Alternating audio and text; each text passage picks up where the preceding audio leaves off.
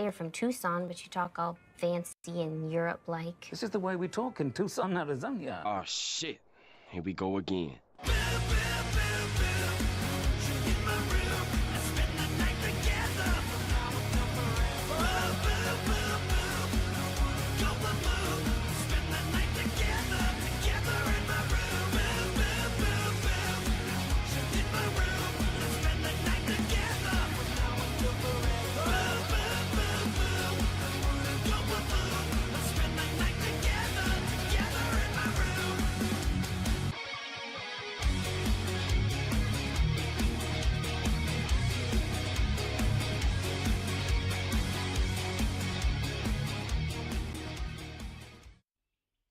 And now for something completely different.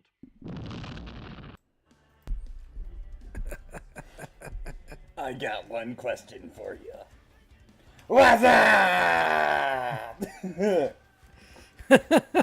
What's going on, nerd geeks and gamers alike? It's your boy Nerdy Nick back with best friend Josh What's up? for another episode of the NSquared podcast. For a second there, I thought you were going to try to wear it for the whole freaking stream. Oh, no. They would just hear. Oh,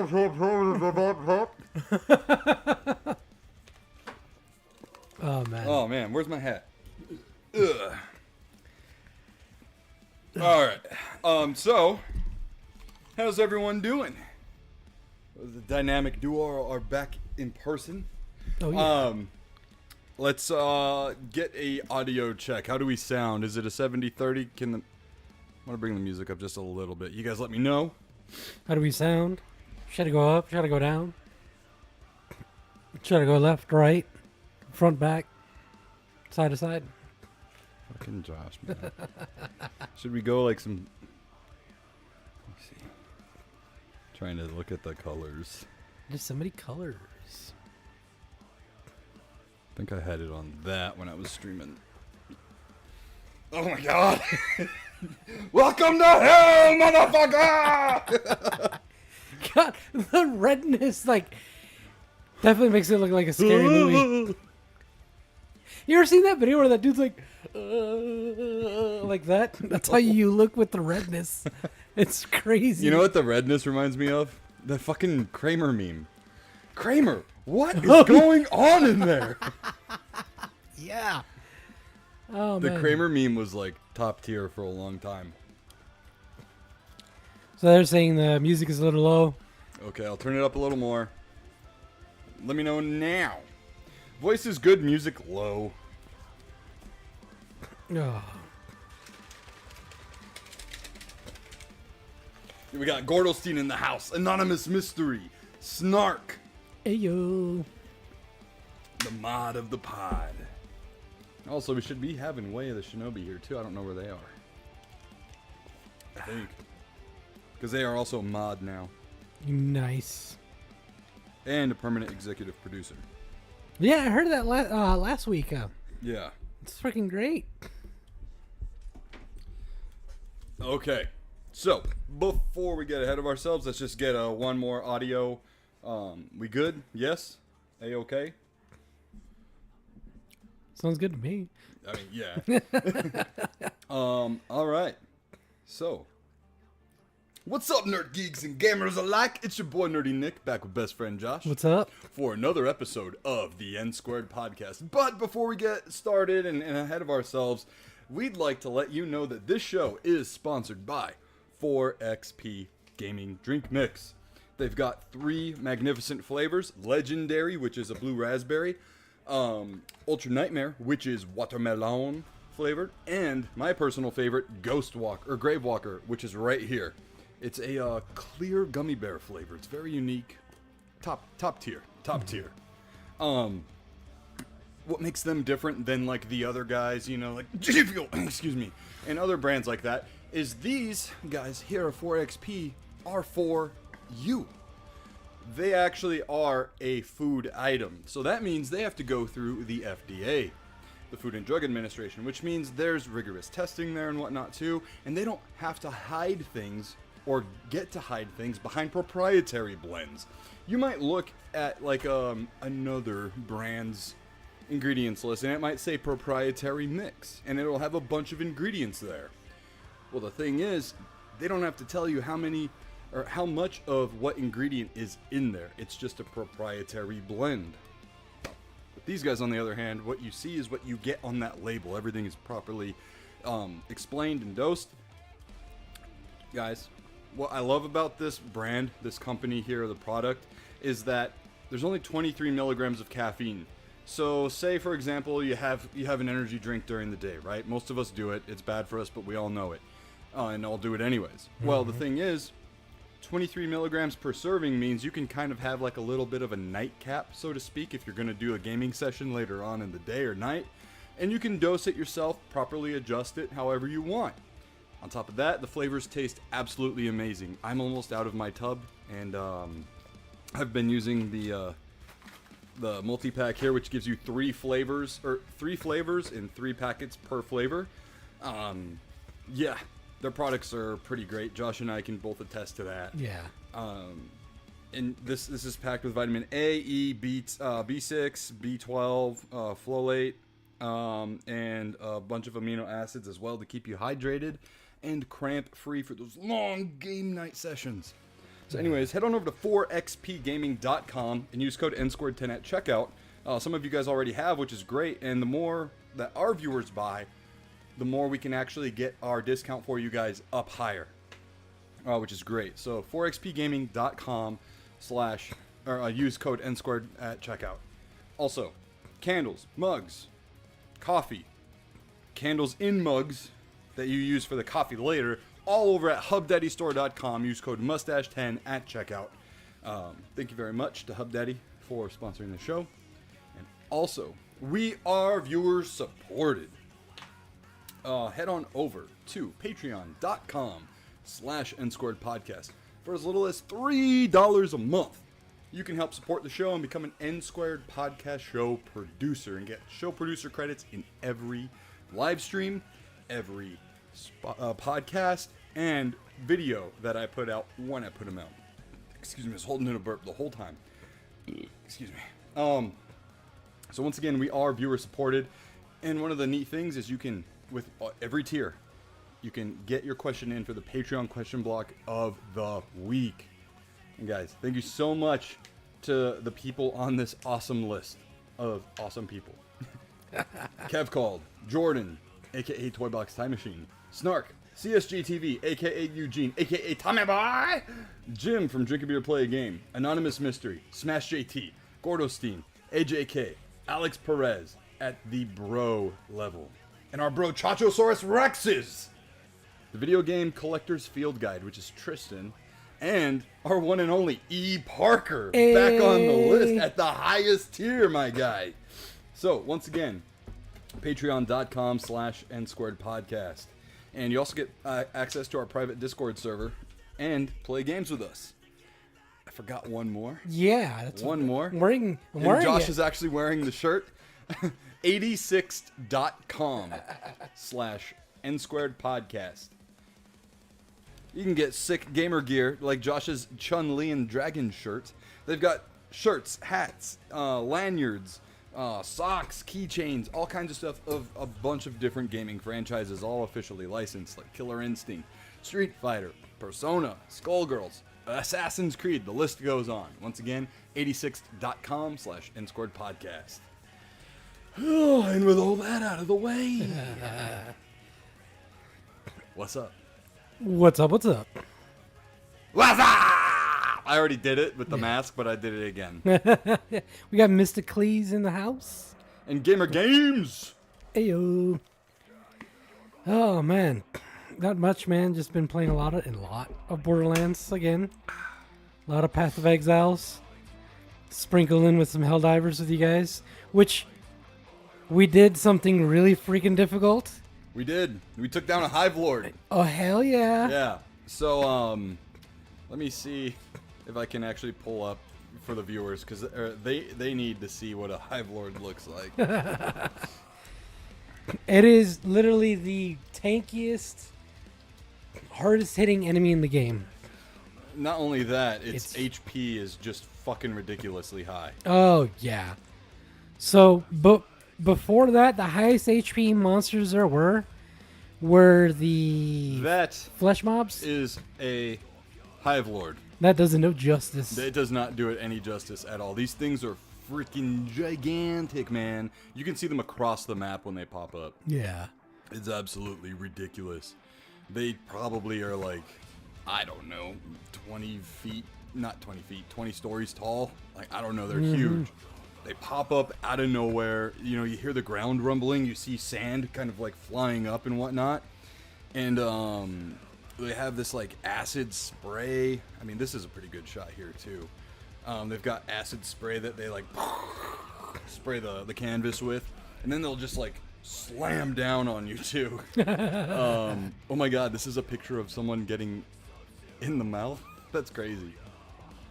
Yeah, but we actually we took one of these out over the weekend, and it was without a doubt the hardest thing I've ever done inside of Helldivers. Yeah. This thing will fucking launch you, dude. Dude, how many It times will. did it launch you out of the map? Oh my gosh, it launched me out of the map twice, because what it'll do is it'll just emerge wherever it wants to, and if you're standing on the ground where it is about to emerge, bye! You're gone, man. Yeah. You're freaking gone. But yeah, it sure was something. It was very fun. Yeah, but we actually took one down. So it was Way the Shinobi, E. Parker, Josh, and myself. Yeah. And Snark was like, of course I miss all the good shit, you know? Because normally Snark plays with us too. He was actually playing with us earlier that night. But He had to stream. yeah, he was modding another stream at the time anyway, so yeah, no, it took us about what, like 20 minutes? No, it was like damn near the whole 40. Was? Oh yeah, Yeah. yeah. Because when we it were was trying in to do, it was a oil extraction mission. yeah, and like when we finally are like, all right, we're done, and we're like, wait, how much time we got left? And we had like 8 minutes left. Yeah, and Out then of all the of us just died. Yeah. We didn't beat the level or mission at all, but we did get that one badge for taking down the Hive Lord. There was so many funny moments throughout that session. Dude, I like know. E. Parker just like, I'm not having fun anymore. You know, like, after this, I'm going to bed. I'm not having fun, Jimmy. Yeah, no, he pretty much said it like that. Yeah, he was like, was it Carl from fucking Jimmy Neutron? Yeah. Yeah. Oh, yeah. In the middle of it, it was frustrating, but then once we killed it, it was satisfying. Oh, big time. And thank you, Gordelstein. Yes, guys, please hit the like button. It helps us out, and it's free for you. Yeah, no, it was. We were going on for like a straight minute and a half, just making fun of E. Parker. Were we? Yeah, I mean, I was doing a lot of it, Yeah. but yeah, that was fun. It was a fun time. Oh man. I want my mom. Oh my gosh, yeah. Yeah. No. It was brutal. Yeah. There was at one point where we almost all like got wiped out trying to take it out. Oh, the first attempt? No, there was only. Didn't we say we were going to do it again, but But- more effectively? And then we tried to reach out to Snark. Oh, that's Snark right. That's right. passed out. Yeah, so we ended up doing Illuminate? No, we went to automatons, I think. No, it was Illuminate because that was the major order. Oh yeah, you're right. Last you're right. night was the bots. Yeah. Dude, I ended up falling asleep on my last death. I was like, and I look up and then I hear, wah! And I died. I was like, oh shit. And I was carrying the black box. Oh really? Yeah. I was so tired. I bet. Yeah. The fact that you wanted to go to sleep at 10:30 Oh, dude. when yeah. normally you're like, come on, stay on, and it's like 11 o'clock, and I'm going to Oh bed. yeah. I was playing like shit yet last night too, but I was like, I gotta play a little bit, man. You know. Yeah, no, but What's up, AJK? How you doing? good to see you. But yeah, no, we almost wiped. Somehow we all managed. I think we all had like a turn where we were the last ones alive. Yeah. We all had a turn Yeah. like that. And then we managed to get everyone back in and then kill the thing, and it was great. Yeah. But yeah, fun weekend. Fucking crazy. What about you, man? Gosh. Saturday. Actually, Friday night, I'll start my weekend Friday night. Friday night, I was streaming Splatterhouse on the Xbox 360.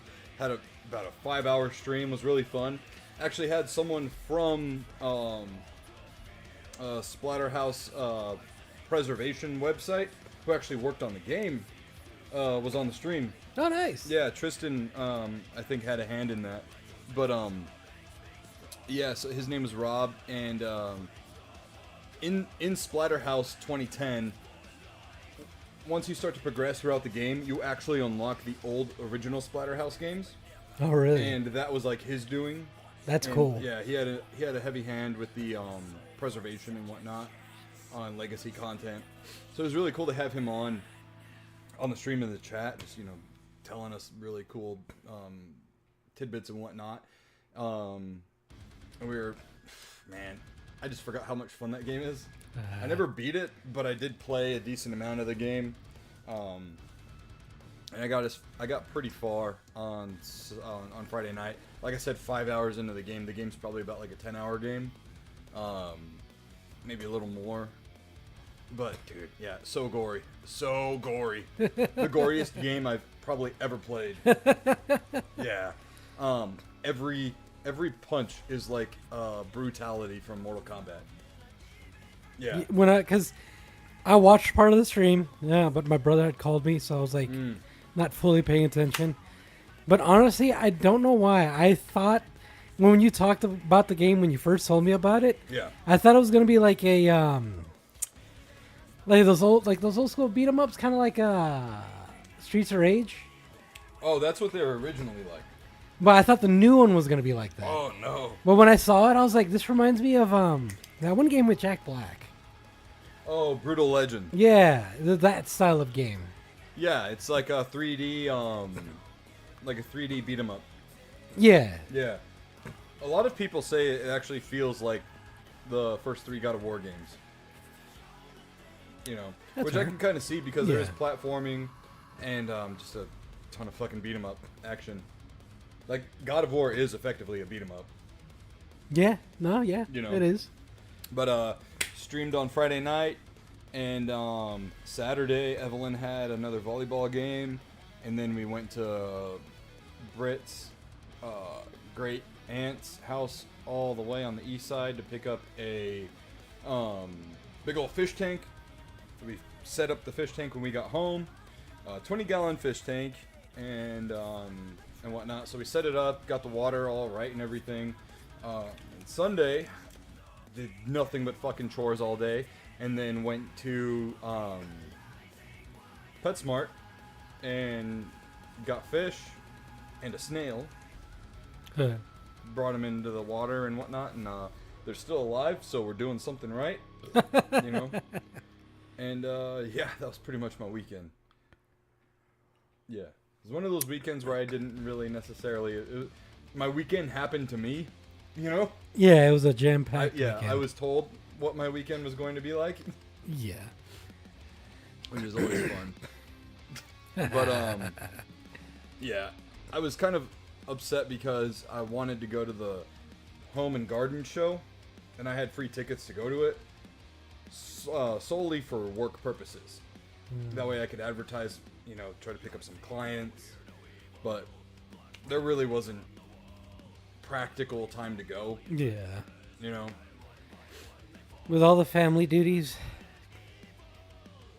Get ready to be overrun by snails. Yeah, we'll see. I don't know how snails reproduce, but Well, I mean, it requires 2 snails. I know that. yeah, so we only have one. So, unless it was already, pregnant or a male, Yeah. then you should be good.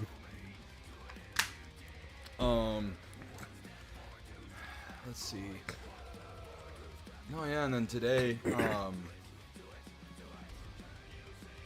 just fucking Mr. Nanny in the morning, and then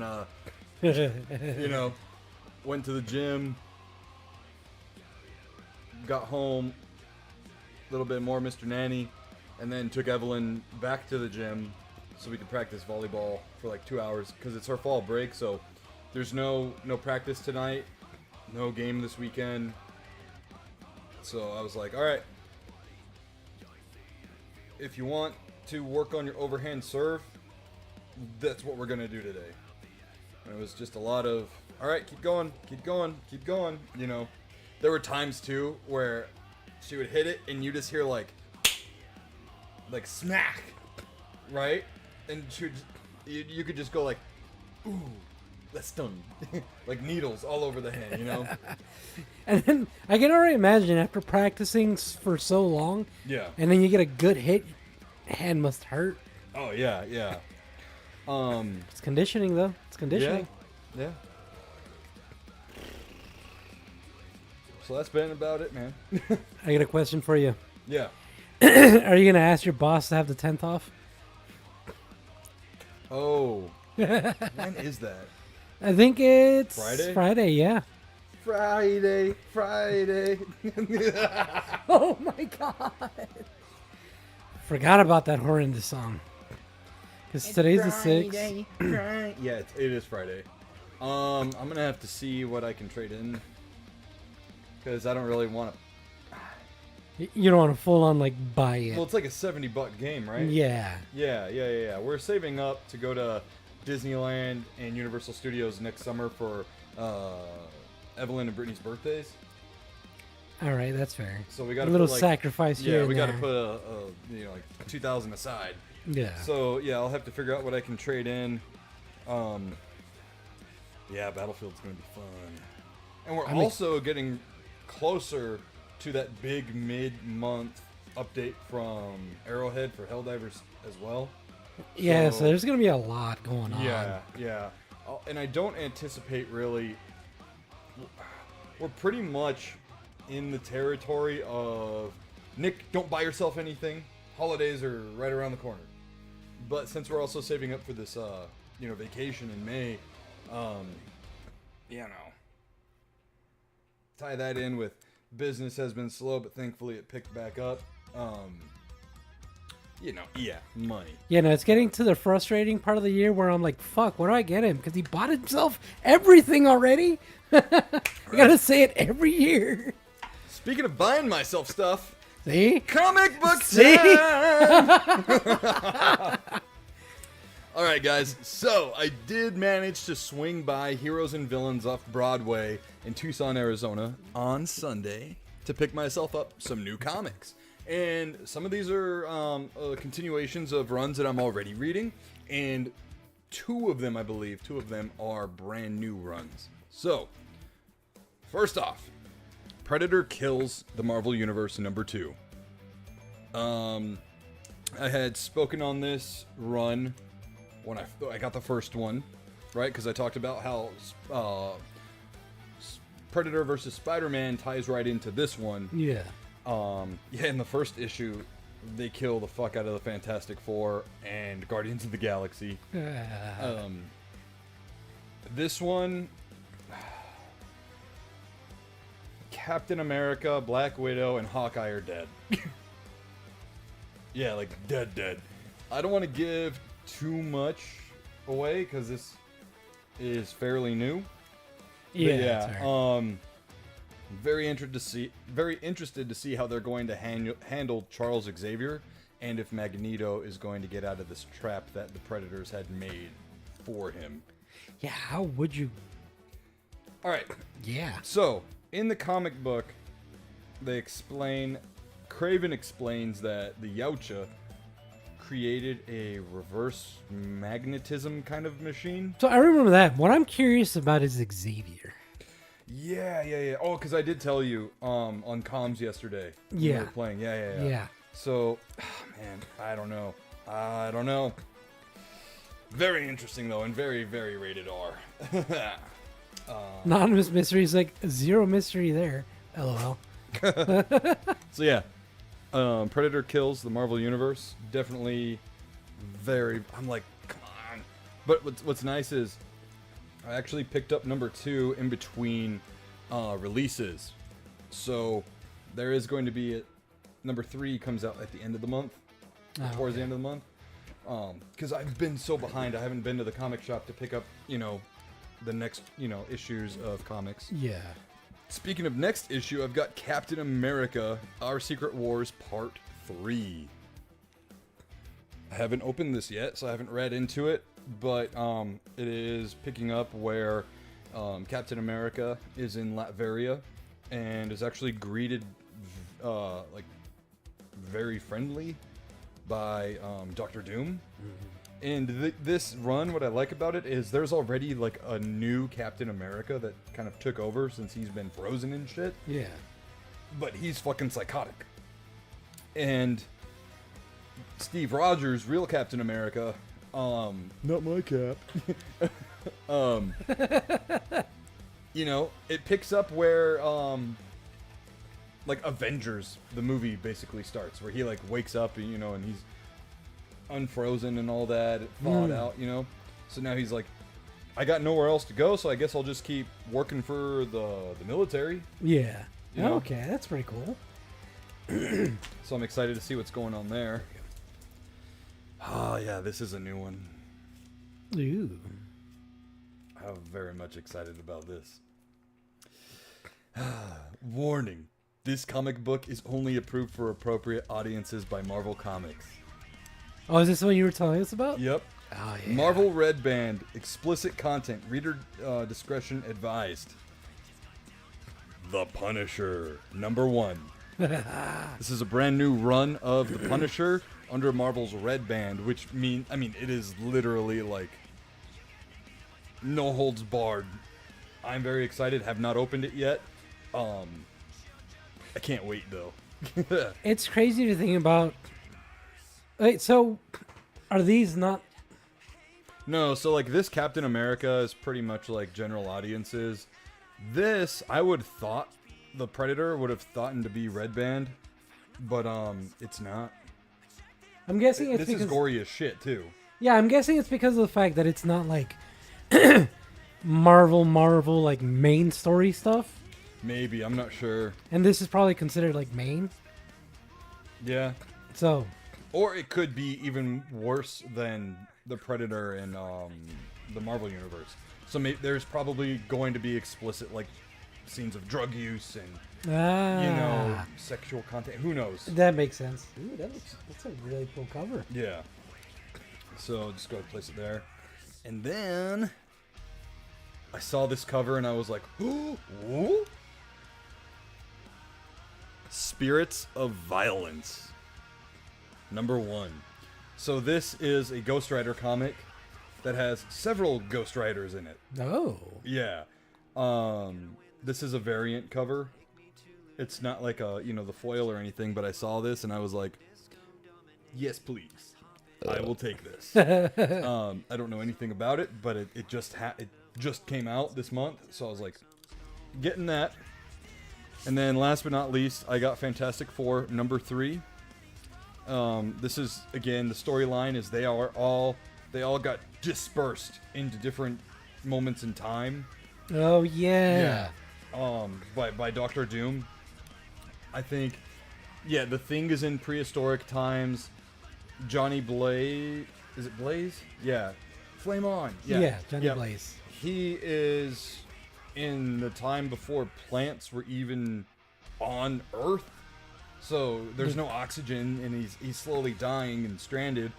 Reed Richards is in the Renaissance era, and Sue Storm is in the future. In the future, where there is no more life left on Earth because the sun is about to explode. Yeah. So very interested to see how they get out of that situation. But anyways, I got a fat stack of comics here that I cannot wait to. Yeah. As a matter of fact, I haven't read Fantastic Four number 2 yet because it's hard, man. Because I don't want to read a comic and then wait an entire month for the next one to drop. Dude. So I try to spread them out with timing. I feel that pain. Yeah, with manga, right? Yeah. Yeah. So yeah, man. Tons of great comics. This stack, believe it or not, 1, 2, 3, 4, 5, all brand new, cost me like $24. Not bad. Not bad. Not bad at all. Like, Fantastic Four is only $3.99. Spirits of Violence is $4.99, and that's probably because it was a variant. I didn't realize this, but they actually have ratings right above the price. Oh, wow. So Fantastic Four, Spirits of Violence are rated teen. Obviously, Punisher is red band. I think the Punisher was like $5. Captain America, $5. He's also rated T for teen. And okay, so Predator Kills the Marvel Universe is parental advisory. Yeah, and this was $5. So We got Way of Shinobi in the house. yo, And Sasquatch in Time. Reed really got the easy one on there. Yeah, for sure. Yeah. Sasquatch in Time says, "Hi guys, I'm coming back from my dad's birthday party. I'm about to drive home. What's up with the comics? New collection? Sorry to ask to repeat. Yeah, no, I just picked up some new comics. I'm Fantastic Four. This is issue number 3 of their new run that I've been into. One World Under Doom. This is a brand new Ghost Rider comic called Spirits of Violence that just dropped. Another new one is the Red Band Punisher comic that just dropped this month. Captain America: Our Secret War number 3 just came out, I think, the end of last month, early this month. And then, last but not least, Predator Kills the Marvel Universe number 2. So yeah, lots of reading. Some exciting reads. Very exciting reads. Gonna lurk for a while while I grab a bite to eat. Yeah, you're good. You're good. AJK says, good to see the Frank Castle back in comics. Yeah, seriously, it's been a while since he's had an actual real Punisher run. Oh, like straight solo run? Yeah. Yeah. Well, not only that, but there was like a whole redesign of the logo and everything too for a while that made a lot of people upset. You know, I get it.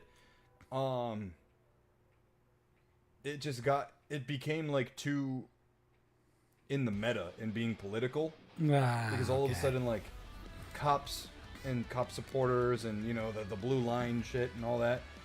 It started to be the symbol for all that, and like you see it on bumper stickers and car stickers and shit and T-shirts. So I mean, like I support my local law enforcement. I call them when I need to, but let fake stuff be fake stuff. You know what I mean? Yeah, exactly. Yeah. And don't misrepresent things either. Yeah, like Punisher is literally an anti-hero. Yeah. Yeah, like, yeah. I mean, although he will never, he won't kill like good cops though. Yeah, which is I think he was a cop. No. Yeah. It depends on which run. So like, normally he's just an ex-soldier, but like in the 2004 movie, he was an ex-soldier turned like FBI agent or something like that. Yeah. But yeah, anyways, so those are the comic pickups. Let's head on over to the Patreon question block of the week. Once again, guys, if you want to have your questions read in their very own segment, head on over to patreon.com/NSquared podcast. For as little as $3 a month, you can partake in the Patreon question block of the week. All right, let's see here. Let's get these juicy questions. Yeah. All right. So first, from Way of the Shinobi, they ask, what is your favorite video game weapon or item?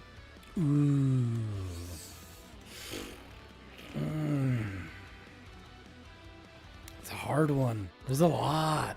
And I mean a lot of really fun, really cool weapons. I mean, the 500 is always my go-to in Helldivers, but But then there's also the portable hell bomb. yeah. Like you almost always have both of those. Yeah. Doesn't matter what mission we're on. Bugs, bots, or squids. But damn. Okay. The homing rockets in Twisted Metal are pretty good. The purple ones. Oh yeah. Yeah. I Those could are- never have enough of those. What about an iconic one? You know, as far as like iconic goes, I'd probably have to say the shotgun from Halo 2. Oh yeah. Swords and shotties, man. Mm-hmm. Shotty always beats sword. Me and Carlo would fucking go at it. And he'd be like, how do you do that? I'm like, dude, it's easy. I just know your timing. Yeah. Yeah, because the sword has this like weird lunge. You know how I always think it's funny that like fighting game people count frames and shit? That's what I used to do when I would go against him in Swords and Shotties. It was just subconscious. Yeah. Yeah. Yeah, so definitely, Yeah, it's a really good pick. yeah. So if we're going iconic one, let's go with that. For you, what about one that's not as well known? Or not as iconic, at least. I forgot what it's called, but it's from a game called Bulletstorm. And it's a first-person shooter game, but it's like this electrical whip gauntlet thing. You use it for so much in the game, and a lot of it in combat, and you can literally just like fucking ragdoll like enemies with it. I would say that. What is it fucking called? I don't remember, but it's like an electrical whiplash thing. I don't know what it's called, but I can imagine it. Let me look it up real quick.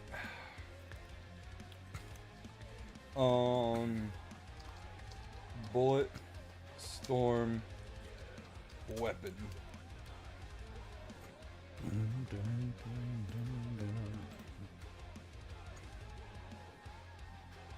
Yeah. Oh, there's a VR version of the game. That'd be fun to play. Sucks that VR is freaking expensive. Wrist? Yeah, just to like show a picture. Oh. Yeah, so it's this doohickey right here, and you could use it to like launch dudes, throw shit at them. It was just like a whole thing about it. Wait, the Shinobi says, if anyone says gravity gun from Half-Life, you basic as fuck. And the energy leash is so sick. The guys that made Bulletstorm made Outriders. Oh. Oh, neat. Was it Flying Ninja Studios or something like that? I think Energy Leash. Yeah, that's literally what it's called. Good job, Nick. I think it's Flying Ninja. Although I'm surprised you didn't say the super shotgun. Yeah, but that's pretty well known, man. Well, I mean for the iconic side. The iconic side is Halo. Yeah, true. Halo 2 had that shotgun, so shotguns could become the super shotgun. You know what I mean? It walked so Halo walked so Doom could run. Okay, fair. Actually, Doom crawled so Halo could walk, so Doom Eternal could run.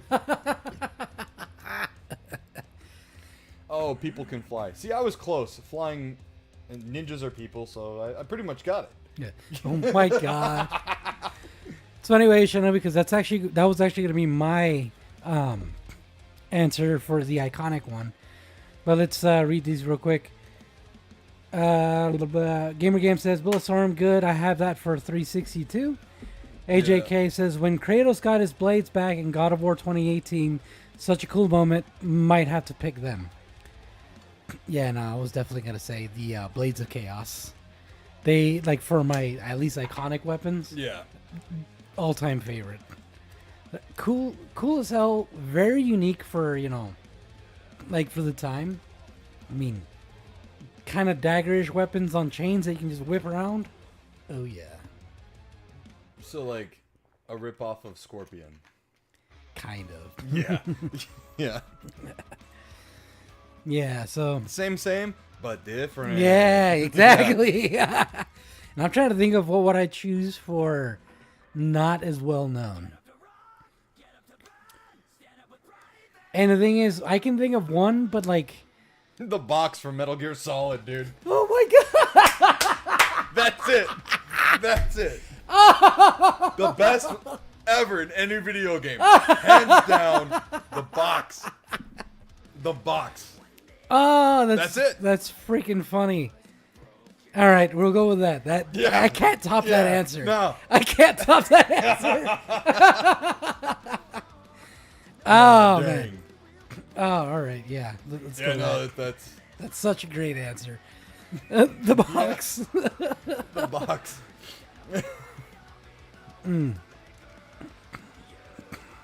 S tier pick, yeah. The sheep and worms. Oh, yeah, that's pretty good too. the Brink. Oh man. God. You know what? That makes me want to listen to Super Monster Party now. They have a really good fucking Metal Gear Solid song, sorry. Oh, really? Oh yeah. What I did on Friday night stream when I was playing Splatterhouse, because they actually popped up, Super Monster Party popped up in the chat for a little while they were doing traveling and shit. And what I did was I turned the game's music off, except for like 1 or 2 moments where like there were boss fights and had really good music. I just played Super Monster Party throughout it. Anyways, here we go. You got the video game collector's field guide. Yo, in what's the going house. on, Tristan? How you doing? Yeah, it's funny enough because that was a stream that Tristan was watching. But yeah, the box from Metal Gear Solid is the best item in any video game, Hands down. hands down. And it's crazy because like, there's stories where they're trying to like test like some like AI like camera system or whatever to detect, soldiers Yeah. or whatever, and they tricked it with the box. No way. Oh, it's great. Greatest item ever. Yeah. It's just a box. You know, that's the line that they say. Right? Oh, It's all so right. dumb it works. So, AJK asks, do you have a game or game franchise that even though you've beaten it countless times, it never gets old?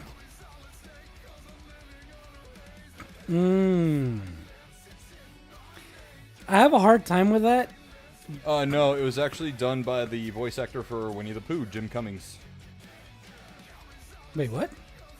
The voice of the mask, the terror mask in Splatterhouse. That was Winnie the Pooh? Yeah. Wow. That's crazy to think about. Yeah. All right. To answer the question, I have a hard time with that just because once I've watched something or played something, no matter how much I love it, I will eventually get tired of it. Most games I can only play maybe once, Wait, what maybe game were you twice. talking about? Wait, what? I thought you said. Did you say a specific game or no? No, not yet. Oh, okay. I was just saying I have a hard time picking that or like choosing something like that Yeah. because I'll eventually get tired of most games. But the one game I can say that I've played multiple times, I'd say probably more than like 6-7 times, like full playthroughs. Yeah. Borderlands 2. Okay. This is the one game I've played many, many times. Different systems with different playthroughs with different friends, different Right. characters. Yeah. So I'm gonna have to go with that one. So for me, Yeah.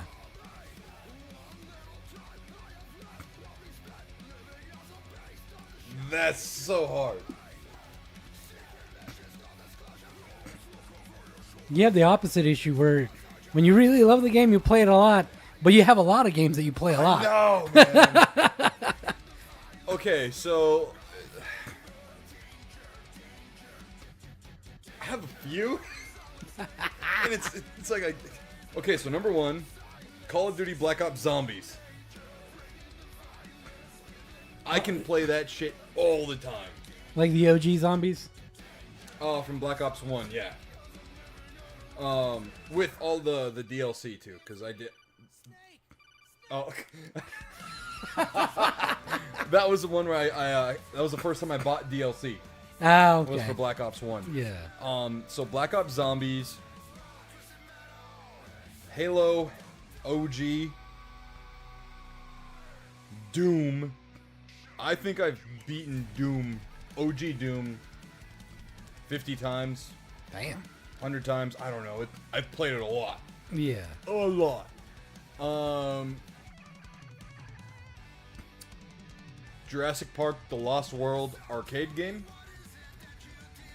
Whenever they're at an arcade and they've got it with the light guns, Oh, that. Take my Oh, money. yeah. Yeah. take my money. Area 51 as well. Fair. Those are great. And the number one, Helldivers.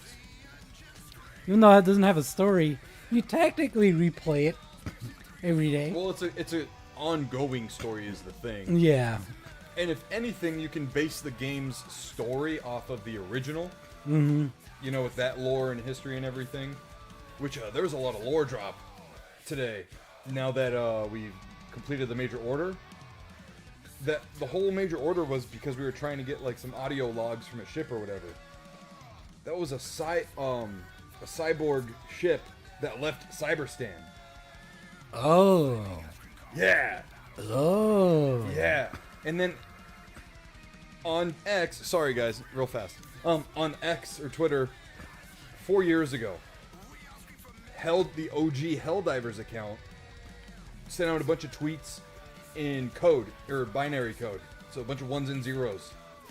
And it's actually been deciphered now. And it was a message from the cyborgs, and they were talking about how like they hope that their children, the automatons, don't have to live like how they did and this and that. But now the whole story is going like the automatons are actually giving the cyborgs the boot and stuff. So yeah, a lot of crazy stuff going on right now. And wait, you said that tweet was like 4 years? 4 years ago. Long-term storytelling. That is freaking dope. What? Yeah. Applause, Golf Arrowhead. clap. Yeah. So anyways, those are probably my games that I could just play over and over and over again. Oh, I'm so stupid. Ape Escape, my favorite game of all time. Yeah, there's just so many, man. That's the fucking problem. Excuse me. There are so many fucking good games that I've played in my life where I'm like, yep, this is my personality now. You know?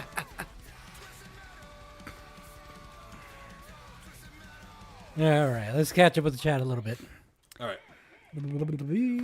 Gamer game. Yeah, gamer games. I played GTA 5 and Red Dead Redemption a bunch of times, and also the classic Doom games I can play over and over again.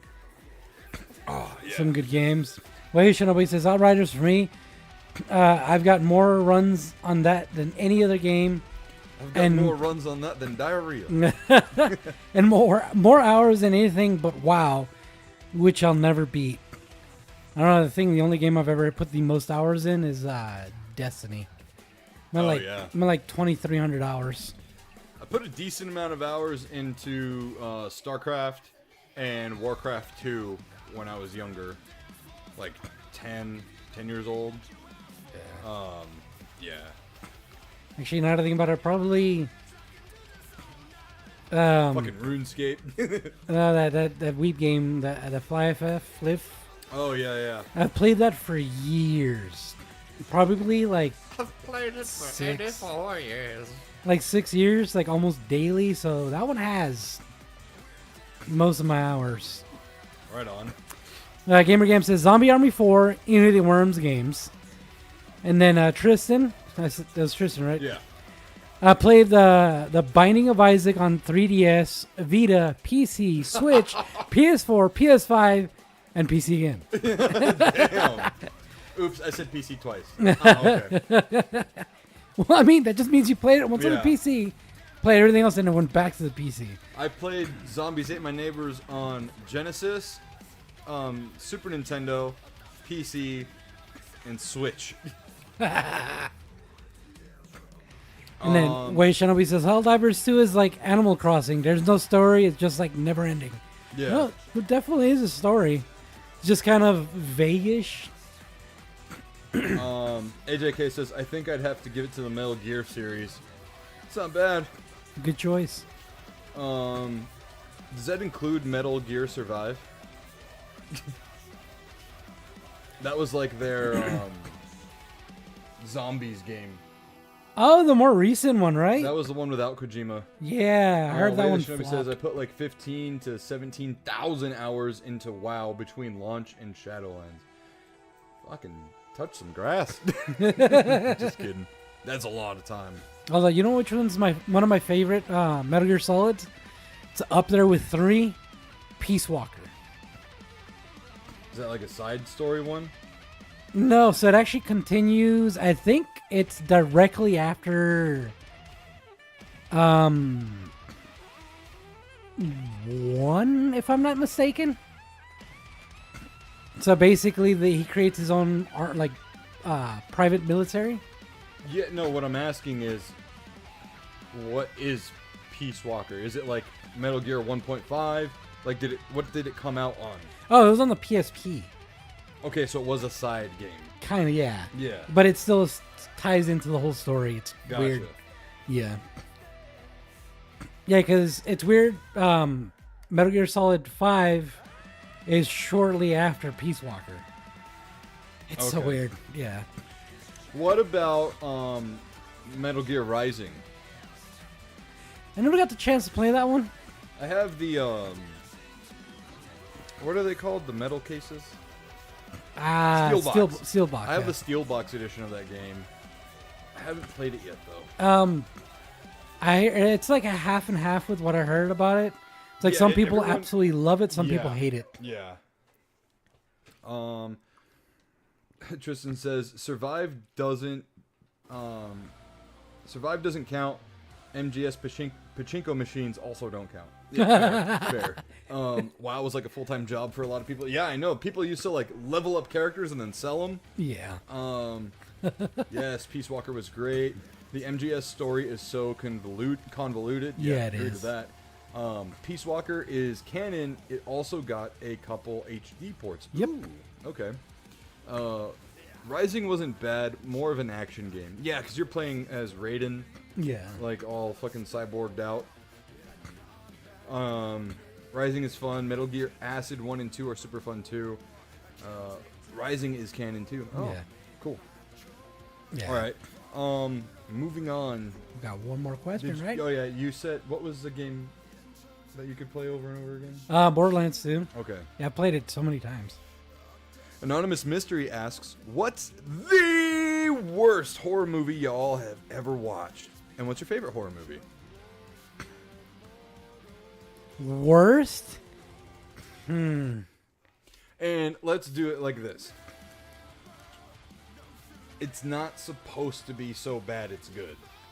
Like it's just a straight up shit movie. You know what I mean? Yeah, so... Like, the fucking Tire movie yeah, was meant to be a fucking B movie. yeah, it was meant to be so bad it's good. Yeah. Yeah. So there's one I saw. It's not exactly a horror movie, but I'm gonna put it there because it was horrendous. It was some kind of like Jack the Giant Killer. It was on Netflix for a while. Oh, yeah, I've seen the movie poster for it on there. Yeah, like, because there's 2, and like they're very similar titles, and one is a lot more higher quality, and that's not the one I'm talking about. Yeah. Was this supposed to be a horror movie? I think so, because it's like these weird. It's like Jack and the Giant Beanstalk, and like Yeah. these monsters come down from top, and then they wreak havoc. Okay. Yeah, I don't know. It's I'm gonna say that because I'm not really a horror fan, so there's not many that I've seen that were bad. Anonymous Mystery says that fucking mannequin movie. I don't know which. The Mannequin movie. Leprechaun 4, Leprechaun in Space. That movie sucked. I think that movie was meant to be fucking bad though. Leprechaun in the Hood. Oh, I remember that one. Yeah. That was wild. All right, so is that your answer? For bad, best, like the one I really do like, Yeah. Dead Silence. Yep, can't go wrong with that one. Really fun watch. Can't go wrong with that one. Yeah, what about you? Because I know you like horror movies. No, I don't like them. I love them. Yeah. I got a life-size ghost face animatronic in the game room. I just realized you can't even see the Frankenstein's monsters behind me, the ceramic ones. But anyways, so my favorite horror movie, or no, worst. So there's two I would say that are like worse, and they were supposed. One was supposed to be good, like it was meant to be a good horror movie, and it sucked. And that's Final Destination Bloodlines. It's the most recent Final Destination movie. It was still it was still a financial success, but it was just fucking terrible. I hate movies where everyone is just stupid for stupid's sake. Oh God, those are the kind I hate the most. Yeah, and listen, in a lot of the Final Destination movies, you have a lot of people in there, at least like half of the cast, who act stupid because they need to be arrogant enough to not believe in the death following them or whatever, and then they get killed because of their arrogance, right? Mm-hmm. That's fine. But, dude, oh my God, there's just so many fucking stupid people in this movie. God. See, that's why I like the second one. Because the first one, it felt kind of like forced with the deaths. You know, it literally felt like the first movie was mean. Mean? Mean. I think, there were some deaths in that movie that were like, damn, that's a fucking way to go. Like, the dude who gets, like, hung in the bathroom. Yeah. Like, it was just, that was a mean death. You know what I mean? And it also just felt like, I get the whole premise was like, it's like death itself was coming after them. Yeah. But it felt like it was like an invisible hand the entire time, right? Whereas in the second one, everything felt like legit accidents. Kind of, but at the same time, I think in 2, you also kind of saw, like, the shape of death in certain scenes. It's been a while, so I don't remember that part. Yeah, I'm trying to remember myself. Yeah. It might have been number 1, actually. Yeah, because in number 1, you'll see, like, objects that are completely still just start moving by themselves. Oh, crap. Oh, unlock me. Just put your hand out. Unlock me. There we go. Yeah, I'm having a hard time remembering exactly which one shows, like, the shape of death. Yeah. It's like a shadow. And it's weird, because I think it could have been 2 as well, because I know at the end of 2, like, the chick goes into, like, the insane asylum thing, or getting out of it, one of the two. Yeah, she got out of it. Yeah, and I think around there it might have shown, but it could be. Yeah. Alright, so... Yeah, anyways. Final Destination Bloodlines. It's on, I think it's on fucking HBO Max, I want to say. Or maybe it's Paramount, I don't remember. Or Peacock, I don't fucking remember, dude. I have so many streaming services, it's stupid. But it's just, the fucking CG is like 1999 CG too. It's just bad, man. It's bad. They used to be really good movies. As a matter of fact, there was one day I got really bored, and I was like, what is the most profitable horror franchise out there? And you Googled it or what? No. I looked up like a bunch of the core main horror movie franchises, right? Like Scream, Nightmare on Elm Street, Friday the 13th, Halloween. And then I looked up Final Destination. And Final Destination's budgets are relatively low, but they make a fuck ton of money. And after I did all the math for all of these, I mean, dude, I had a notepad and everything. I killed like 2 hours doing this one night. And as far as I'm concerned, Final Destination is the most lucrative horror franchise. No. Now I don't know, because of the whole Conjuring universe that's like a thing now, you know, with tons of fucking movies and spin-offs and stuff. That could be it. But kind of tired of Conjuring. Oh, dude, yeah. First 2 movies are great, but after that. Yeah, and then Insidious as well. I thought they only had like 3. No. And I think they're working on another one right now. Wow. Yeah. They might be on like 5 now. Holy crap. Yeah. Although I just saw the comments. Mimic is one of the best for Way of Shinobi. I completely forgot about that movie. It's been so long. Yeah, I think I've seen it once. Creepy movie. It's creepy just because of the premise. Yeah. Mystically says the people under the stairs is my choice for best or worst. Shinobi says I think it's in 2. In 1, the deaths all appear pretty natural, but the second and after you could see Death's hand manipulating the environment to cause the deaths. I'd have to rewatch it because it's been a long time since I've seen those movies. Anonymous Mystery says, yeah, I've been done with possession movies. Yeah, they're overdone. Like, I remember Paranormal Activity 1 and 2 were like, holy fuck, these are fucking terrifying. Yeah. Dude, I remember, man, being at the movie theaters for like the midnight releases of these films. And you know how when something's about to happen, you start to hear like a hum? It's yeah. like, and everyone in their chairs would just kind of like sink into them, like brace themselves, like.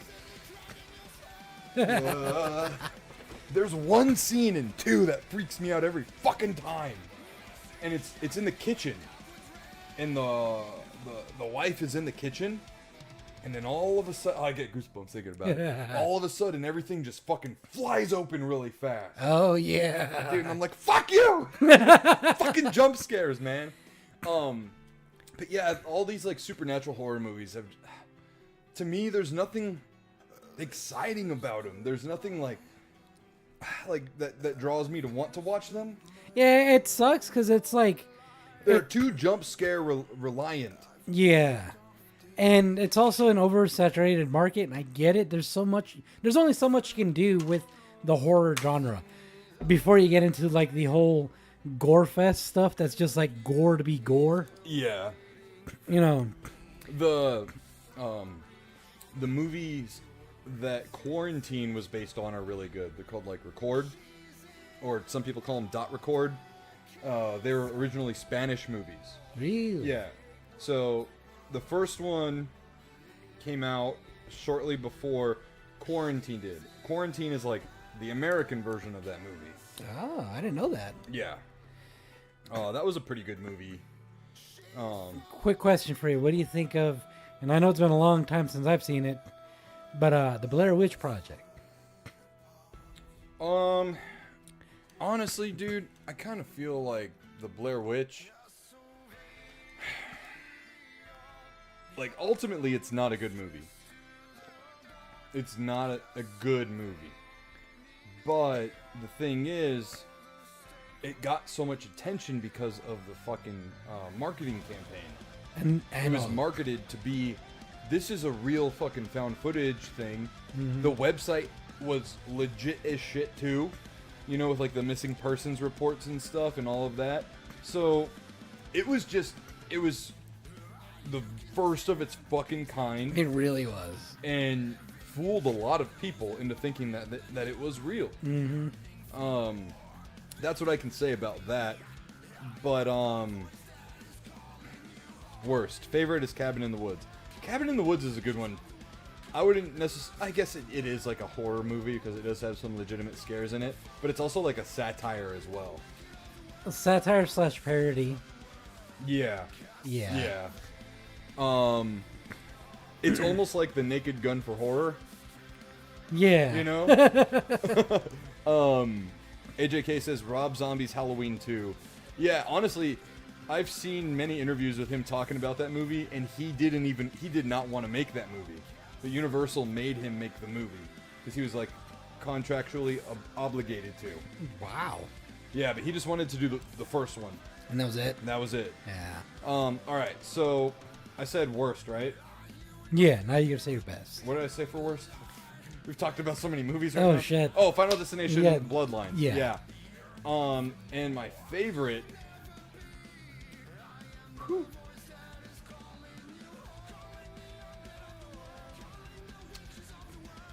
I mean, My brain's like segmenting everything into genres and stuff. I'm like flipping through my brain's Rolodex right now.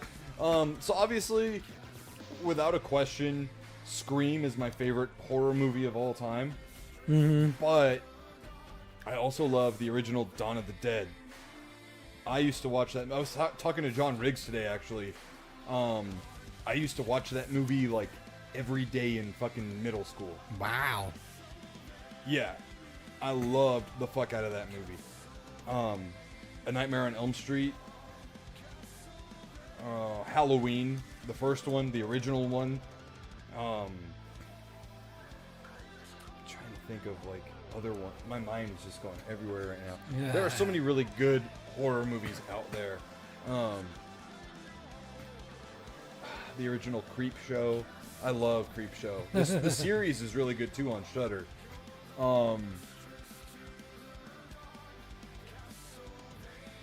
Yeah, man. That, like, to narrow it down. I mean, obviously, like I said, Scream, but that's like, okay, Scream's here, like it's S tier. But like, aside from that, you know, man, I don't know. What's that one? You know what's another good one? That one, I think it was called Ghost Ship. Oh, that was all right. Yeah, Yeah, I like that I one. think that had Carl Urban in it. It did? Yeah, I think so. Oh, shit. Yeah, All right. Well, you think I'm going to catch up with the chat before yeah. it gets too far. Gamer Game says, REC is awesome. I think you mentioned that earlier, but I forgot what it was. What? REC, Rec. Oh, record. Yeah. Jump scares just don't do it for me. I like horror movies that lean towards psychological thrillers like After Midnight or Nobody Will Save You. Can we please talk about how overrated those true story recorded movies are, like Poltergeist? Poltergeist. That wasn't. Like a more recent one? Wait, where are you? Way of the up top. Shinobi. Yeah, up top. So can we please talk about how overrated these true story recorded movies are, like Poltergeist? Are you talking about the one with like in the 80s? I don't think that was like a found footage movie. No. The one with like the clown under the bed? No, Yeah, no. The Gate was a good one too. Oh, and Wishmaster? Wishmaster 1 anyways. Gamer Games says, I remember seeing the Blair Witch Project in theaters. They just released a festival version that runs longer than the theatrical version on 4K last month. Oh, wow. Wow. I didn't know that. Me neither. Also, Dead Silence is a really good movie. That movie, like, got me. Ooh. Oh, now the gears are running. That really got me. That really fucked me up. And it was a supernatural movie, but it got me. Sinister. Ooh. Yeah. That is a really good one. I went to go see that movie with some... No, I think I went by my fucking self. Why would you do that? I went home. This is when I was living with another friend at the time. And he wasn't home yet. So all the lights were off in the house when I got home. And it was this big open floor plan, 2-story house. Mm-hmm. And you walk in through the garage, right? Dude, I shit you not. I left the garage, the room to the door to the garage open because the garage had all the lights on. And I like reached around the door frame to turn on the light to the living room.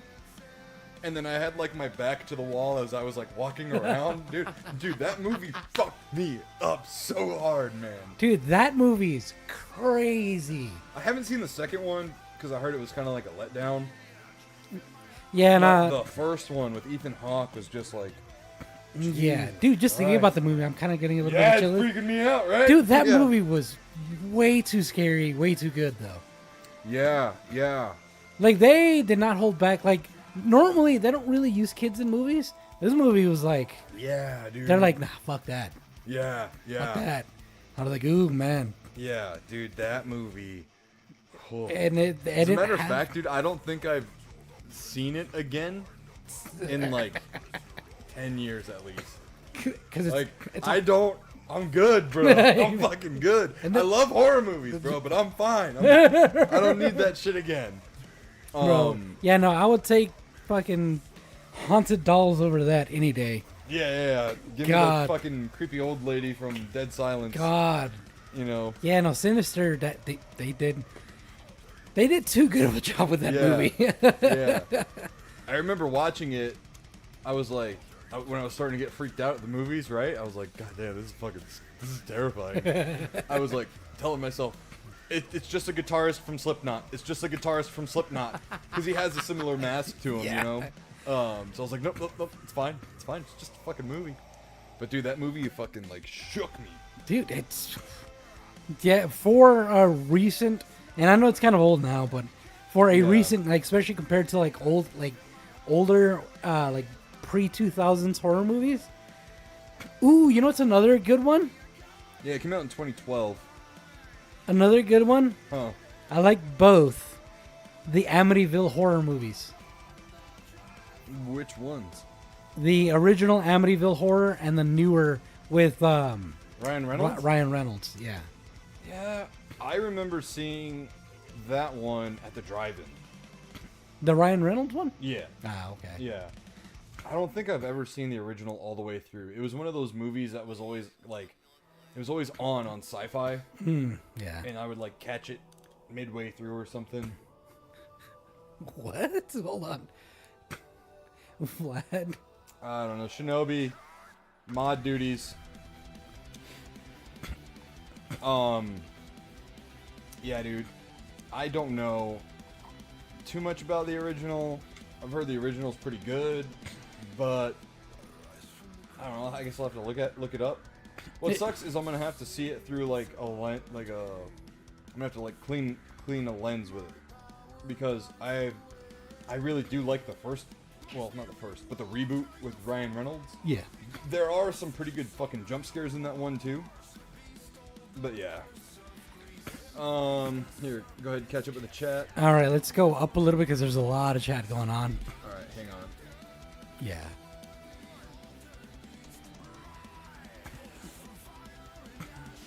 All right.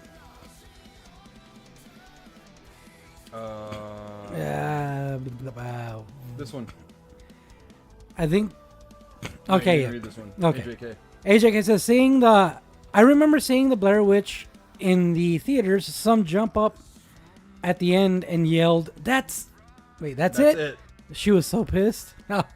Oh, like, that's it? Yeah. Yeah, I remember that ending was kind of BS. Yeah. Wait, Shinobi says, Tucker and Dell versus Evil if we're talking about satirical horror movies. And then Anonymous Viscerate, satirical Zombieland. Yeah, I would say for me, satirical would be Shaun of the Dead. Same. Yeah. Love that movie. Yeah. AJK says Lady?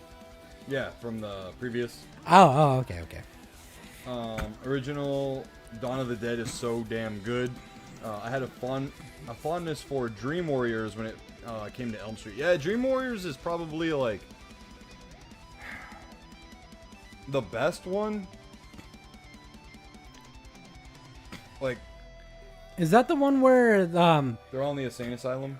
And the one kid, the crippled kid, tries to like fight him, and he's not in a wheelchair in his dreams, or is that a different one? Yeah. That's it. Oh, okay. One, yeah. That one's probably my favorite, just because it's so unique, and that's where Freddy became the Freddy Krueger that we know him to be. Yeah. You know, he's like, "Welcome to prime time, bitch," and gets the girl and fucking pulls her head into the TV and electrocutes her and shit. Yeah. Dawn of the Dead over the remake any day. See, I like the remake too, though. The Zack Snyder Dawn of the Dead. Did you ever see that? I have to Google it. It came out in like 2004, I want to say. That one was pretty good. The Dead. Ghost Ship was one that I liked. E. Parker says, Record is an amazing movie, and the following sequels just shit all over it. Yeah, the one at the wedding is kind of like weird. The newer one, I actually kind of like that one. Yeah. My favorite brand was TCM. Turner Classic Movies? What? That's all I think of when I see TCM. Not Poltergeist. I'm thinking of Paranormal Activity. Yeah. I think the first two were good, and then after that, it just got like wonky. Yeah. Didn't like Terrifier. Gore to be gore. Blah. Oh. Yeah, I felt the same way, man. I watched Terrifier 2. I don't know, sometime this year, and I was just like, is this what people go fucking crazy over? Yeah, I don't understand that. You know, like, I understand it. He's kind of like a charismatic, you know, new monster face of horror kind of guy. Yeah. But at the same time, I was like, there's got to be more to this, man. Like, give me some. You don't have to give me like his full backstory, but like, give me something. Yeah. You know. And then in the second one, there was like this girl. She's like a cosplayer, and she has this sword that was passed down to her from her dad. And the sword is like Art's weakness, and there was nothing explained on that, and so on and so forth. Like, yeah. But dude, it was the Terrifier movies are mean. Yeah, and like Fucking mean. Like the only movie I'll accept like that has gore just to be gore was 13 Ghosts. I don't think that was gore to be gore. Yeah, because like there was a lot of like pretty gory scenes, but at the same time, like that's the most I'll accept because past that, it's just like Yeah. it's what people call Terrifier evolved from Saw movies. and Saw was more like a thriller. To a certain point. Yeah. Once you hit like Saw 3, that's where it was like real torture corn. Yeah, and like You know? I never understood that. Yeah. Then like the Terrifier, okay. Yeah, I didn't Gore- like Terrifier gore just to be gore, blah. Gore corn is the lowest form of horror. Yeah. Yep. Sinister and Boogeyman are two that are definitely truly scary to me. Hell House LLC was a great indie horror movie about a haunted house attraction actually being haunted. Huh. Oh. Anonymous Mystery says, I'd rather watch Faces of Death than this new gore shit. Yeah, same. Ooh, Willy's Wonderland. That's a pretty good one, too. That's the one with Nicolas Cage, where he's, like, it's basically like Five Nights at Freddy's. Oh, I haven't seen that one yet. It's on Hulu, I as gotta far as watch I'm that. concerned. Yeah. He doesn't have any lines in the movie at all, either. But he hams it up, dude. Dude, you know what movie? It's similar to Boogeyman, or at least like title-wise. I gotta look it up. I gotta find it. It's pretty much. I think it was like an Australian horror movie where this kid like is having issues, and it ends up being about the Boogeyman. Really good movie. Huh. While we continue catching up the chat, I'll see if I can find it real quick. AJK says, OMG, Faces of Death, that doctor, LOL. Anonymous says, step away for 1 second before a drink when some shenanigans happens. Yeah, you know, it's very rare that that we get, you know, that kind of stupidity in the chat. Parker says, Faces of Death had some real footage in it, even though I grew up seeing a lot of that shit. I can't handle that sort of thing. Wait, the Shinobi says, the scene where he possesses a puppet and uses it to control the kid by his veins like a puppet really, really stuck with me as a kid. That's from Nightmare 3. Ah, yeah. Yeah. So I found the name of the movie. What is it? It's called The Babadook. Oh, yeah. That was pretty popular when it came out. Yeah, really like that one too. Anonymous Mystery says, Texas Chainsaw. Okay, now which one are we talking about? Which one are we talking about? Because there are a lot of... Dude, everybody's like, there's community's torn on that. Well, the thing is, man, there's so many different, like, requels and reboots and stuff. It's like, where, what? I need someone to make a YouTube video on Texas Chainsaw timelines in Right. canon. You know, that way I can just, like, have it in front of me and I can see it, because it's just all over the place. Wait, the Shinobi says, the gore in 13 Ghosts wasn't egregious. It served the story despite being morbid, and they don't just sit there and, like, dwell in the gore and violence. Yeah, exactly. Like, you know, like you said, it Yeah. it serves the story, and I prefer that. Like I don't like gore, but if it's gonna be there, let it serve the story. Yeah. Yeah. Straight up. So anyways, that was the Patreon question block of the week. Thank you everyone for submitting your questions. If you guys are Patreons or on our Patreon, please make sure you get your questions in and get your money's worth out of your Patreon membership. Wait, the Shinobi says Texas Chainsaw, more like Flex's Chainsaw. Oh my god. So the second OG was my favorite. Funny, but yeah, I'll have to look it up too. I do really like the 2003 Texas Chainsaw. The original reboot. Yeah, that one's pretty good. That one's pretty damn good. It even had Gunny Ermey in it. I don't know that Gunny name. Lee Ermey. Show me your war face! Oh really? Yeah, he was like a crooked cop in the movie. Oh Crooked sheriff. yeah. May he rest in peace. Yeah, he was the best, man. Yeah, that one's pretty good. The guy who plays Leatherface in that movie too was, I want to say he was the guy from Street Fighter. He was the guy who played Zangief. Really? Yeah. Yes, that reboot is good. Yeah. Flexus Chainsaw Massacre. So yeah, anyways, moving on. This is October, right? So we got the spooky vibes going and shit.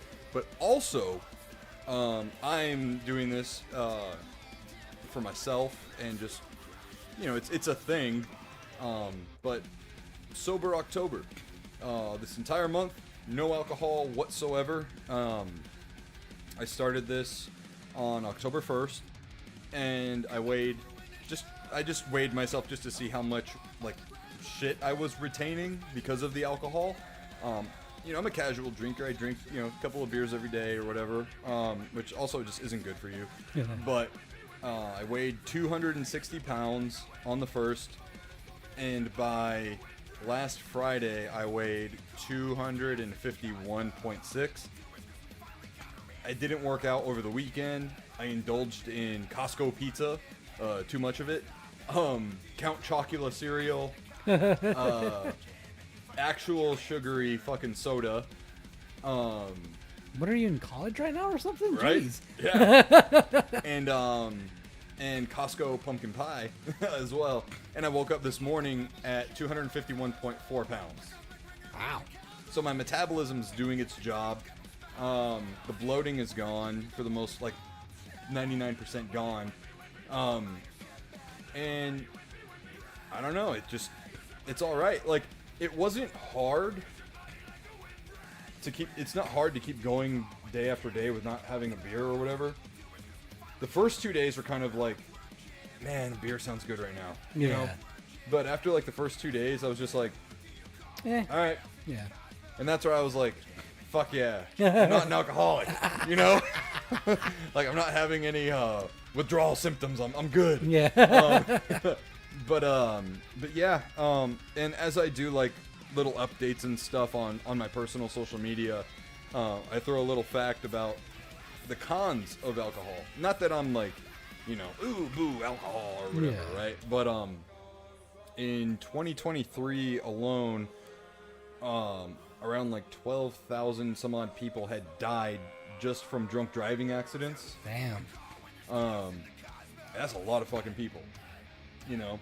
And then another factoid I looked up today when I posted an update was that, let me pull it up because I want to quote it correctly. I don't want to misspeak.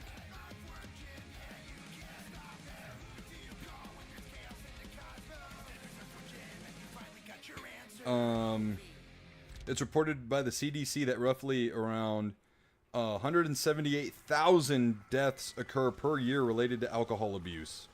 Damn. Imagine, and then I wrote, imagine a whole town being wiped off the face of the earth like that. Like, gone. Done. Like, it's insane. It is truly insane. You know, I always tell people if you're going to drink responsibly. There's, you know, my great-grandmother died at like 40 or a little younger than that because of liver failure. You know, she was a severe alcoholic. Wow. You know, and it's just a thing, man. It happens, bro. You know, it happens. So, you know, just moderate yourself. And I always tell, because young dudes will come up to me at the gym all the time, like, what do you diet? You know, what do you eat? What supplements do you take? Whatever. Yeah. And my biggest piece of advice to them, because the YMCA that I go to is like right next to a college, and so I get a lot of like 18 to like, you know, early 20-year-olds coming up to me. And the number one thing I tell them is, don't fuck around with beer, don't fuck around with alcohol, like in general. If this is your goal, if this is like the, you know, what you're aiming for with fitness and stuff, just stay away from it. You don't need it. You know, like, you might be able to, you know, have fun with it now or whatever, but it's gonna, the more you abuse it, the more you're gonna rely on it, and the more you're gonna end up needing it every day. Or else you're gonna have tremors, you're gonna have headaches, you're, you know, gonna be feeling sick all the time. So yeah. You know, Josh and I, we obviously do some tomfoolery on the show and drink and whatever and whatnot, but the difference is like we know our limits and we know like for instance, if Josh gets too fucked up, he's not gonna go. You know what I mean? Like straight up get in the car and I'll make it home. On top of that, they won't let me if that happens. Yeah, you know, like the game room couch is a pull-out couch as well, so fucking sleep it off. Yeah. Drunk tank. The world's funnest drunk tank. But yeah, no, it ain't worth it. So, you know, moderate yourself. Yeah. Enough preaching down your throats about that. Gamer Game says, I drank beer every day for years. Yeah, it ain't good. Love Costco pizza though, LOL. Not bad for $10 a pizza, right? Yeah. Anonymous Mystery says, alcohol has taken a few of my friends. Not even drunk driving, but the effects on your body. Knew them fuckheads 20 plus years. Shake my head. Yep. You know, it's crazy. So I'll be joining involuntarily, kind of. Just because right now I'm using my roommate's vehicle and I gotta be responsible. Yeah. Like if it was my vehicle, I'm like, all right, cool. I'll have a few beers. You know, if I get pulled over, whatever. You know, it's on me. But I'm not gonna have that on my roommate. You know what I mean? Yeah. I'm not gonna have him have to deal with me getting pulled over. You know, if he has to come pick up the vehicle like at 11 o'clock at night. It's like, no, I'm not gonna do that to him. Yeah. Nope, gotta be responsible. All right. So, up next, got a few things to cover here. Let's hop in the Wayback Machine. No, I won't be all fucking crazy or whatever this time. But we're going to be covering some things that happened or debuted this week in the 90s. Starting with tomorrow, on October 7th, 1996, Hey Arnold premiered. Wow. I was 3 years old. Yeah. I was about a wee baby. Yeah. Hey Arnold is one of the top tier 90s Nickelodeon cartoons for me. I know you're going to hate me for saying this, but I actually kind of hated Hey Arnold when I was younger. Was it like the character designs or? That was a big part of it.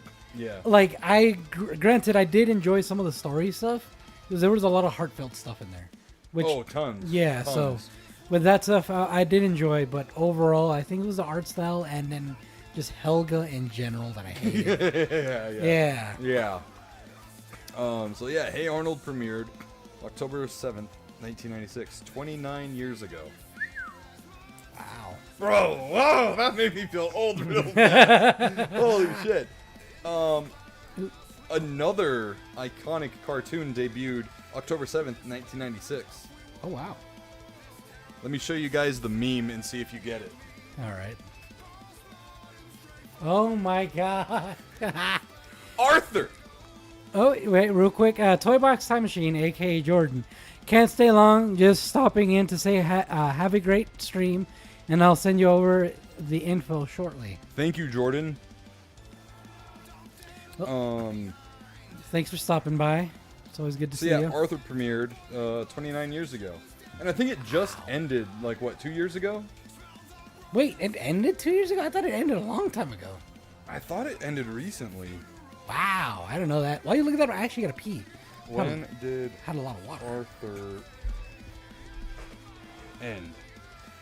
February 21st, 2022. Wow. Yeah.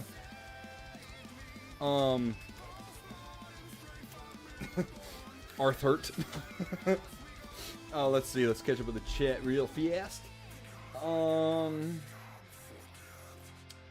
I wanted his room. Dude, me and I think you and everyone else, man. Hey Arnold had a really fucking cool room. Really cool room.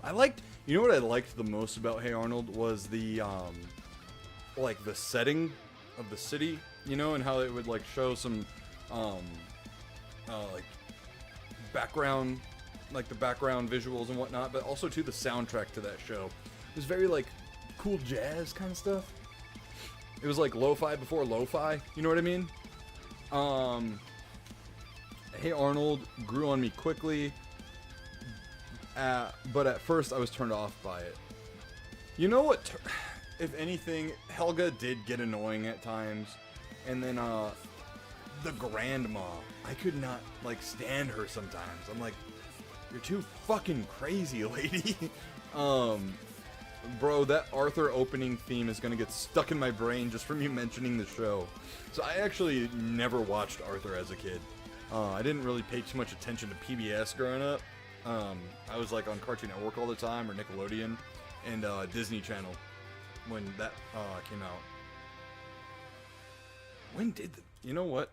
Because I know the Disney Channel was like a new thing when my parents started watching it or let me watch it. When did Disney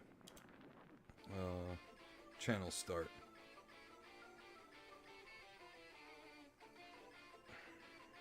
Oh, 1983. I thought it was like in the 90s. On December 7th, 1986, the Disney Channel went to a full 24 hours. The channel became one of the fastest growing pay cable services. Oh, okay. Yeah. What? Britt asked if we could text her what we want from Taco Bell. Oh, okay. The Bell of Tacos. Here, whoa. The chat just kind of like popped off for a second. So I think it's these right here. Okay. Wait, Shinobi says, I saw a lot of Arthur when I would watch my nieces and nephews.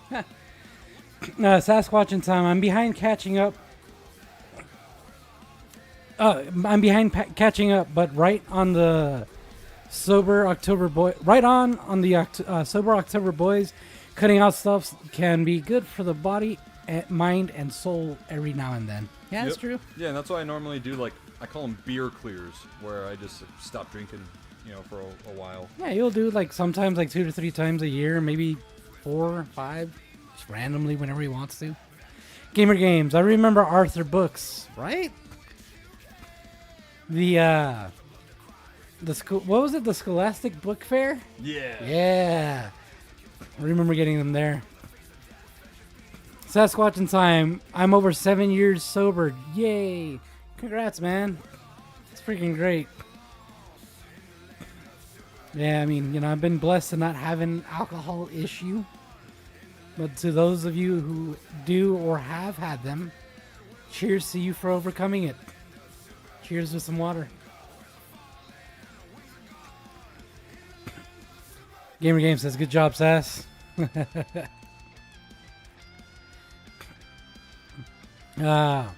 Wait, Shinobi says, beer clear marathon. See how long you go. You hear that? Wait, Shinobi's challenging you. Yeah. I just texted Britt my order, so go ahead and do that. Yeah. So, yeah, I was actually considering that. Like, see how far I can go. But I do want to drink on Halloween. It's a Friday, dude. Yeah. And what we're going to do is like with Jen and Dan, Tim and Melissa and all them, because we normally go trick-or-treating with them every year because our kids all go to the same school. Since it's on a Friday this year, we're gonna do like a block party as well Ooh, nice. in their neighborhood and grill and stuff. So I'm like, it's Friday, it's Halloween, my favorite holiday, and you know, maybe I'll have like a beer. We'll see. But yeah. Right, because I mean, it's fine if you, especially if somebody like you who has good self-control, you can do it just one day, just have fun, and then just not do it anymore, right? Yeah. I'm sure, like, on Saturday, the day after Halloween, I won't be, like, loving it too much. Right. You know? Holidays don't count, just like with calories. Oh, there we go! But yeah, congratulations on that Sasquatch in time. That's fucking awesome, man. Oh, I closed my phone. Oops. So, No Doubt's Tragic Kingdom was released on October 10th, 1995, which had the iconic "Don't Speak! Huh? I know just what you're saying." No, I don't think it's. I don't know that one. That's probably one of No Doubt's most iconic songs. It's actually it's a pretty sad story. So Gwen Stefani and the lead guitarist of No Doubt were a thing for a long time. Oh, really? And that song's about their breakup. Oh. But it's hilarious or odd because they still were in the band together. Yeah. One of my all-time favorite shows ever, live action or animated. On October 11th, 1996, Kablam debuted on Nickelodeon. This show deserves a fucking standing ovation for what it did for multi-segmented shows, a variety show, essentially. But it's based within a comic book. You had your hosts, June and... July. No. Forgot the dude's name.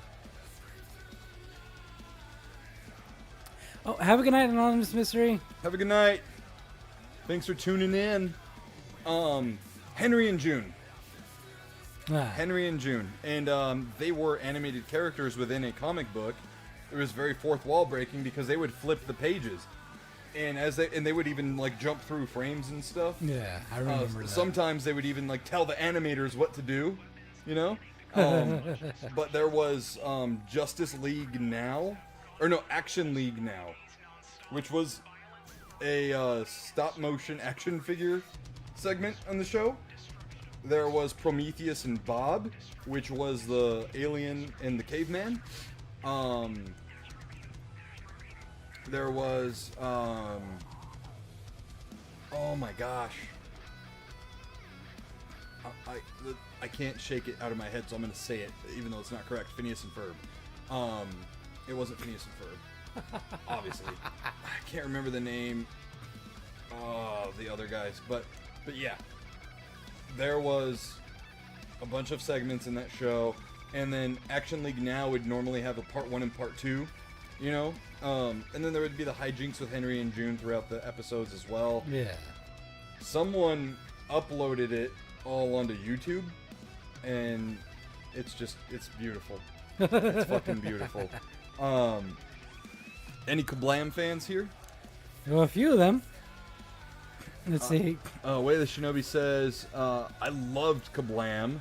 Anonymous Mystery says, Kablam was also my shit. I loved Kablam, one of the most unique shows out there. Gamer Game says, I've been wanting to find that Mutant League cartoon based off of the Genesis sports game. I did not know there was a cartoon. Like Supernatural? Uh-oh. Uh-oh. Okay, so we just disconnected and got reconnected. So do yourselves a favor. If we are stuttering on your end, refresh your stream. Can you actually type that in the chat real fast? Yeah. You said... What? Our connection was interrupted for a second, but we're back. Just refresh your stream.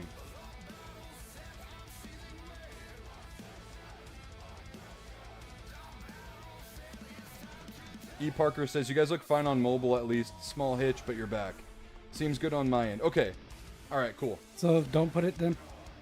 Shinobi said, I had to back out and totally reload the stream.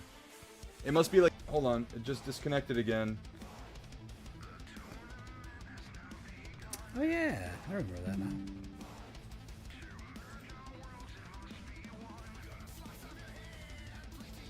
Yeah, it just disconnected again and reconnected. I don't know what's going on. Normally it only does it like once, if it does it. Yeah, it's weird. I have a solid internet connection, and I'm actually hardwired into the modem, so I'm not sure. Must be something on YouTube's end, or OBS, I don't know. So anyways, Charmed premiered. One of the actual scary movies that Disney ever made, Don't Look Under the Bed, released October 9th, 1999. I don't think I've ever Disney seen Channel that. original movie. It was about imaginary friends and the boogeyman.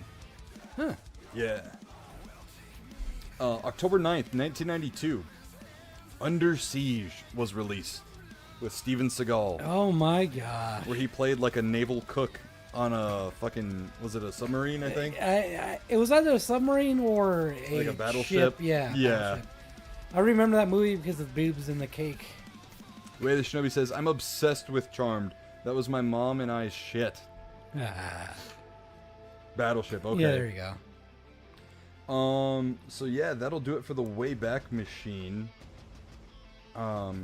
Before we go any further, I'm gonna go pour myself a sugar-free root beer. I'll be right back. All right. I had my good boy hydration with our sponsor, 4XP. Plug it in the stream. Oh man. How's everybody doing tonight? Hopefully the stream doesn't continue to have issues.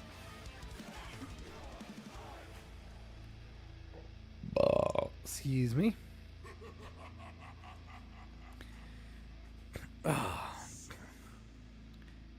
It's so weird not having beer on Mondays. I'm so used to it now. I mean, it's good that I'm chugging water, you know. Oddly enough, I don't have to pee as much. Sasquatch in time. Quit kicking the internet cable, Josh. It's not me. The internet cable's on his side. Wait, Shinobi. Psh, Nick acting like he's got to tell me to plug it. Hasn't he noticed how well trained I already am? Oh my gosh. Gamer Games. Good, Josh. Gonna play GameCube tonight in a little bit. Ooh, what game are you gonna be playing?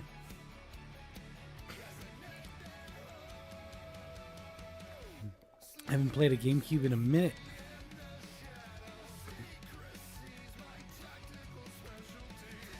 Yeah, no, I think it's just PC he has is just, you know, not the greatest for streaming. So we just need to update that eventually.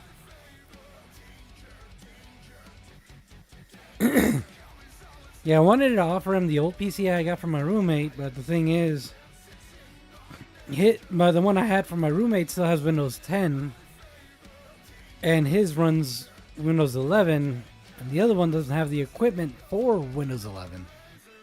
It has some pretty decent, like, you know, graphics card and all that, but I don't know if it would be good enough for the newer stuff. What? I was just talking about, like, the PC I wanted to give you. Oh. But it's still, you know, kind of old. Alright. So. Got some A&W in my Killer Clowns from Outer Space cup. Oh, yeah. Either X-Men or Legend of Zelda 4 Swordsman. What are we talking about? Gamer Game said, because I was like, how's everybody doing? And it says, the good Josh gonna play GameCube tonight in a little bit. So. Oh, nice. Yeah. There's ways around that. He backed his other PC to Windows 10 and then linked them that way. Just a few more steps. Yeah. They told me a few ways to do it. Yeah. But let's see. So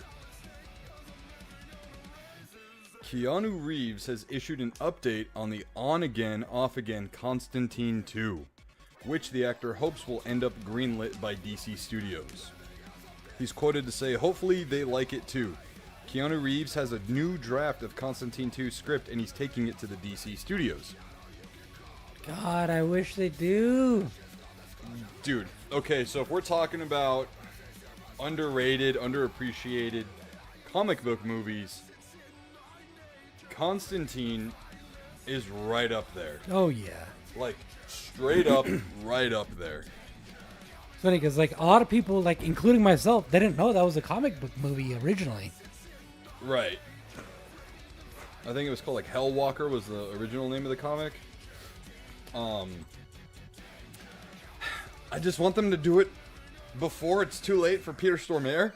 Oh, I know. You know, because he's getting up there too, man. But that is very like for him to be the devil again. Yeah. You know? Such a great movie. Dude, oh man. So, what would you like to see out of a Constantine sequel? Honestly, I don't know. I just would be excited for it. Because, like, the original movie felt like it had a decent ending and you could leave it as is. Yeah. But it was good enough also where you could kind of consider it open. Yeah, I mean... Yeah. Yeah. Yeah, he actually got redeemed, so the devil didn't own his soul anymore. Yeah, and then, you know, when he was going to get taken to heaven, he's like, nah, I Yeah. want you. So he let him live, taking out all the tar from his lungs. Oh, no. So the devil does own his soul then? How does that work? So it's pretty much because of what 'cause happened. the cancer was going to kill him. Yeah, it was So going the to kill devil him. healed his body to let him live. Yeah. Okay, so that, yeah, he didn't... Okay, yeah. So the devil did that in the movie's canon on his own free will. Yeah. Okay. Yeah, it was pretty open-ended. Unfortunately, Chaz died. Chaz. The taxi driver, Shia LaBeouf. Oh. Yeah, it's true. Yeah. I was shocked as fuck when that happened, too. So I was like, oh, it's Shia LaBeouf. You know, he's like a... You know, me being an Even Stevens fan. Yeah. I was like, oh, dude's gonna be fine. He's a popular actor, blah, blah, blah, blah. And he's fucking dead. Yeah, with the new landscape of everything, I think there is a place for Constantine. So, everyone's talking about, you know, fucking the Superman movie that came out, Peacemaker, but there's also Creature Commandos that came out. Creature Commandos is a animated show on HBO Max, Oh, yeah. but it is canon within the new DCU. Rick Flag Sr. is in charge of that group, and Rick Flag Sr. is also in Peacemaker. And I think he was in the new Superman movie too for a brief second. I can't remember, or mentioned. But that show has Frankenstein, Frankenstein's monster. It has the Bride of Frankenstein. Well, she's dead now. I think she died in the show, but like, remember Abe Sapien from Hellboy? Yeah. There was a female version on the show as well. The Weasel is in it from Suicide Squad. You know? A few more. And I think since they kind of hinge on the supernatural stuff, Constantine could kind of work his way into that world. Right? Or vice versa. But since it's animated, I don't know how you would bring that to live action. I mean, it's possible. Just like the Ape Sapien, there's that alone shows that it's possible. Yeah, no, it's just the way they're depicted in the animated show. Like Frankenstein's monster is like the Hulk in the show. He's like fucking huge, jacked. Yeah, I mean, obviously the Weasel was in Suicide Squad 2, technically. Which was all like CG and shit. Yeah, I don't know. It'd be interesting. But see, Constantine is also very dark and heavy. A lot of his storylines are very like emotionally heavy, story-driven. That, you know what I mean? He's not like leaping from building to building and doing these major big old fights in the sky and stuff. It's a lot more grounded. Yeah. There's also a new Clayface movie coming out. The Batman villain. Really? And it's going to be a body horror film. Interesting. Yeah. And also, on set, it's been teased that Zatanna is going to be a part of it. Are you familiar with her? So she's a like female magician sorceress, and she's involved with Constantine. Ah. They're on again, off again, kind of like relationships. Yeah. So that might be a way to get him in too. I don't know. The new DCU is very interesting. It almost feels like how WWE is to AEW.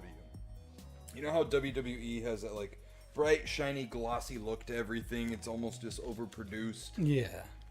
And AEW's got like that kind of like grain filter. It's on like Dynamite every night. It's a little grittier. Grittier for sure, more violent and stuff.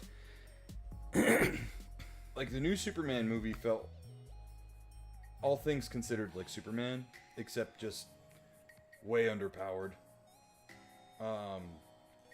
But yeah, I just don't know where you'd fit that like dark, gritty. I'm really gonna have to see how Clayface comes out. Yeah. You know, and then the Batman movie with Robert Pattinson apparently is not connected. Interesting. Yeah. Interesting choice there. So I don't know. Hey, you have a good night, Mr. Cleese. Thanks for stopping by, man. See you, Miss Cleese. I don't know. It's just like they've gone to like all over the place with these freaking movies. Yeah, so Way of the Shinobi says, that makes me so happy. She's such a good character. Her story with Constantine is really layered, and she also has ties with Batman as well. Yeah, so obviously in this universe, right, like there is a Batman, you know, but I don't know. It's all kind of, I am trying to see where they would fit a Constantine sequel in. Or would it be kind of like a requel? I don't think it could it? Well, And there was also a live action Constantine show on the CW too, I forgot about. I didn't know. What? That was in like the 2010s-ish. What? Like mid-20... It was like 20-teens is when it came out. What? Yeah. I didn't know that. Yeah. And he looked more like comic book Constantine. Like blonde, spiky hair, the, you know, beige trench coat, you know.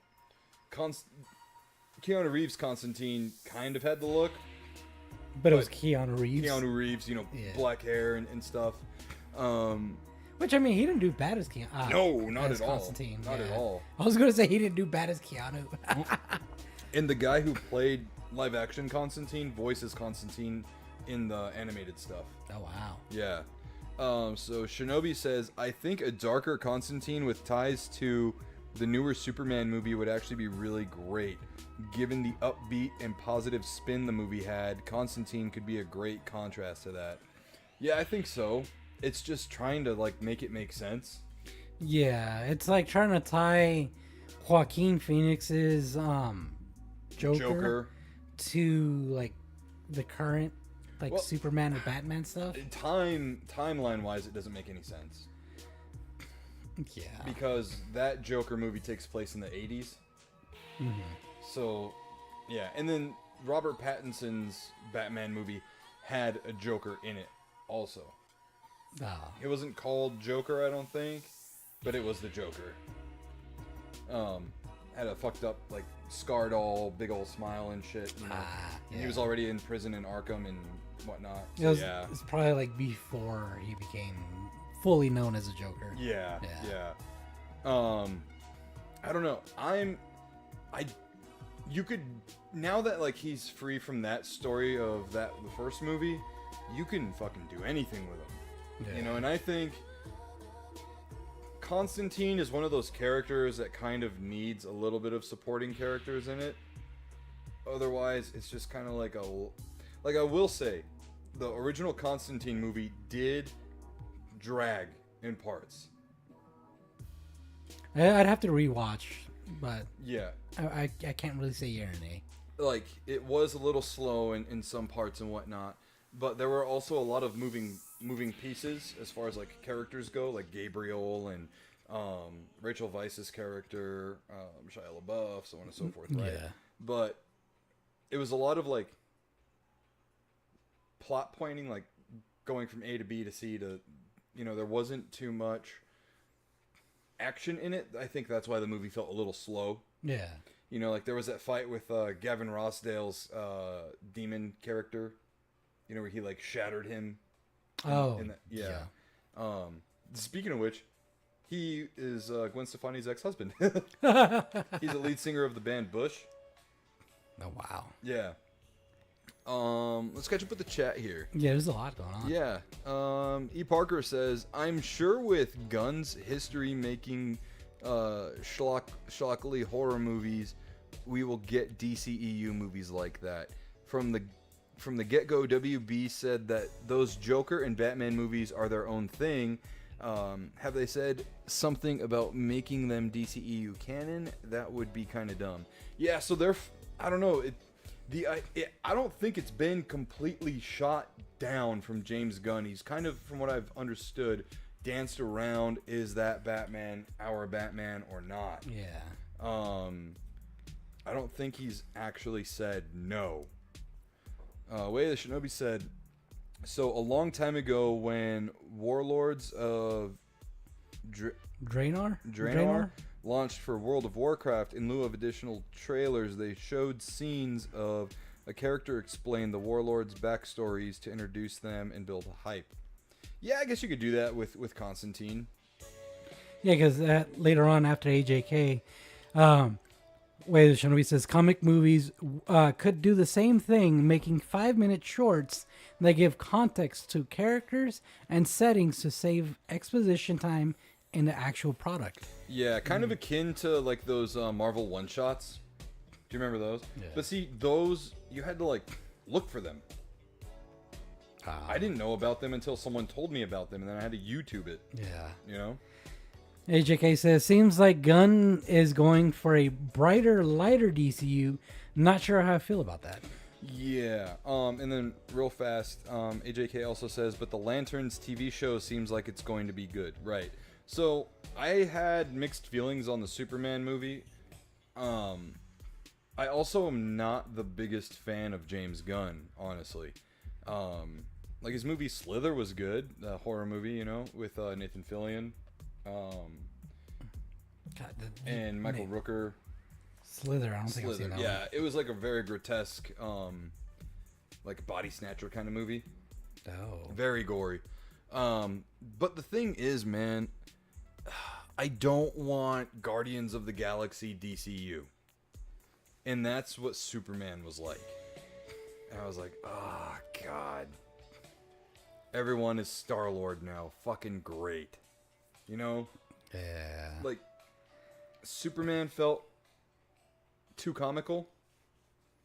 And I was like, I get it. You're trying to adjust it for modern audiences, but at the same time, man, like, it's not why people liked it. and you're kind of showing yourself to be a one-trick pony. James Gunn did the second Suicide Squad, and that was very like fucking Guardians of the Galaxy. The new season of Peacemaker, I am almost considering it to be a waste of time. A lot of nothing happens for the first half of the show. Damn, that sucks. Yeah, and they're only half-hour episodes too, so you really got to really drive your point across every episode. And every episode, it's just kind of like, it's blah blah blah blah blah. I thought there'd be something happening and this and that. Yeah. And there's a lot of heavy stuff, storyline-wise, in Peacemaker season 2, but it's just like, oh my god, can I see something fucking cool? You know? And for a lot of this season, it's just like, God, man. Yeah, I think it's like the issue with, DC and Marvel right now. Too many hands have been in it. Well, They're tugging their way, trying to make it their way. that's more of a Marvel thing right now than a DC thing. DC had that problem around Justice League time. And then a lot of movies got in developmental hell. Like there was supposed to be a Cyborg movie as well that never happened. The Flash movie was a fucking nightmare to get made, essentially. Yeah. A lot of it had to do with Ezra Miller, too. Yeah. 100%. I remember there were nights where we were sitting here reporting on the shit that was going on with Ezra Miller. Bro, wild stuff happened. Tommy says, "Oh, hi, Mark." I did not. You've seen The Room, right? No. But I've seen that. Yeah. Who hasn't seen that scene? Yeah. I did not hit her. It's bullshit. Oh, hi, Mark. Yeah. God, I had to watch The Room for the bonus beers movie review episode that I do with Jim and Brian over at Drink a Beer and Play a Game. And dude, it was just like we were just quoting the movie the entire time. But yeah, no, dude, I think that James Gunn could quite possibly just fucking make the DCU an entire fucking joke. Like, worse off. The Superman movie has some decent potential, but I don't think it was any better than, like, the first Shazam or the first Wonder Woman, which were very critically praised movies. The thing is, like, he's taking the stories and making it his instead of presenting the stories that we already have. What I thought was fucking bullshit. So at the end of Peacemaker Season 1, the Justice League showed up at the end, and he's like, too fucking late. Could have used you guys' help like a fucking half hour ago. Yeah. I think he says that. He's like, where were you guys 30 minutes ago? And they show Aquaman, like Jason Momoa and Ezra Miller, and then you see like the shadowy outlines of Batman and Superman and whatnot, you know, Wonder Woman. And they're making fun of Aquaman like having sex with fish or something. So in Peacemaker Season 2, Episode 1, they show that scene again, but it's the Justice Gang this time, which is the new Green Lantern, played by Nathan Fillion, Hawk Girl, Mr. Terrific, and I think Metamorpho. They're all right there, and instead, it's just like, did you just literally fucking retcon this like that hard? You know what I mean? I was like, that's fucking bullshit, man. Yeah, that's bad. Yeah, that's real bad. Yeah, because like the whole thing with this new season is Peacemaker going into his like interdimensional room, and then finding an alternate universe where his dad and his brother is still alive, and his dad is a loving dad and whatnot. So he keeps going from his reality to that reality. And in the process ends up killing that reality's Peacemaker on accident. So he's pretending to be that version of Peacemaker. And oh my gosh. Yeah. But anyways, dude, yeah, I don't know, man. I think James Gunn's kind of fucking full of himself, man. I think he's gotten too much power and it's gotten to his fucking head, you know? And I'm not gonna lie, man, I'm getting really tired of seeing Michael Rooker, I forgot his name, but James Gunn's brother, and his wife in everything that he fucking does. I mean, you know, it lessens it, man. Yeah, I know. It fucking lessens it. And like, it doesn't help with continuity either. No, because Michael Rooker played Savant in Suicide Squad 2. You know what I mean? Yeah. And that's supposed to be canon. I don't know, man. I don't know. Whatever. Fucking whatever. Yeah, no. Let's catch up with the chat. Shinobi says, consider this: Constantine and Zatanna in the house of Mysteries or Mysterious, he basically is wrapping her up on what she missed in the first movie. She's kind of telling us who she is and alluding to what's to come. Snark says the Room is more fun to watch in an actual theater. I wanted to go to one of the fan screenings because Tommy Wiseau is always at them. Really? Yeah. Yeah, that guy is a fucking man of mystery himself. Holy shit. The backstory with him. AJK says, such a shame we might have seen Keaton as Batman for the last time in The Flash. That's the only reason people went to see it. Yeah, so Josh and I went to go see it opening night in IMAX, and I even have the popcorn bucket. Popcorn bucket's fucking cool, by the way. Lights up and everything. But yeah, the movie wasn't. When we first saw it, we were like, "This is actually kind of fucking good." Yeah, we didn't think it was that bad. We had a pretty good time with it. Yeah. But I do love the ending with George Clooney's Batman. Because he is like canonically the worst Batman of all time, like the worst Batman movie, you know. I mean, that is the one with Arnold in it. Yeah. Yeah. So how can, So I thought those that lines are so good from Arnold, though. Yeah. Oh yeah. Don't get me started. But let's see here. Shinobi says, "Love Hawk Girl. Couldn't care less about the rest of the Justice Gang. Guy Gardner was all right, but he's meant to be like pretentious." And then Metamorpho is a character that's going to need development for sure. Because he has like all the, like, he can turn into like any kind of element. Ooh. And chemical compound and this and that, you know. Like at one point in the Superman movie, he has like his arm turned into kryptonite. Oh God. I mean, he didn't want to do it, yeah, but he had to because him and Superman were in Lex Luthor's interdimensional prison. But yeah, I don't know. We'll see, man.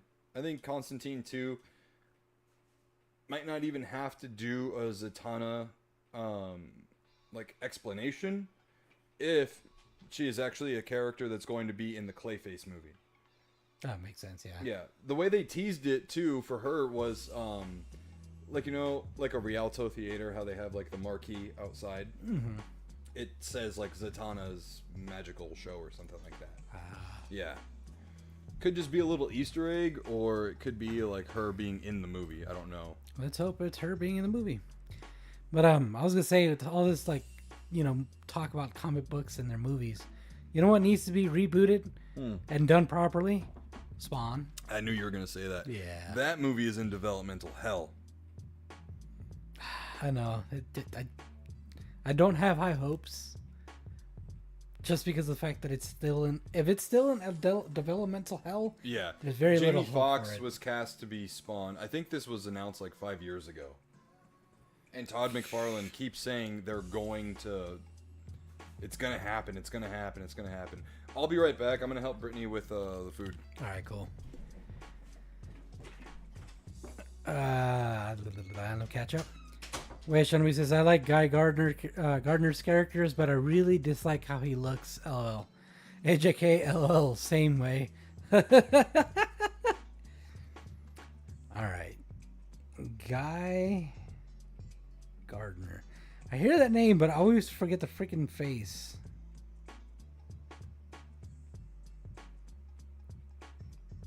Oh. That bowl cut is horrendous. Why? Yeah, Nathan Fillion with a bowl cut is weird.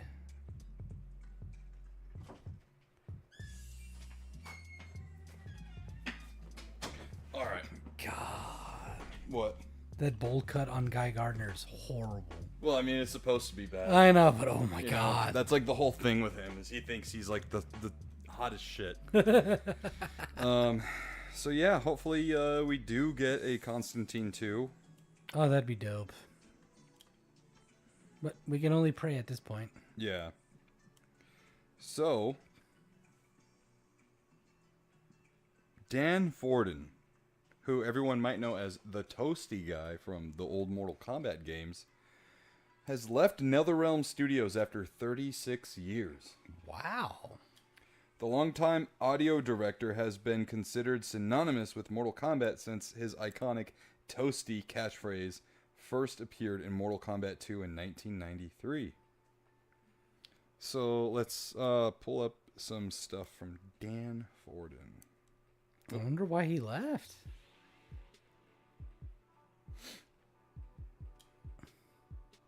Well, for starters, he's 62. Ah, he probably retired then. So he probably retired, but let's see. Yeah. Wow.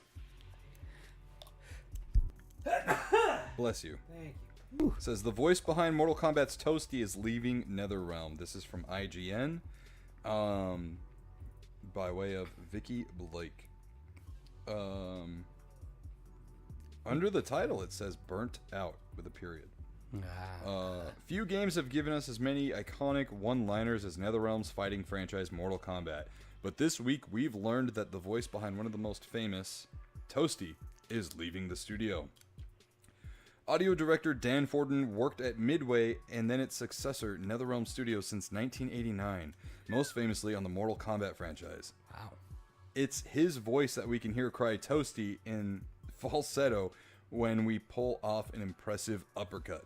First appearing in 93's Mortal Kombat 2, Toasty went on to become one of the most recognizable lines of dialogue in all of video games. Now, however, Forden is leaving NetherRealm, writing in a heartfelt message on social media that he was really proud of what the studio accomplished. So, in quotes, "Wednesday was my last day at NetherRealm. We made a lot of fun stuff over the years. I'm really proud of what we accomplished as well as how much fun we had making that stuff," Forden wrote on Instagram. In quotes, "There are so many smart, talented people there. Look for more great things to emerge over the next several years. I love the little touches that people left around the studio, like this little Toasty homage in the bathroom mirror." Someone put like a sticker on the corner of the mirror of him doing the Toasty. Let me see. Right there. Yeah. I wouldn't have lasted 37 years in the industry if fans weren't out there playing the games we made. Thanks to all of you for supporting what we've done. Live long and Toasty! Oh my gosh. Asked in the comments why he's leaving now, Forden explained, "I figure I'd been around long enough. Want to reclaim that time for my own interests." So yeah, plain and simple, he's just like, I'm done. All right, later. 62 times a ticking, it's time to live life. Forden's exit comes at an uncertain... Oop, where'd it go? Uh-oh. Fucking ad popped up. Forden's exit comes at an uncertain time for NetherRealm, which is owned by Warner Brothers. In May, the studio confirmed what Mortal Kombat 1 fans feared after the launch of the Definitive Edition. No new DLC characters or story chapters would be released for the game. In August, the developmental chief, Ed Boon, said Mortal Kombat 1 had sold over 6.2 million copies. Its predecessor, Mortal Kombat 11, became the best-selling game in the franchise by passing Mortal Kombat X's nearly 11 million units sold worldwide soon after launch. By 2022, Mortal Kombat 11 had sold more than 15 million copies worldwide. Clearly, Mortal Kombat 1 had underperformed compared to the previous games in the series. So yeah, going from 15 million to 6.2 is major decline. And I mean, we streamed the game when it came out, and I wasn't very happy with the gameplay. I remember you were like, I would just want to get done with this so I don't have to play it anymore. Mm-hmm. Yeah. Yeah. NetherRealm said it had to shift its focus to the next project in order to make it as great as we possibly can, but it has yet to say what it is. Current speculation points to Injustice 3, a continuation of NetherRealm's DC fighting game series. As for what else is happening in the Mortal Kombat world, Mortal Kombat Legacy Collection, developed by Digital Eclipse and published by Atari, launches at the end of October.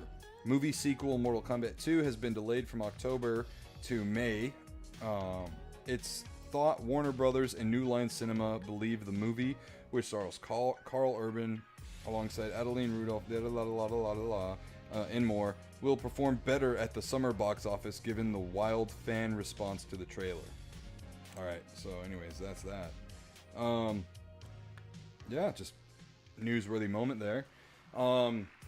You know, we're good friends with Carlos and Daniel Pacina, you know, who famously worked on the games, both on screen and off screen. Yeah. And Carlos left after Mortal Kombat 11, which is probably my favorite modern Mortal Kombat. Felt the best. Played to me. It played to my style. Yeah. Is a very good looking game too. And I thought where it ended was like, end it there. End this whole storyline there. It ends with Liu Kang being the timekeeper or whatever. Yeah. And he like reset everything. That's where it ended. Yeah, that's a good point to just kind of stop it there. Yeah, just like right there. Mortal Kombat 1's story is just so fucking stupid. And it's funny because most of the things that happened in the original timeline happened again. So it's just repeating itself at this point. Yeah. So I don't know. We'll see what happens. Something else that happened today. Oh. Pretty much every little boy's first crush. Amy Jo Johnson, the Pink Ranger. Oh. Turns 55 today. Don't say that. Bro, she looks like, obviously 55 is getting up there, right? But she still has that like same face and still looks good. Here, I'll pull up so Amy Jo Johnson. So there you go. There's like a picture of her. For the one I found is a little more recent. It's hitting her. Well, yeah, it's hitting her, but oh yeah, like right there, yeah. Yeah. I mean, yeah, no, for her age, she still does look good. But man, I know. Back then, I was crushing on that so hard. oh dude, it's always like Topanga or Kimberly, right? And I'm like, dude, give me Kimberly all day. Later, Topanga. I never understood the hype over Topanga. Me neither, bro. Like, was she like ugly? No. No. She wasn't that attractive though. She was attractive, just not. I mean, dude, Amy Jo Johnson set the bar really high. Yeah. I mean, of course, there was Tiffany Thiessen too, who was on Saved by the Bell. Oh yeah. The brunette, you know, but Amy Jo Johnson. Mm-hmm. So, from us to you, happy birthday. Oh man, yeah. You know, fucking yeah. Let's see. Let's catch up with the chat here. AJK says, "What's included in the MK Legacy Collection?" So I think it's Mortal Kombat 1, 2, 3. You know what? Let me just pull that up, man. Because I think they're done announcing everything that's in it now. God, they took a while to announce everything? Jesus. Well, yeah, they were like drip feeding it to the public. Really, like, squeezing out everything they could for it. Yeah. Was this limited run? I bet it's fucking limited run. Who did the collector's edition? Fucking, ugh. Yep, limited run. Fucking dumb. It even has a Goro statue. Here, let me do this. So when did they announce this collection? A while ago. Summer Games Fest, maybe? A little bit before. So, this past year? Yeah. Right. That controller stand would be fucking cool to have. So, you're expected to wait roughly 2 years before you receive this, guys. Oh, yeah. So... we do not support limited run here. When does the pre-order end? It's sold out. It doesn't matter. Oh, but these... Are you talking about these? Or, like, when does all that drop? It's supposed to launch at the end of the month. Now, if you were to get, like, these physical versions, I'm not sure exactly, because are they... Pre-order today, ships December 12th. What the fuck? Oh, I see it right there. Yeah, so these are probably limited run, too, I bet. These are really cool editions, I'll give them that. Yeah. That's the thing that sucks, man, is limited run. They make cool shit, man, but they're a shit company. So if they ship out December 12th, expect it December 12th the following year, the earliest. So, like, this Legacy Deluxe Edition comes with the game, the Steelbook, arcade flyers, arcade cabinet cards. I mean, it's cool shit, man, but let me see. Sorry, what pisses you off the most? Yep, save 10% by pre-ordering digital. All right, so let's get to the meat and potatoes. Here we go. So it has Mortal Kombat 1, 2, 3, Ultimate 3, Mortal Kombat 4, Mortal Kombat Trilogy, Mortal Kombat Advance, Mortal Kombat Deadly Alliance. I think these are the advanced versions. Mortal Kombat Advanced. Mortal Kombat Tournament Edition, that is also GBA. Mortal Kombat Mythology Sub-Zero. And Mortal Kombat Special Forces, one of the worst video games of all time. You gotta admit, though, that is a large selection for a Legacy collection. Oh, big time. Big time. I do wonder, like, what version of, like, trilogy this is. Is this, like, the Dreamcast version? Is this the PlayStation version? You know, like, I do wonder what ports they are doing. I have Mortal Kombat 4 on the PC. I would be interested to play Sub-Zero. I know this is a really bad game too, but I don't think I've ever really played it. Experience the ultimate historical compilation of legendary Mortal Kombat titles.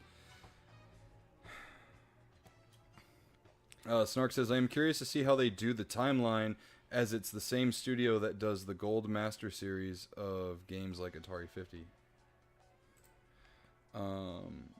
Gamer Game says, Go Power Rangers. There's so many seasons. Oh, dude, tons. Gamer Game says, I remember the first time I saw a Mortal Kombat 2 arcade cabinet was right after I saw Home Alone 2 in theaters. It was a good weekend. Oh, that's awesome. Snark says, 55 and aging like fine wine. Yeah. AJK says, if they had some of the PS2 games on there, it would be day one. Oh, big time, man. It's a little deceiving because Mortal Kombat Deadly Alliance is a PS2 game, an Xbox game, but this is the Game Boy Advanced version of the game. Oh. So MKA, Deadly Alliance, and Tournament Edition, these are all Game Boy Advanced games. Unless Deadly Alliance wasn't on GBA and it was a PSP game. But either way, it's a handheld version. So yeah, moving on to some more movie news. The Smashing Machine, starring Dwayne Johnson, based on real life MMA fighter Mark. Oh my gosh, what's his fucking name? Mark Kerr. Is it Mark Kerr? I want to say it's Mark Kerr. Dude, I don't know that name. Yeah, Mark Kerr. He's a marker? Marker. Kerr. Yeah, whatever. Yeah, marker. Whatever, stupid. He was big in the early days of UFC and then also in Pride. But he has a very storied past of like steroid abuse and you know, narcotics abuse and stuff like that. I mean, the Rock. Here, I'll pull that up here. I'll do display capture. They actually did a lot of prosthetics on The Rock's face that he doesn't necessarily look like The Rock. That's my baby boy, if you can hear him. So this is Mark Kerr. You know, back in the day, he was huge, fucking jacked, like during the days of unregulated, you know, steroid use in MMA. Yeah, that's huge. Like there's him versus is it Hoist Gracie? I can't tell. The face is turned. I don't think it's Hoist. It's one of the Gracies though. Yeah. Here's Mark Kerr and Mark Coleman. You know, two beefy dudes. So here's a picture of Mark Kerr from '97, and then this is Dwayne Johnson playing Mark Kerr right now. So they did some prosthetics to his face to make him, you know, look a little different. Let's see. Oh, Gamer Game says, I'm going to go game. You guys have a wonderful night. Good night. Sleep tight. And don't let the bed bugs bite. Yeah, dude, you too. Have a good night, man. Have a good night. So yeah, like there's a little look of Dwayne Johnson as Mark Kerr. They did some like facial what did I say? Fucking prosthetics to make him look a little different, and more like Mark Kerr. When I first saw the reveal photos, I was like, "What? That's Dwayne Johnson?" Yeah, he doesn't. Yeah, they did a good job at making Yeah. him not look like The Rock. And so he actually gained like 50 more pounds of muscle too for the movie. So they chose somebody roided out to play somebody roided out. They chose someone roided out to get more roided out to play a roided out dude. Yeah, if you look at him right there, like that's The Rock, but he looks significantly different. I think there was a nose prosthetic too. Anyways, moving on to the movie news. The Rock's Smashing Machine is the lowest box office opening weekend ever for Dwayne Johnson with just $6 million. I mean, granted, they didn't really advertise that much for this movie.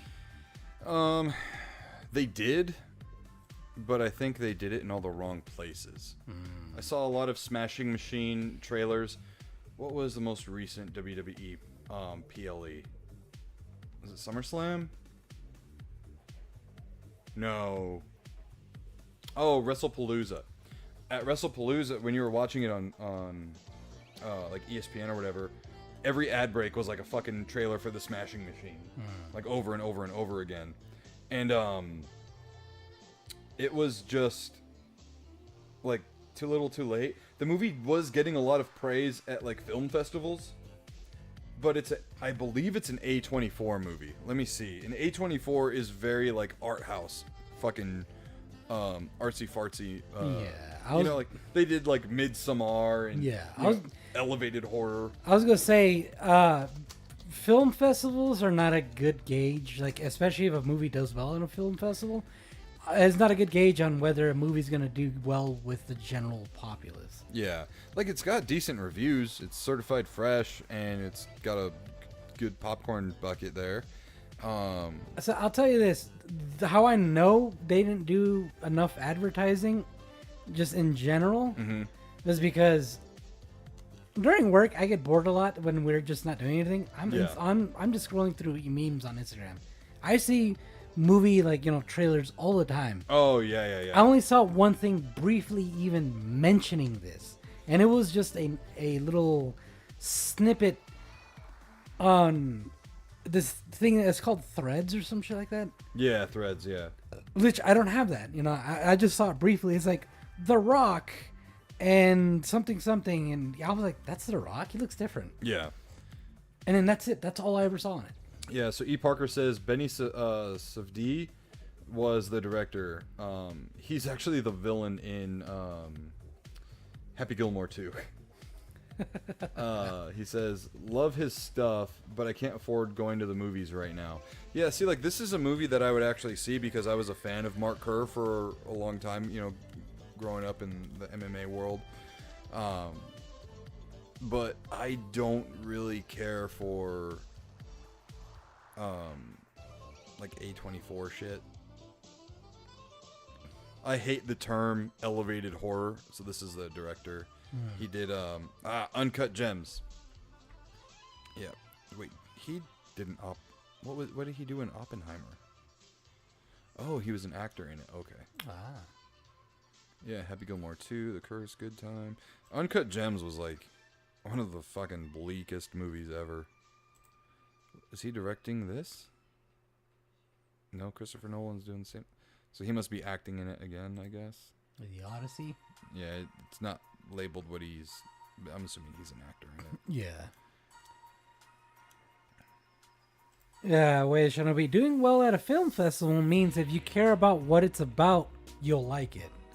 So that makes sense. Yeah, like I said earlier, it's just film festival success does not mean general populace success. Yeah, no. if you do well at a movie festival, that just means you're Oscar bait. Yeah. You know, and most Oscar bait movies, man, they do shit in the box office. They do fucking shit in the box office. They're made for the critics, and that's it.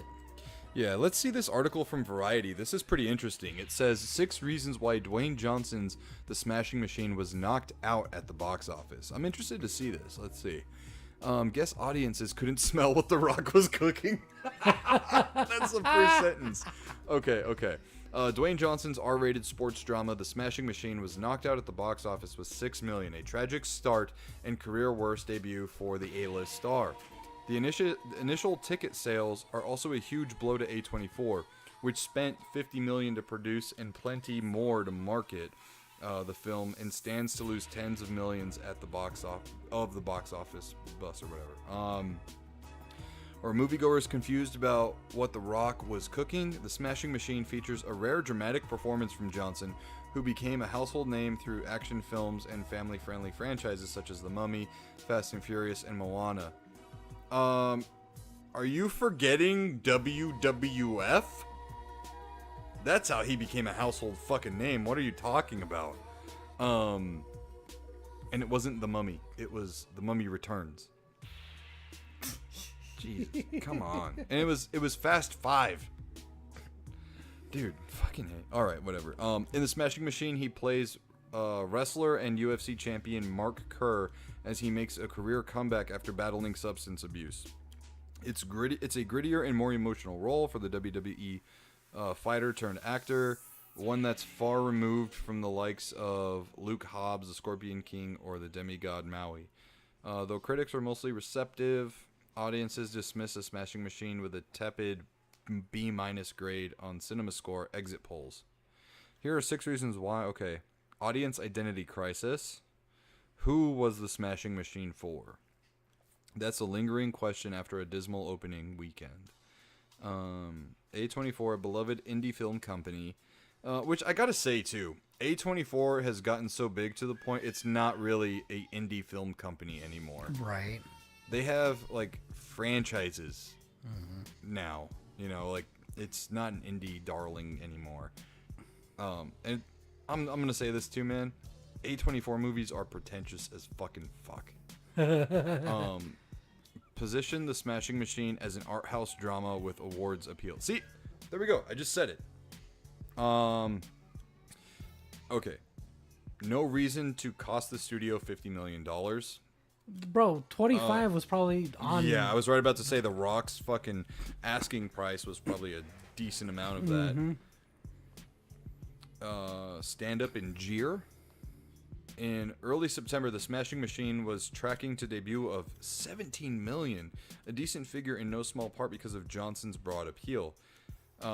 Which I will say, his stock has fallen quite a bit in Hollywood. Like his movie Black Adam was hyped and advertised everywhere, and it fucking flopped hard. Heading into opening weekend, however, projections dropped to $15 million, with some anticipating a start as low as $8 million. Even that was too lofty. On Saturday, estimates were lowered again to $6.5 million and revised again on Sunday to $6 million. Rival studios think the 3-day figure will be softer, closer to $5.5 million by the time the number is finalized on Monday. What's behind the drastic drop in expectations? A big factor is probably an obvious one. Poor word of mouth. Attendance started to stall once audiences started to see and talk about the film. Now, The Smashing Machine is projected to reach $15 million domestically by the end of its theatrical run. Ouch. Damn. Lost in translation.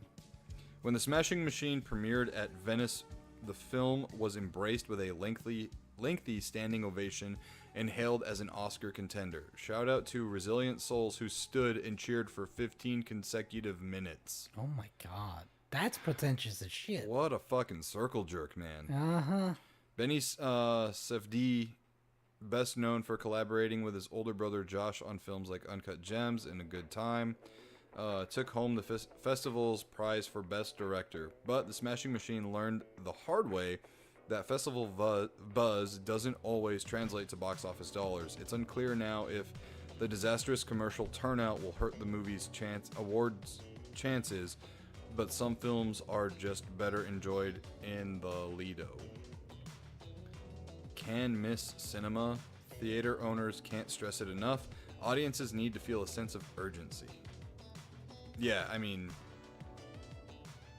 that pretty much, right there. Taylor Fever?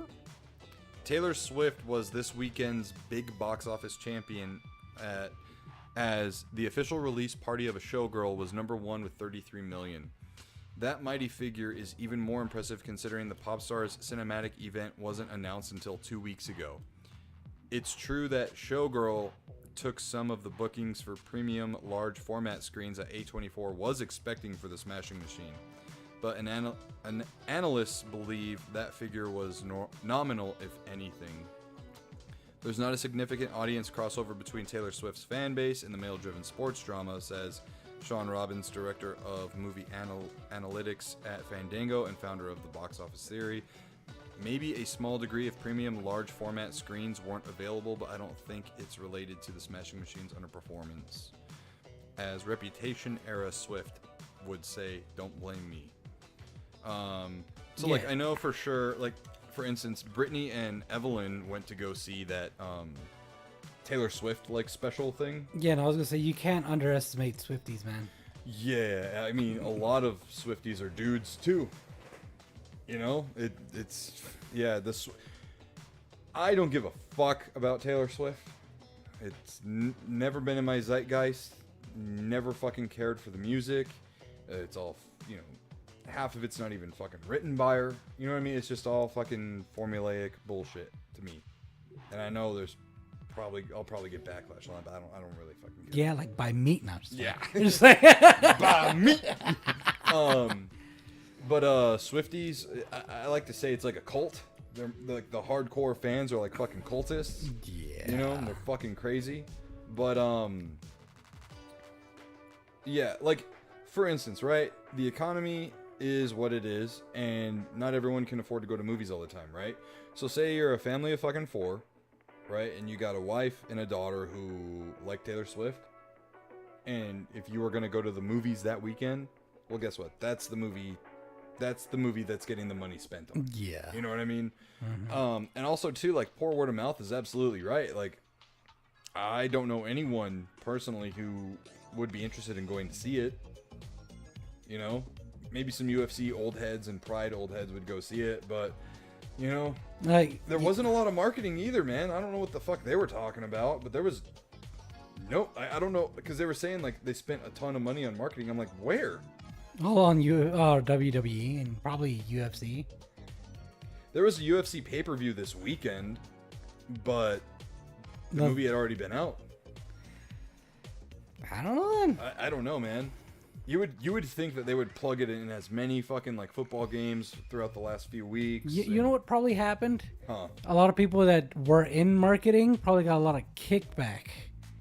They're like, nobody's gonna watch this anyway, so we'll say we marketed it, we'll keep the money. It's probably what they did. I don't know. It's probably what they did. Let me catch up with the chat here. Gotta go up a little bit. AJK says, you think this is why The Rock blew off WrestleMania this year? ... If so, love it. ... AEW. Parker says, loved his direction and acting in Good Time. It was the start of my Robert Pattinson redemption arc. I'm really into artsy fartsy movies. I apologize in advance. Well, that's okay. We just won't watch movies together. An indie studio with a $50 million budget isn't an indie studio. Exactly. Yeah.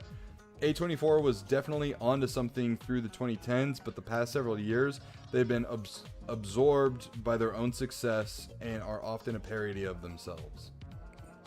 Yeah, that's true. Shinobi says, yeah, because supposedly he sucks. Dwayne Johnson is allegedly a colossal asshole, and I see it. I mean, I could see it too. Yeah. The Rock being an asshole isn't anywhere near a surprise to me. I mean, have you seen his heel turns in the Attitude Era?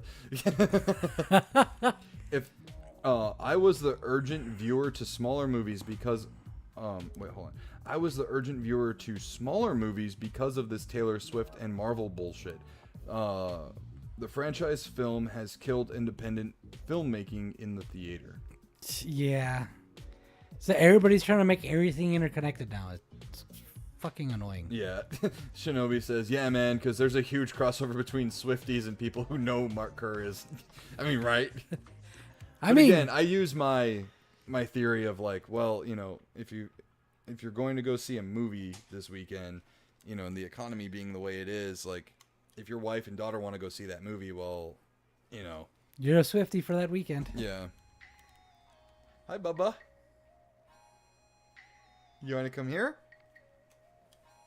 You not cranky now? You wanted to run around and play. What? You wanted to run around and play. Oh. But he was cranky. And again. There you go, staring at Josh. Snark says, just tired of Taylor Swift, especially when it comes to football. My football stream co-host and I refer to Taylor as a very demeaning her.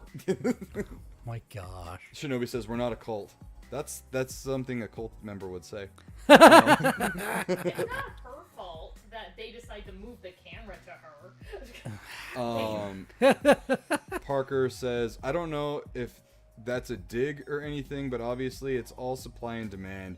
The issue is Taylor Swift can buy out 75% of the screens in a theater, and that leaves nothing else to thrive. I mean, yeah, that's true. Mm-hmm. Although I don't think she's really behind like the marketing for the movie or anything like that. It did coincide with the release of her album, though, right, babe? Yeah. Yeah. It was only a 3-day event. It was only Friday, Saturday, Sunday, and then Yeah, theaters and that thing did have the FOMO factor because it was only announced 2 weeks ago.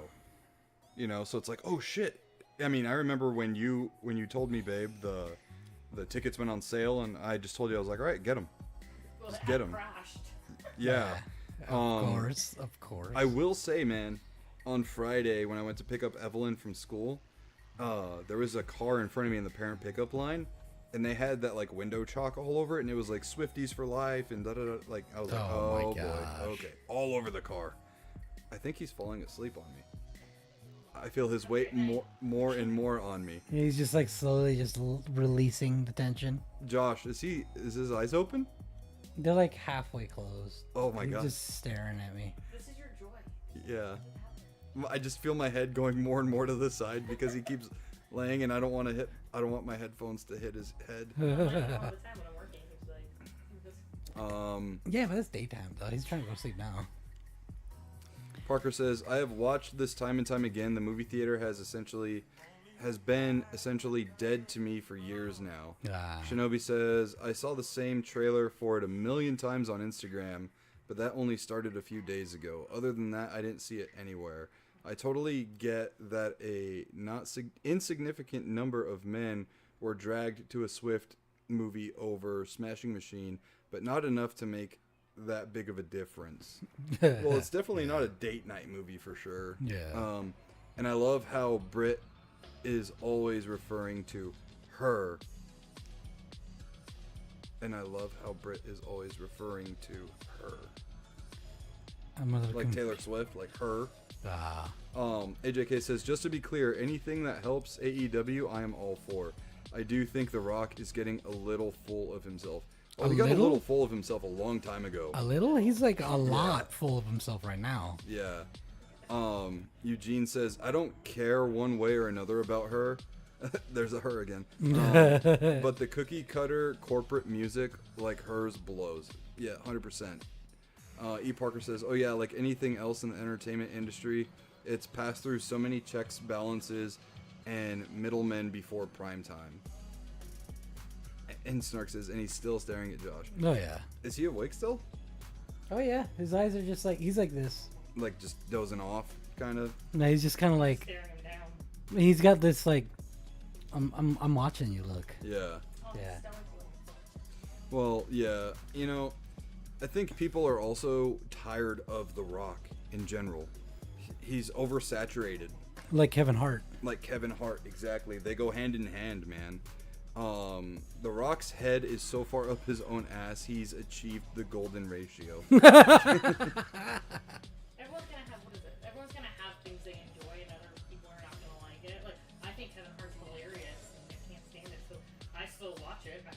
The difference is, I thought at one point in time he was funny, but now it's just hearing the same joke over and over again. It's why Family Guy has had a decline as well, you know. Yeah, like Kevin Hart used to be great, but then he's now in everything. You're like, all right, I'm tired of seeing you. Let somebody else get a chance. Yeah. You know. And speaking of Family Guy, Ernie the Giant Chicken is canonically dead. You know, the big chicken from the fight scenes and all that in Family Guy? I wonder what they did to kill him off. Well, he hasn't been shown on the show for a long time now, apparently. And one of the show writers was like, yeah, he's probably dead now. Oh my gosh. So that's that for the giant chicken. And They probably just got tired of Eugene animating the says, fights. and Pedro Pastels. Oh, Pedro yeah. Pascal, man, I can't stand the guy anymore. I loved him in the Unbearable Weight of Massive Talent with Nicolas Cage, but I think that was because of Nicolas Cage more than anything. Yeah, they just had good chemistry in the movie. Yeah, it was like a very good they went together really well. Yeah. But like him being Mr. Fantastic, I just don't fucking buy it. Him as Joel in The Last of Us, I don't buy it. You know, he's in a lot of shit right now, and it's like he's just kind of he's the next actor to be put in everything before a new cycle starts and someone else is put in everything. Like Channing Tatum was put in a lot of shit too for a long time. Yeah. And it's just it's the revolving fucking door of Hollywood. You're gonna have one guy or two be very fucking popular for 10 years or so, and then they'll get cycled out, and someone else will take their place, and they're in every fucking movie. Mm-hmm. That's honestly why I like Vin Diesel so much, because he's not in every fucking movie. Sure, there might be a lot of fucking Fast and the Furious movies, but it's not like they release year after year after year either. There's like time in between. And in those in-between times, he might do a movie, or he just might not. And it makes it that much more appreciated when you do see him on screen. Like when he didn't do Fast and Furious 2, he was doing Chronicles of Riddick. Yeah. And that's a really fucking cool movie, and it's a departure of the norm. He even did that the Pacifier, which is like an actually good Disney movie. Mm-hmm. And then he did The Last Witch Hunter, which is a really good movie, and they're making a sequel to it apparently. Oh, what's that one? Bloodshot. Bloodshot. That was a good one. Yeah, Bloodshot was pretty cool too. Yeah. Trippy as fuck. But yeah, like he has a decent library of films, but he's not in every fucking movie every year. You know what I mean? Exactly. And The Rock, his range is The Rock. It's funny because Wade Shanaway just said that a second ago. Guys call themselves actors, but play themselves in every single movie. Where's the acting?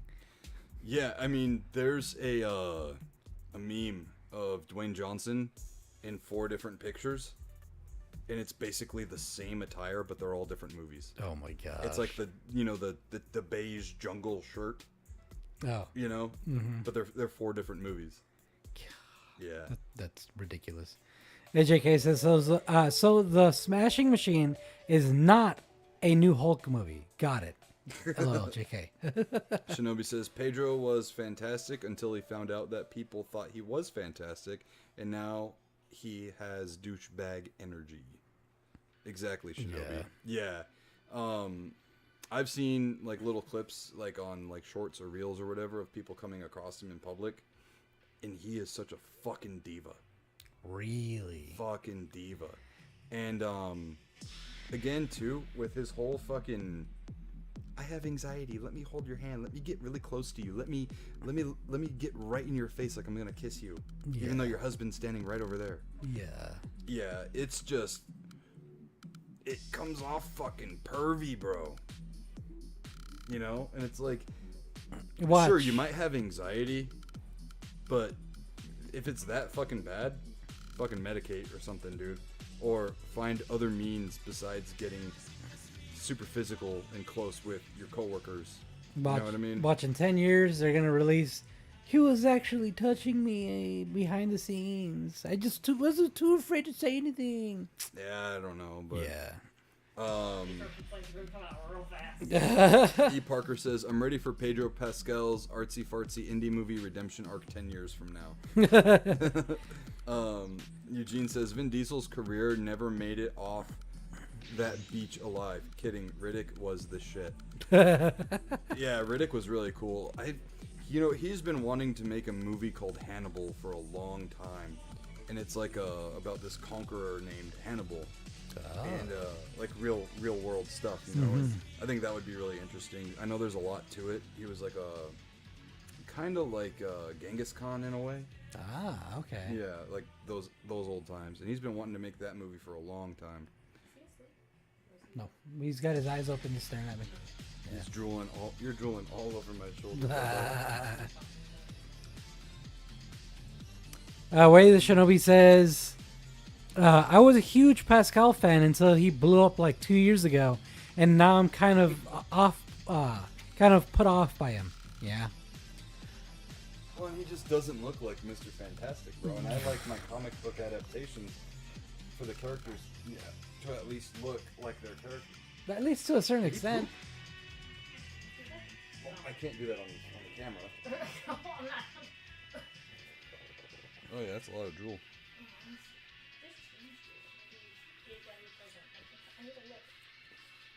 Thank you for being so calm on me. I think he sees something evil in you, bro. The way he stares at you all the time. It would be the first. Usually, babies love me. Crying, so Right. normally that would be a bad thing. Sir, I can't look. You don't let me. Here, tell me, babe, do you see anything? I can't really see from this angle. No, he's clean. Okay. I see white. All right. Good night, Bubba. Good night. He just looks like he's ready to go. Oh. That was really nice, man. He never just like chills on me like that. Cuz I'm always the playground. I'm the play guy, you know. Let's see. I was a huge Eugene says, "Oh yeah, AJK, I forgot about that. LOL." Oh, forgot about what? I don't see anything relevant to that. I guess the Hulk thing? I don't know. I don't know. Way the Shinobi there. Yeah, Way the Shinobi says, bruh, even I was a fan. Even when I was a fan, if he touched me like that, it's a slap. Senor Fantastic. Yeah, no, for real. And it's not to be like, I don't want no Mexican playing my Mr. Reed Richards or anything like that. It's just like he looks. He doesn't look like any iteration I've ever seen of Mr. Fantastic. Like even with Joel, like he has some features like Joel, but he just doesn't look like Joel. All right, here. I haven't read this issue yet, but what I'll do is let's do a zoom. This is the newest run of Fantastic Four. Does that look like Pedro Pascal to you? Bro, he looks more like the OG Mr. Fantastic from the Fantastic Four movie with Jessica Alba. Yeah. Here we go. This is a close-up of Reed's face.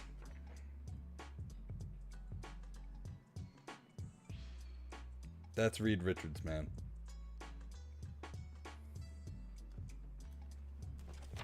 I don't know. Straight from the source, right? Straight from the source. What's on the back? A Fantastic Four First Steps soundtrack ad. I don't know. But yeah. Now let's talk about the major thing that happened. I saw the thumbnail I made for the show tonight. Did you see it? Yeah, when I was Like a werewolf or something. Yeah. I typed in ghoul. Thanks, guys. Got to hit the sack. Great show. Night, everyone. Thank you, AJK, for showing up. Thank you. Yeah, have a good night. Catch you on the next one. Dude, wish I could play like, because I've got Rob Zombie ready to go, Hellraiser from Ozzy Osbourne, Lemmy. Yeah, but those would probably all get us Oh, copyright big time. striked. Big time. Let's try this. Wait, Shinobi says ghoul is a great word. Yeah. I like saying gabagool. There's a movie I actually really like. It's called The Dead Don't Die. It is a satire of zombie movies. It's got like Bill Murray, Adam Driver, Iggy Pop is a zombie in it. I forgot who else is in it. But it's a very dry humor movie. And Adam Driver and Bill Murray are sheriffs in this like little one-horse town. And they're investigating like a terrible fucking murder in a diner from the zombies, right? And Bill Murray's like, what? So what do you think did this? And Adam Driver looks around and he's like, zombie. Or he goes like, zombies. Like he says it funny, right?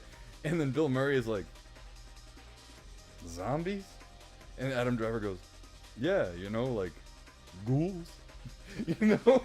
It's just a stupid movie. I fucking love it, dude. And Danny Glover's in it too. I forgot about that. What? Yeah. There's like no happy ending at all to it. It's weird too because they know they're in a movie. Like in the third fucking The dead don't die. the third act of the movie, they start like breaking the fourth wall and shit. I gotta What? watch that now. It's pretty funny. Let's see. Wait, Iggy Pop is not a zombie? Right? So the main topic of the evening,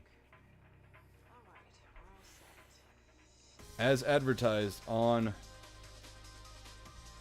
the thumbnail, terrors from Xbox.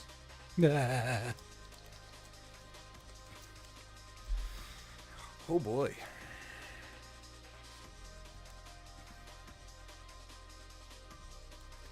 Ooh, this is terrible. Oh, what?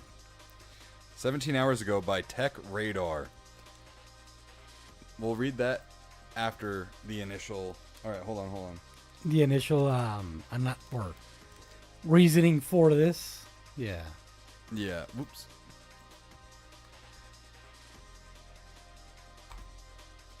All right, so we'll go to IGN again.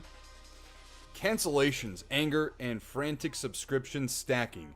The internet reacts to Microsoft's Xbox Game Pass price hike. The byline says money talks. This is written by Wesley Yin Poole on October 3rd, 2025. I feel like we've read some of his articles before. I think so. As the dust settled on Microsoft's shock price increase for the oh, maybe I should just... Or no.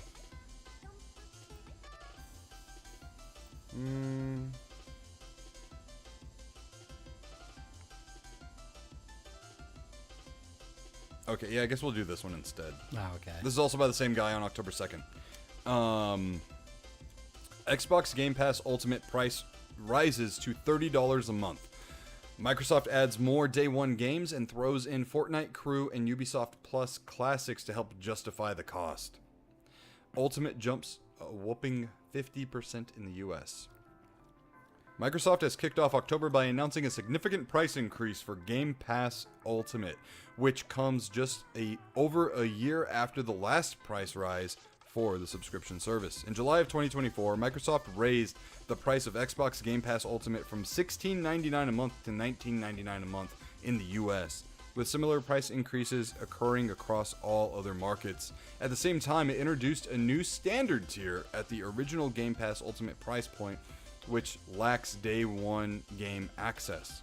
Now, just 14 months later, Microsoft has once again hiked the price of Ultimate, which jumps from $19.99 a month to $29.99 a month. That's an increase of 50% in the US, or an extra $120 a year. In the UK, the jump is 53.33%, from Ultimate rising from $14.99 to $22.99, or an extra $96 a year. In a blog post reviewed by IGN, Microsoft justified the price hike by adding various new features to Game Pass and some big new games, including their Warner Brothers blockbuster Hogwarts Legacy, which is also not a new game. Yeah, no, that's dumb. So you have Essential, Premium, and Ultimate now, which I think this kind of is similar to Sony, right? Yeah, Because they have three or four tiers? 3 tiers. 3 tiers, yeah. So Essential gives you 50 plus games, now playable on PC, console, or cloud. These are European prices, though. I don't know why they used this poster. Premium gives you unlimited cloud gaming on Essential, in-game benefits including Riot Games, online console multiplayer. Premium has 200 plus games on PC, console, and cloud. New Xbox published games within a year of launch. Unlimited cloud gaming with shorter wait times. So it's funny they put that in there because on Essential, it says unlimited cloud gaming. It mentions nothing about wait times or like what the bandwidth is like with that. Like, are you getting a faster speed, lower speed? We'll get to that in a second here. In-game benefits including for Riot Games, online multiplayer as well. Ultimate has 400 plus games playable on PC, console, and cloud. 75 plus day one games a year, including all Xbox published games day one. Ubisoft Plus Classics and EA Play included, with Fortnite Crew coming in November. Unlimited cloud gaming at our best quality with the shortest wait times. So again, at Ultimate, now they're talking about quality. Whereas even in Premium, it mentions nothing about quality. It just says shorter wait times for cloud gaming. So you see how they're trying to be fucking sneaky with that shit too. Yep. So I bet you anything on Essential, the fucking frame rate's going to be ass. You're going to be chugging along and playing on cloud gaming and whatnot. And I think I can't remember exactly. But they were talking, there's also another discussion talking about how Microsoft might be turning something in like a program of like free cloud gaming, but you only get 5 hours a month, something like that, and you have to watch ads too. Yeah, no, they can suck a dick. Yeah. Bro, I play 5 hours in a day sometimes. Jeez. Yeah. So again, Game Pass Ultimate, which is what I had, went from $19.99 a month to $20, or I'm sorry, $29.99 a month. Premium, it says $14.99 a month, the same as the old standard subscription, and Xbox Game Pass Essential $9.99 a month, same as the old core subscription. PC Game Pass is now $16.49 a month, up from $11.99. The updated prices go into effect today, October 1st for new subscribers, and November 4th for current subscribers. Yeah. So their whole justification is by adding more day one games. Ultimate subscribers now get over 75 day one releases a year, Microsoft said.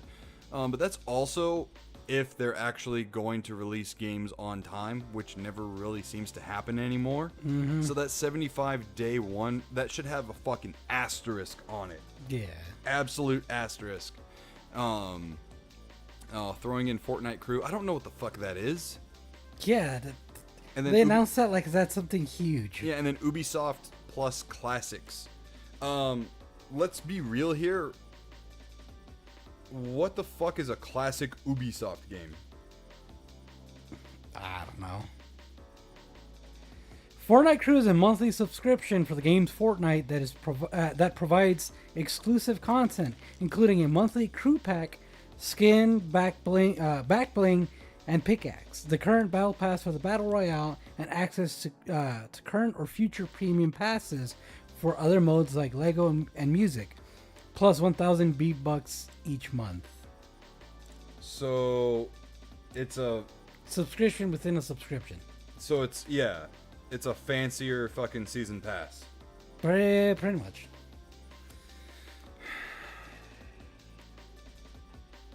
So they justified So Fortnite Crew costs $12 a month. And let's see, with access to Fortnite Battle Pass, so it gives you this. It gives you the Battle Pass, 1,000 V-Bucks a month and more, like you had just said. Today, Ubisoft Plus Classics, valued at $7.99 a month, joins Ultimate. I mean, dude, like, I am not going to go out of my way to play a mediocre Ubisoft game. Like, Ubisoft has not been good for God knows how long, and that's going back to like the PS2 days. Exactly. You know, like. Exactly. Rayman on the PS1 is a great Ubisoft game. I don't know what else that they made where I'm like, oh yeah, that's a good game. You know what I mean? Yeah. Shinobi says, as someone who literally lived off Game Pass for years, I'm using my Brochacho card and crashing this party. Oh, you want to call in? Okay. Let me see. Okay, hold on one second. It was a lot easier to do on Streamlabs because we had the bring a guest feature. So let me see here. I think Discord.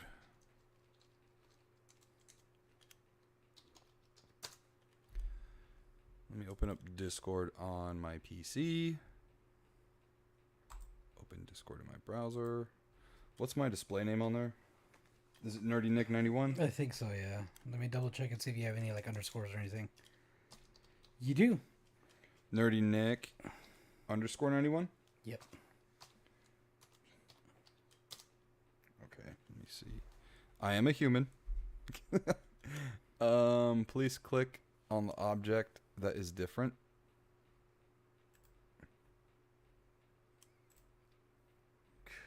Huh? What kind of captcha is that?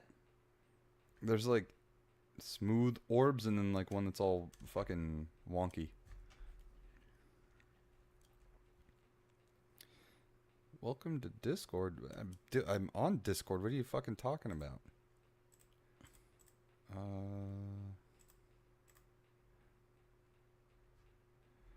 Hold on. Get the fuck out of here. Oh, did I click fucking... This is an unclaimed account? What? Hold on.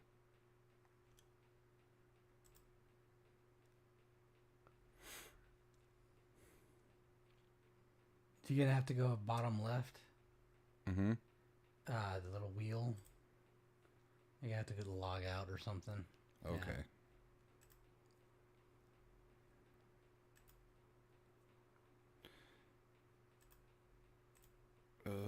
Hold on now. I need to see my fucking password for fucking Discord. Here, go to your phone. Open up Discord. Okay. Let me see if I can find it real quick. There's a way to log in. Oh, log in with the QR code. Yeah, but you have to do it through the app. So go back. Yep. Hit the little. Yeah, I'm there already. Hit the settings wheel. And you should see a scanned QR code. Yep. There you go. Okay, hold on one second, Shinobi, and we'll have you call in. Log in. You're all set.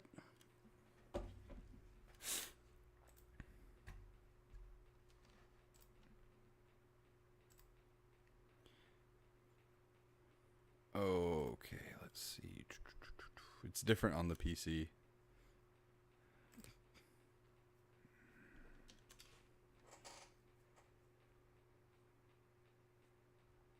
All right, Shinobi, go ahead and join Let's Chat. I wonder if it hears me. No. No, because it's using my mic. Yeah, that's cool though. Allow while visiting this site.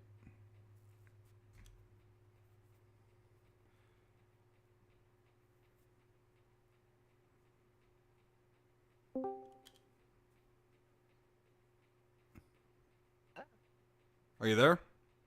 Yeah. Okay.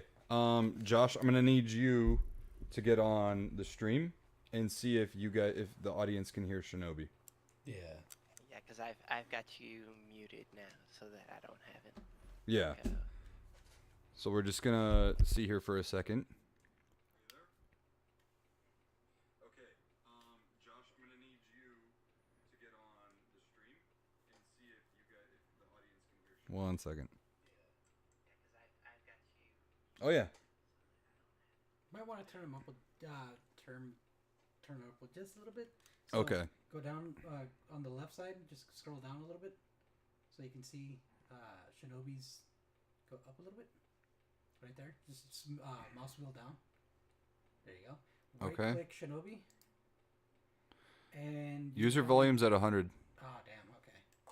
Yeah. No, it's all right. Just speak clearly into the mic is all. Okay. Yeah, I can do that. All right. Is that good? Yeah, that's perfect. Awesome. So, let me see here 1 second. So this is going to be our first times anyone's using the Brochachosaurus Rex Yeah. perk of calling in. Now, of course, this obviously isn't running as smooth as normal, just because we would normally use Streamlabs with the guest call-in feature. All right, so how long have you been a Brochachosaurus Rex? April. Okay, so since you've never done it before, normally we have a 5-minute call-in. We'll give you just as long as it doesn't turn into like a 40-minute, fucking segment here. I mean, plus, Way the Shinobi is a permanent executive producer now as well. Right. So you get extra privileges. Right. So. I figured this was just easier than me typing forever. Oh yeah, that's fair. Oh, we gotta really get that movie watch along night thing Right. worked out. Oh, yeah. Okay, so the floor is yours. I have a lot of opinions about this, to be honest, because like the whole draw for Game Pass for a lot of people was that it's like affordable, Mm-hmm. right? Right. Mm-hmm. Okay, I understood the price increase from 15 to 20 because it was $15 for a pretty long time, and you did get a good amount for it. But since then, like, yeah, you still get a lot of day one games, but half of those games either don't work at launch or are dog shit. Yep. They're not expanding any of the old library of classic games. They're not adding any old Xbox games. They're not adding any old Xbox 360 games. They're not expanding on a big part of what it was, which was supposed to be access to the old Xbox library. Yeah. So you just got this stagnant library of classic games that, after the amount of years that they've been on the Xbox Game Pass library, most people have probably played through what they're going to play through. Mm-hmm. Like, it's been time to add more for a while.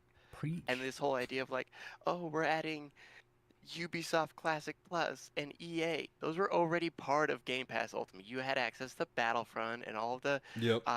like Star Wars games. You had access to all of the Assassin's Creed games and the Division and like, so like even the old Rainbow Six games. Like, so what are you getting that's new for this? They're making it seem like something that's already been there is an add-on, which is a load of shit. Yeah, it basically they're basically making it sound like, adding something new, when in reality what probably happened was Xbox, I'm just, what do you call it, spitballing here, but I'm assuming Xbox had like an agreement, like a timed agreement with Ubisoft Plus or whatever, or Ubisoft in general, to like have their games be on Game Pass for a certain amount of time. And this new price increase or whatever probably came with a renewed deal with Ubisoft to make it like more solidified to have those games on there for a much longer time than initially.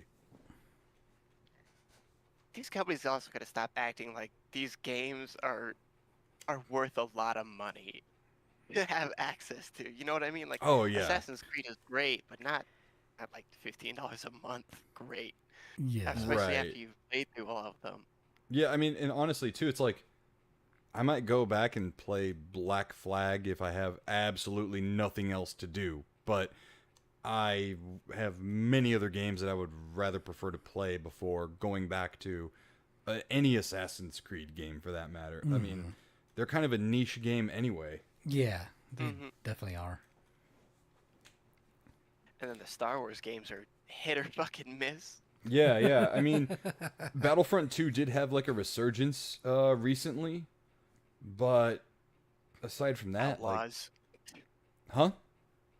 Outlaws, that was a Oh, abysmal yeah. train wreck. Yeah, Outlaws was another one that was not great at launch.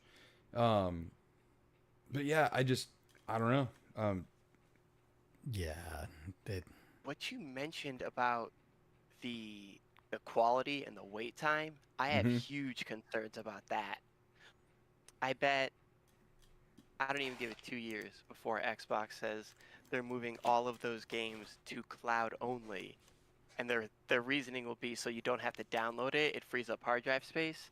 It's cloud only, and then each tier, since it's like a $10 difference between each one, it's like, oh, for $5 more, you can buy increased bandwidth or increased quality. I Right. guarantee you, streaming any of those games without Ultimate is going to be impossible. Oh yeah. Yeah, big time. And honestly, what's kind of funny, it's a counter argument to what you just brought up, but I ran into a bug with Doom: The Dark Ages where it would freeze the console.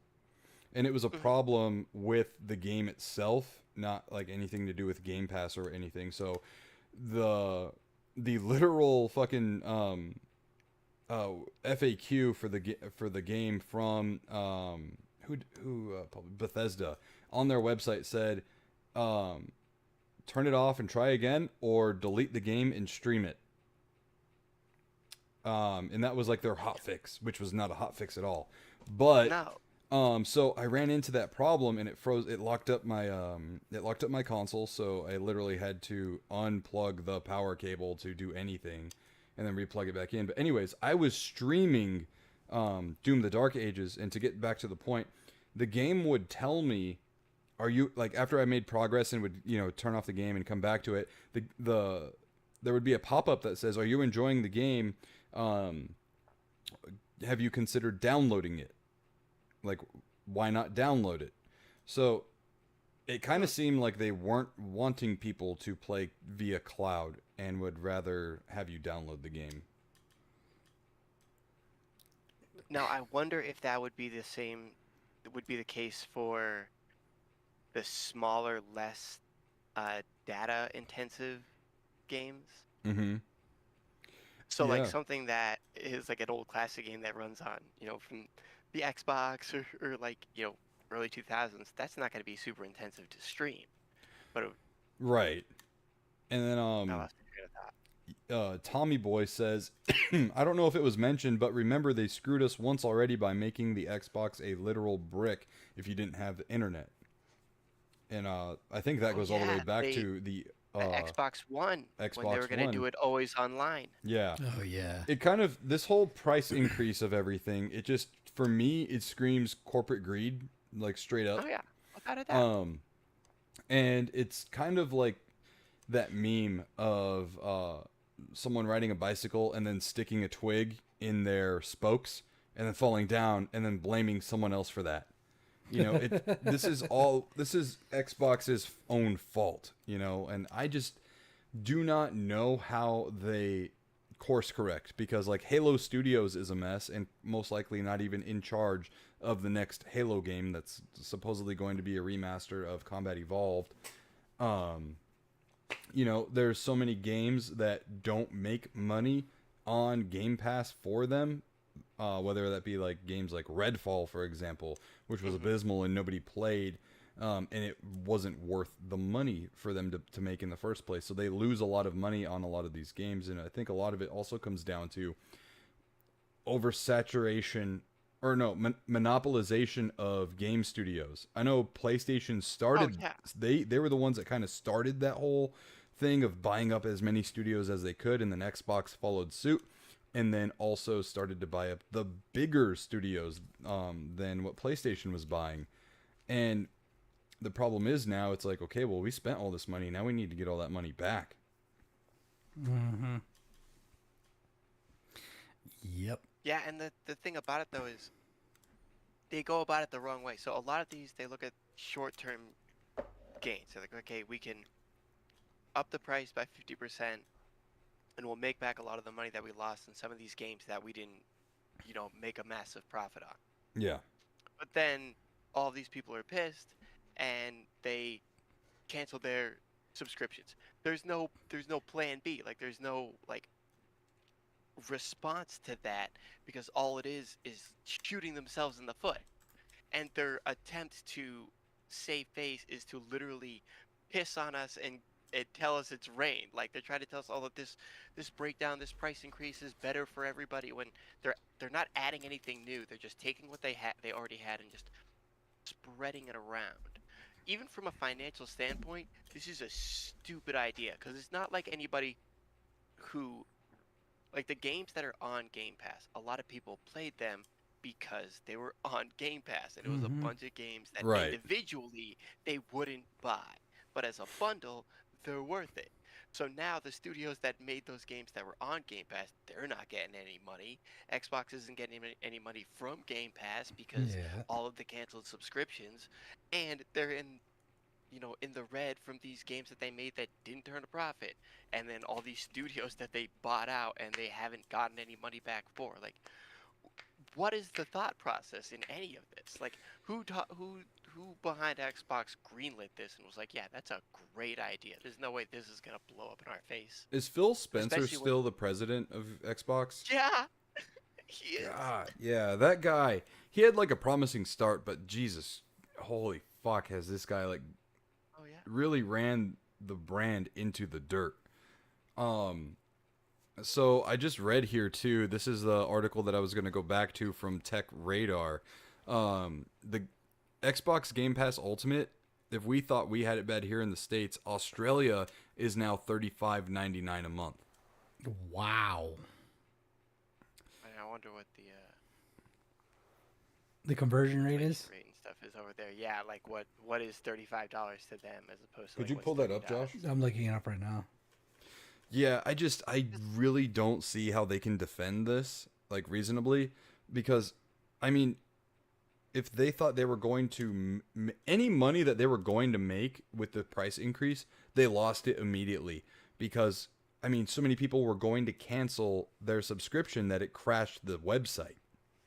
Mm-hmm. And like, for a lot of people, Game Pass, that $20, like, that's what they could afford for games. Yeah. When I say like that, I lived off of Game Pass. Literally, that's what I had for game money. And every game I played, if it wasn't on Game Pass, I didn't play it. I survived off of that. And for people, if they have like kids that are into video games and they can't afford to buy, like, that's how they get the new games. That's how they keep their kids occupied with games that they enjoy. And now that is far the fuck away, because $10 a month, that's a lot. You know what I mean? That can be a lot for some people. And they structured the new tier. That was for me. Yeah, and they structured the tiers to make, and this is the way tiers work in any subscription service. The lower, when you look at like the spreadsheet, right, of like cheapest, middle, and most expensive tier, they're all made to look inferior to the most expensive tier. And they're designed to have you look at the price points on the very top and go, well, look at how many features are in the very top one, and it's only X amount of dollars more than the base one, so let's just go with the top one, because it's going to be a better value at the end of the day, right? But the thing is, with this even, the middle tier is $16.99 a month, and the high tier is $30 a month.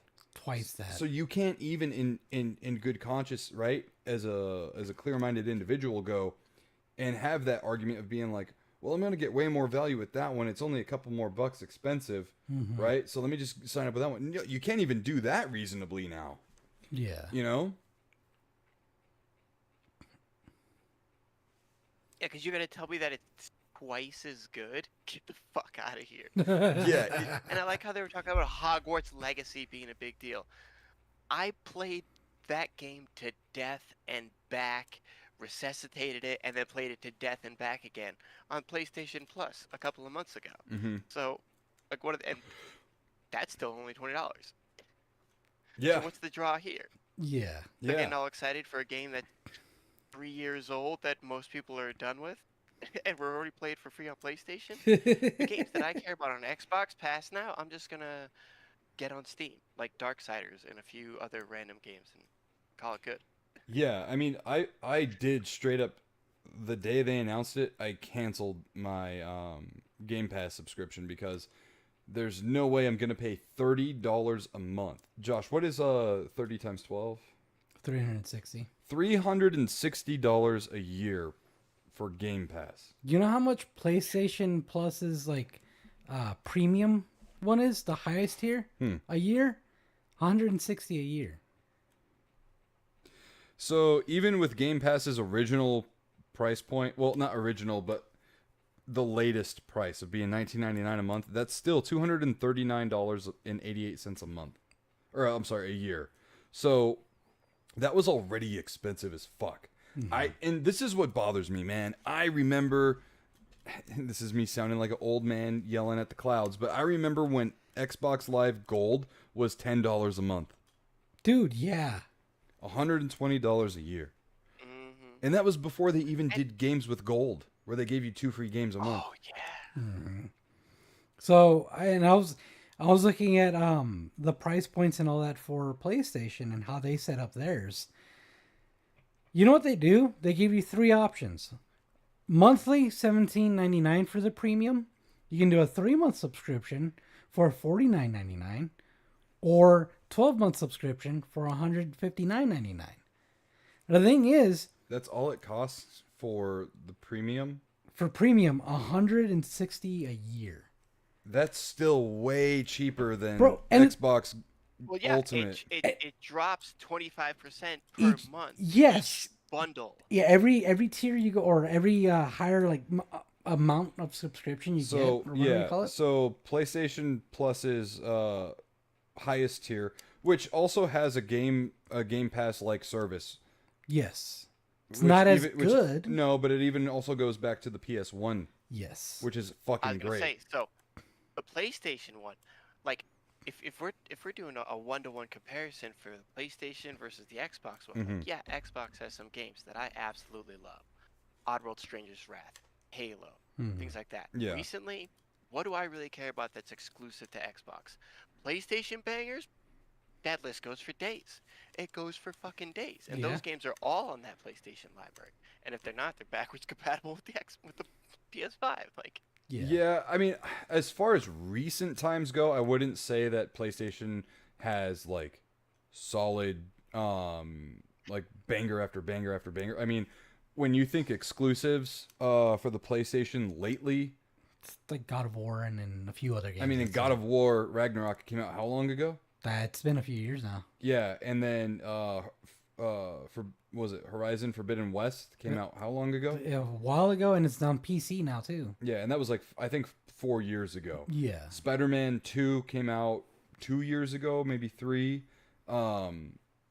I don't want to hear about The Last of Us remaster. No. bro, they It's made a that game so many times. remaster, remake, remakes whatever. and remasters like don't count. I'd say Yeah. like, if you're looking at library to library of exclusives, like last 10 years, where it was like PS5, Xbox Series, whatever. Has it been that long? Just in that range, I'd say PlayStation has significantly better exclusives. They may not all Yeah. be great after great after great, but it's a more consistently solid lineup with probably a better variety, at least in the way of like single player games. Yeah. And that's what I want a game library for, which is the single player games. Multiplayer games, those die once they're dead. Like, what's the point in still having access to them? Yeah, Right. Yeah. exactly. 100%.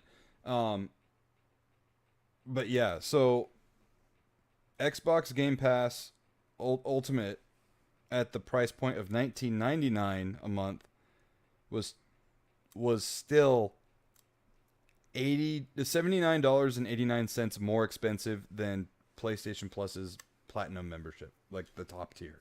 Dude, yeah, So and it was still $80 more expensive, even when Game Pass was cheaper. And I was looking at, like, doing the math. If you go with the monthly subscription, just pay every month $17.99. It's $215.88 a year. Which is still cheaper than Game Pass Ultimate Right. at the $19.99 price point. right. And if you do it at $50 a month, $200.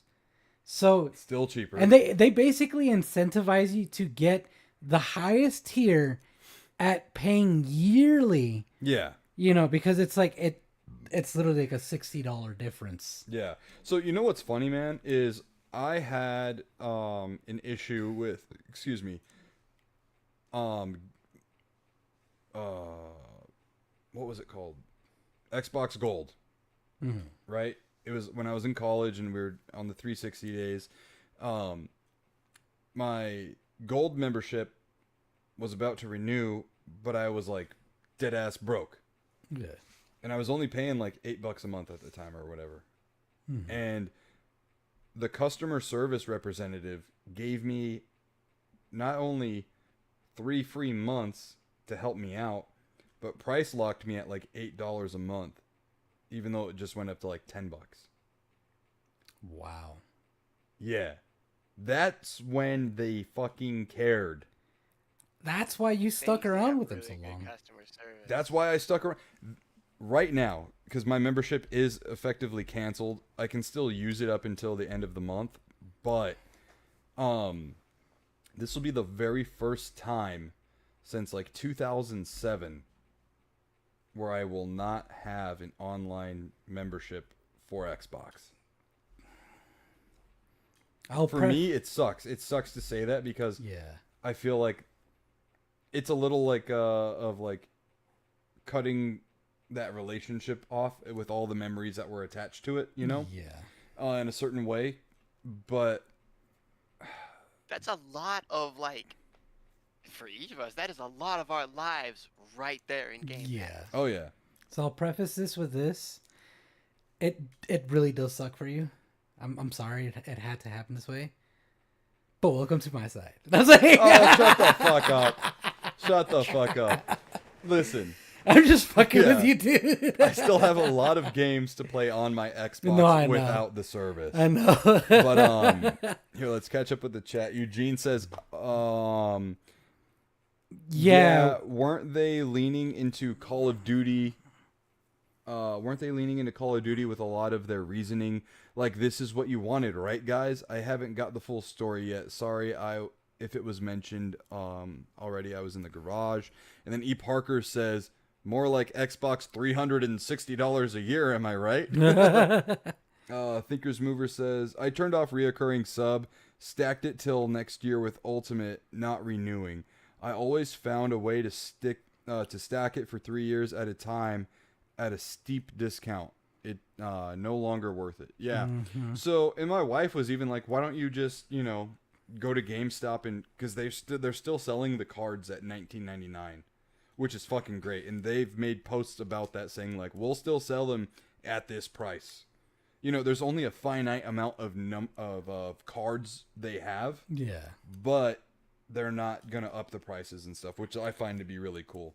Microsoft could like tell them, no, you can't sell those anymore. But I don't really think that's up to Microsoft because GameStop bought them from Microsoft to sell, if that's how I remember retail works. But yeah, my wife was like, well, why don't you just, do you want to do like the GameStop route? And, and I was like, no, because this is me voting with my wallet. Yeah.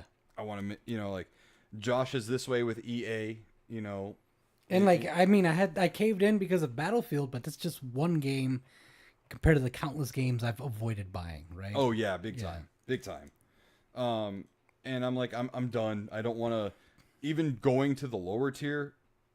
Aside from voting with my wallet, I'm not someone who settles, and I don't want to pay for a service that I'm like kind of all right with. Yeah, no, that's fair. Like if I'm gonna have any of the game passes, it will be the Ultimate. And if it's not that, then I'm not getting it. Yeah. But either which way, right now I'm not supporting Xbox with how they are. Thinker's Mover says got 6 games off Steam for $40, just a little bit more than 1 month of Game Pass at the new price. Oh, and then above that they said I took advantage of the Steam sales to get some games I'll want to play. Yeah, I mean, shit. Even on GOG, Good Old Games, I had a game, an FPS from like 2009 or something that went on sale. I think it was like 40 cents that I bought it for. It's like a horror first-person shooter. So one thing I can say is like, if you want to continue playing Xbox games without supporting them. And Thinker's Mover says, yeah, if you're going to get Game Pass, only Ultimate.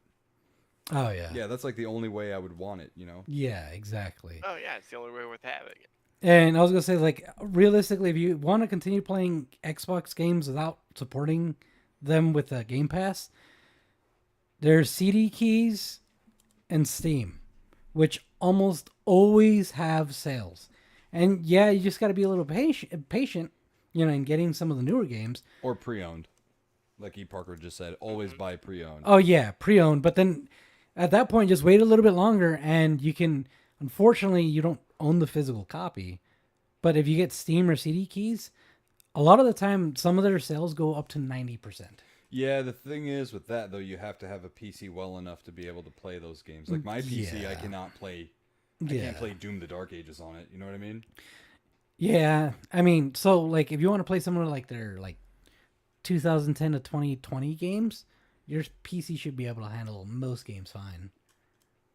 For the most part. Yeah. I think I played the first Fear game, and it worked okay. There was some stuttering, but then again, I did buy the Turok remake or remaster. Oh, and that one, yeah. And it's unplayable on my PC. Yeah, that's also one of the shitty parts about, gaming on PC nowadays is anything that's a remaster nowadays for PC, you have to have like the best graphics card. Yeah, which is hilarious because it stupid. still looks like an N64 game. Yeah, it makes no sense to me. But Mortal Kombat 4 runs They're all like going crazy on the water physics. Yeah. Yeah. But like true. Mortal Kombat 4 runs like a fucking charm on the PC. Yeah. Let's see. Hey, we're off the Game Pass topic, so I'm gonna bounce out. All right. Oh, okay. Yeah. Well, thank you for calling in, Shinobi. Yeah, I don't want to sneak in and be a co-host. No, you're good. Thanks for calling in, and we'll of course. see you in the chat. Parker, don't forget you also have that 5-minute phone call that you are entitled to. If you want to call in, just do it via Discord in the Let's Chat, and we'll have you on the show. Mm-hmm. Thinkers. Oh wait, I'm sorry. One more time. There you go. Thinkers says got Dead Space Remaster Deluxe off Steam for $14. That's wow, dude. That's a great That's really price. good, man. That's a really good fucking deal. Yeah. Parker says sounds like Nick and I are in similar spots when it comes to our PCs. LOL. Yeah. $14 for Dead Space is a steal. Yeah. Thinkers Mover says CD keys for real. I got stuff for 70 to 90% off sometimes outside of the Steam sales. Yeah. It's always good to check both of them. Yeah. Because sometimes Steam will have a better deal. Sometimes CD Keys has a better deal off a game that you want. I also like Humble Bundle. I've never used Humble Bundle. I should probably check that out. I did for the Humongous Entertainment games. Like Pajama Sam and, Freddy Fish and all that stuff. I think I got like 50 games for $20. Wow. Yeah. Parker says, I'll see what the remaining topics are, LOL, but I may cash it in next week. Ooh, okay. That'd be Well, fun. if you wanted to talk any more about this topic, dude, you get one every show. It's not just one a month. Yeah, it's every show. It's every show. So if you want to call in for 5 minutes and say what you want on this, you are totally entitled to do that. You also have a topic takeover, so you can change the topic into anything you want. Which we haven't had a topic takeover in a while. In a long time. Yeah. Thinkers Mover says, and Steam will add the sales tax, whereas the price on CD keys is the price that you pay. Oh yeah, that's true. Yeah. That's very true. I forgot about that. Because I haven't really played too many games on the PC, like newer ones, just because. For one, still gotta join you guys more often on Helldivers. I still gotta play. Yeah, you bitch. Some of my other games that, dude, I have so many games I'm playing. It's ridiculous. Yeah. So like right now, I'm just like I shouldn't get myself anything new just yet, except of course Battlefield. Parker says so much pressure. Haha. Here, I'm gonna make us a little bigger. I didn't want to eat up the Halloween scenery, but I'm like, there's also a lot of negative space at the bottom.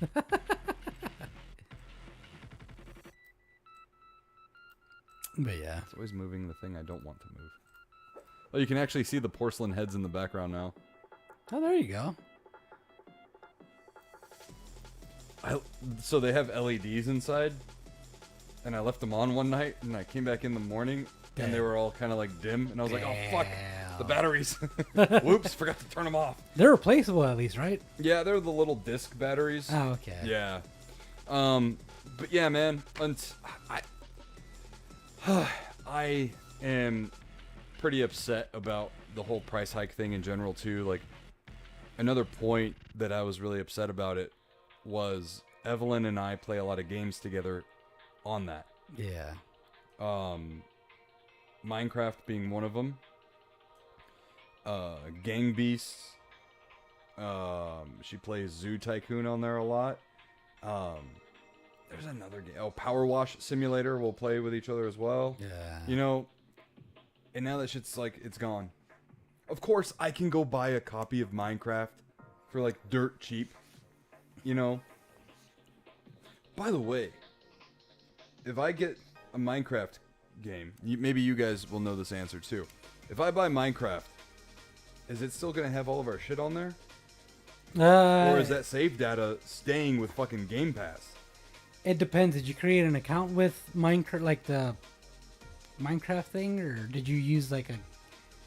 Because I don't know how. It uses my Rocky 7, like my screen name. It may be very likely that it might be on the console itself. Okay. Yeah. If it is, that's fucking great, because on our little server, we've put in so much fucking time. We made like a huge house, a farm, an island, like safe house, and then we're on our way to making another whole area. Okay. Yeah, because I don't know if it's the same on PCs as it is on console. Because if I remember correctly, they have seeds pretty much. It's like a separate like map that you can load in, and you can go to that seed. So I'm gonna skip thinkers for a second here. Parker says, I think as long as you have the game, you should be fine. Shinobi says, your shit's on there. The save data and game file are separate files. Yeah. Okay. Yeah, because you can join other people's worlds as long as you have the seed number. Is what they Okay. call it. Yeah. And then Thinker's Mover says, I do prefer physical games, of course. Yep. But I enjoy some genres and certain games via PC. Both console and PC gamer, and this whole Xbox thing sucks. Yeah. I already wound up buying Minecraft finally like a couple years ago and still haven't jumped into it. I will say Minecraft can be an absolute time sink. For sure, man. Oh, yeah. For sure.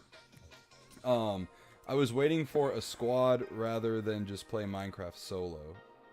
Yeah, like, I'll play by myself. There's been some times where, like, Evelyn goes to bed, and I'm like, alright, have a good night. And I just keep building shit and whatnot. Yeah. But I'm not gonna go do it. I'm not gonna go start by myself, Yeah. like, because that's a game that her and I play together. Yeah. Shinobi says that's why you can uninstall a game and then reinstall it and your file is still there. It's tied to your Xbox Live account. But see, that's what I'm saying. I canceled Game Pass, so Live won't be a thing anymore. I'll have to, you know what? While I still have Game Pass active this month, I'm gonna buy Minecraft. On the PC or something? No, like a physical copy for Xbox. Okay. It'll play a 360 copy, and it's the same game. Yeah. So I'll just do that. Yeah, that's why I've hesitated. I know it's going to eat up my time. yeah, no, for real. It's fun, though. It's fun. It's also a good pick up and play type thing. Yeah, it is. I think that's also why it's like my jam. If you go into creative mode, it's... Yeah. Yep, big time.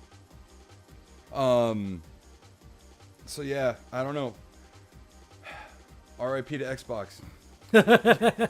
Dude, their handheld price point is gonna be like $1,000. Yeah, no, you might as well just go to the Steam Deck at that point. Yeah, and I don't even think the most expensive Steam Deck is $1,000. No. It's like $700 or something like Let me that. see. But the thing is, like, the Steam Deck actually has, like, it's a mini computer, like a really high-end mini computer. Yeah. I've always been confused whether to do Bedrock or Java.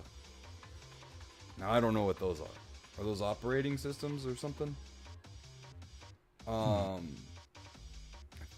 Shinobi says, thing is, I've seen people build in Minecraft. Things I've seen people build in Minecraft have been mind-shattering sometimes. Minecraft isn't a game. It's a 3D canvas of infinite possibility. Shit's insane. No, Dude. yeah, for real. Did you hear about that that library somebody created in Minecraft? It literally has documents and books that are banned all across the world, and like they compiled it all into this massive library in the game. That it's Minecraft editions. Oh, I don't know. That's crazy though, dude. So the most expensive Steam Deck is $649. It's a 1 terabyte OLED. That's crazy. And it also comes with a carrying case.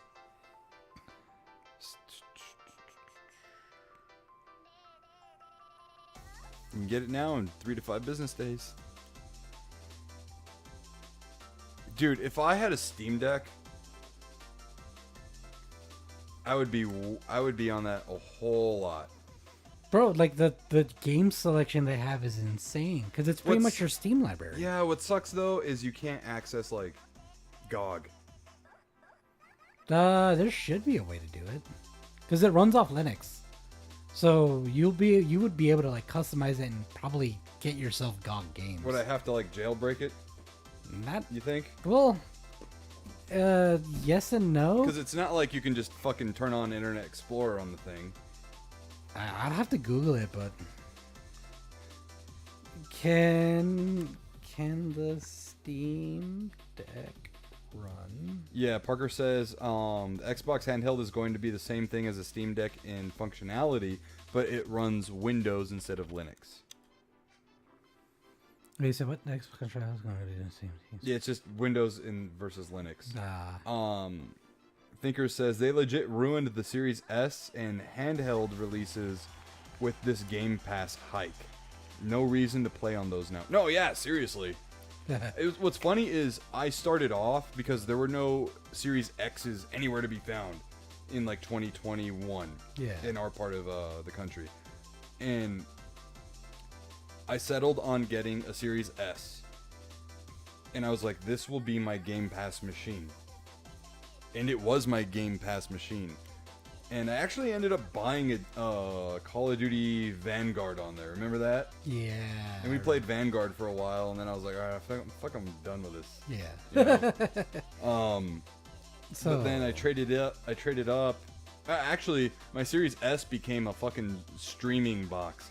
Pretty much. Where I put it in the bedroom and watched like Netflix or whatever on it. And then I had my Series X, and I was rocking that thing for fucking forever. So to answer what you had asked, no, the Steam Deck cannot natively run Internet Explorer as a Steam Deck runs Linux-based a Steam operating system and Internet Explorer is a Windows exclusive application. However, you can install other web browsers like Firefox and Google Chrome in desktop mode and run them in game mode by adding them as non-Steam games. So you can. So, okay, so that's interesting because GOG has its own launcher. I'm pretty sure you'd be able to use it on there, but... Do you think? Bro, I mean, I've seen... I mean, you should just Google, Can Steam Deck...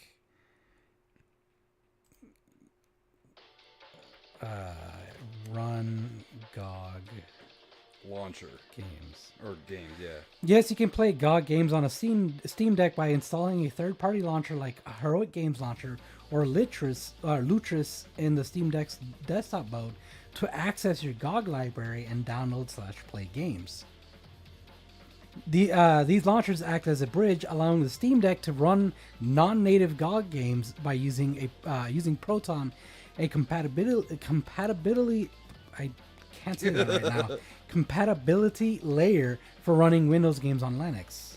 Oh, Parker says the launcher is optional for all DRM-free games. Interesting. Okay. Oh, fuck it. I turn away.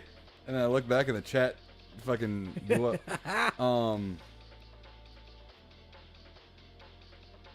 Okay, good to know, Shinobi. You can, and then Parker says, you can just turn on Internet Explorer, LOL. Just get Steam Deck over their handheld. Oh yeah, seriously. You can get Windows to work on a Steam Deck. Yeah. Because, like I said, it runs on Linux. So. Yeah. I've been through this. Didn't have Game Pass or Internet. Had to get a physical copy of a game, and my game files were still there. Oh, there you go. The launcher is optional for Yeah, we already read that. You can't download and launch games without a GOG launcher. Well, apparently not. I mean, apparently you can. Only reason I haven't bought on GOG is because I don't want my games scattered in different places. LOL. Fair. Yeah, so I have. It's called GOG Galaxy, which is like their launcher, but I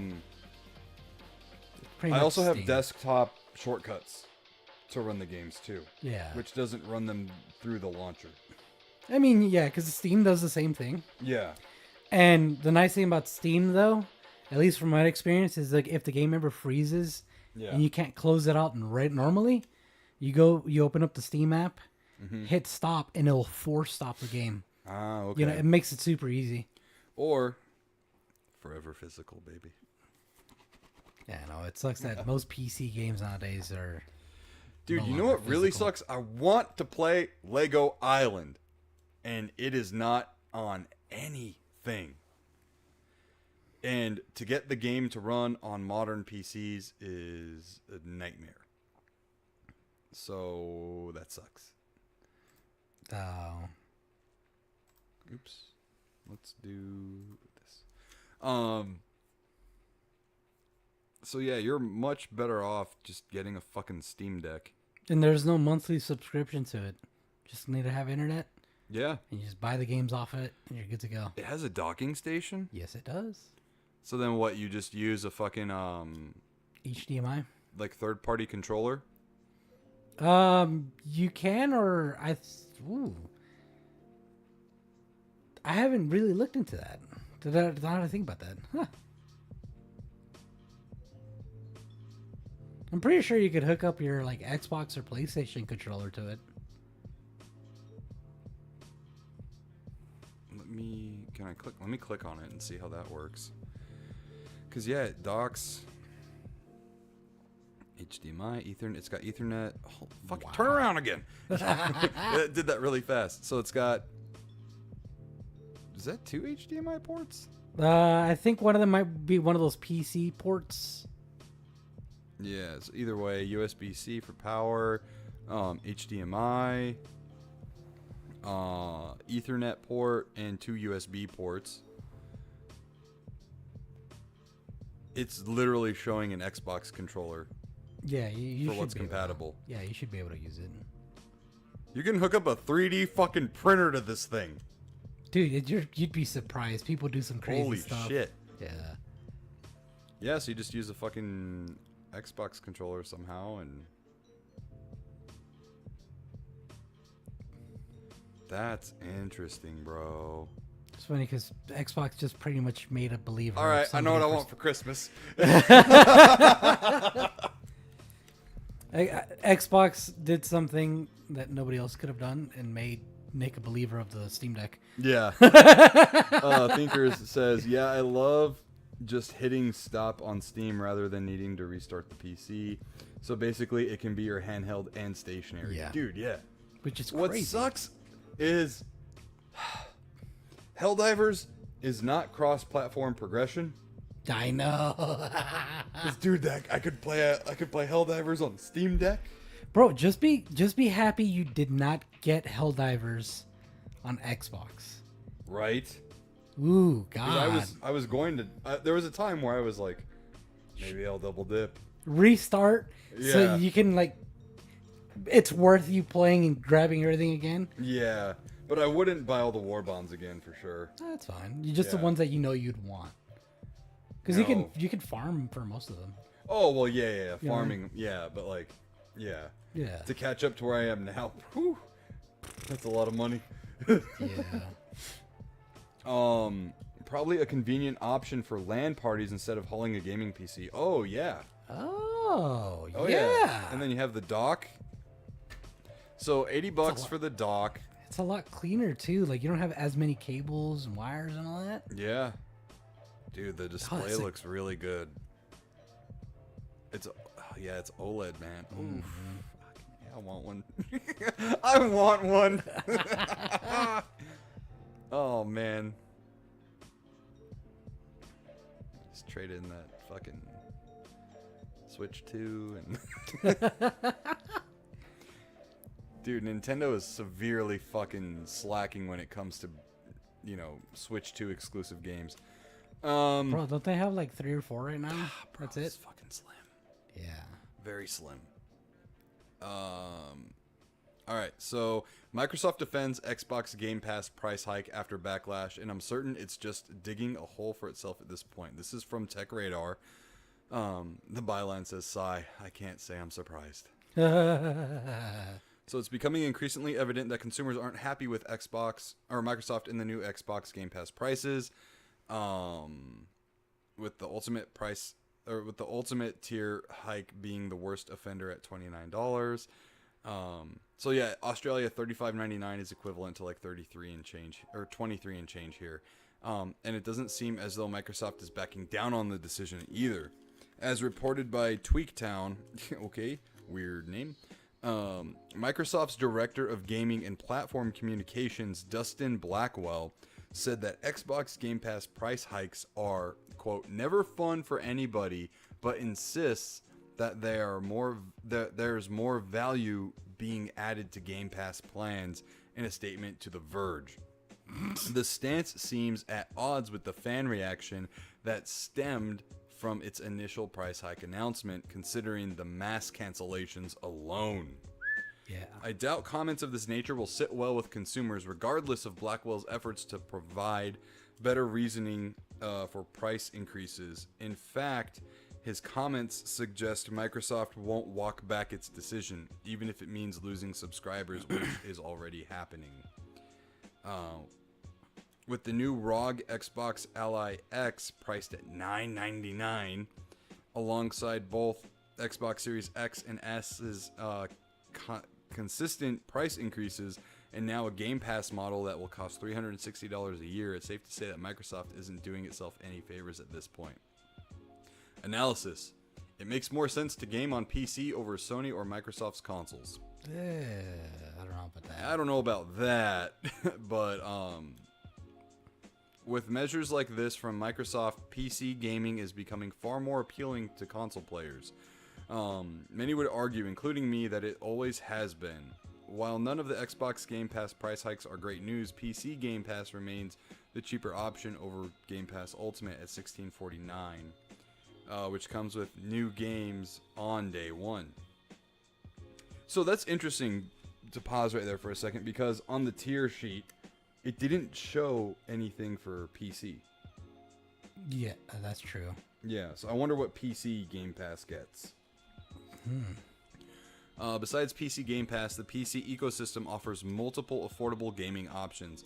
Console storefronts such as PlayStation Store don't usually have steep discounts, but on PC, it's much easier to find bigger price cuts for PC games via marketplaces like Loaded, formerly CD Keys. Huh. I've mentioned this previously, but PC gaming also doesn't ask you to pay for access to online multiplayer, and most of Sony's exclusive AAA titles end up on PC a year or two after the initial launch. While Microsoft is feeling the brunt of backlash now, it won't be a surprise to see Sony raise its PlayStation Plus prices soon. If that occurs, it will only further place PC gaming a step above console gaming, and that will solely be down to decisions made by Sony and Microsoft. So yeah, I don't know. Oh yeah, Thinkers Movers said, remember how everyone at this time was livid about livid about how they were making you get a PSN account for just playing Helldivers? Then they went back on it like a few days later. Now we're all angry with Xbox. Yeah, and then Parker says, I've had PC Game Pass before. It's Ultimate solely for PC, basically. Gotcha. Game Pass PC has much stiffer competition than consoles. Steam is a juggernaut. Yeah. So what's funny, Thinkers Movers, is that they did walk it back, but they still blacklisted the countries that don't have PSN availability. So all the people in all these countries who were able to play Helldivers until that Sony made that decision for the PSN account couldn't play it. And then when they walked it back, they still couldn't play it.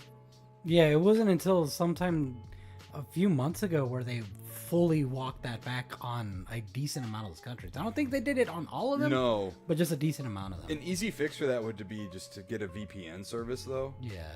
But that's still having to pay for something that you wouldn't have initially. Yeah. Yeah.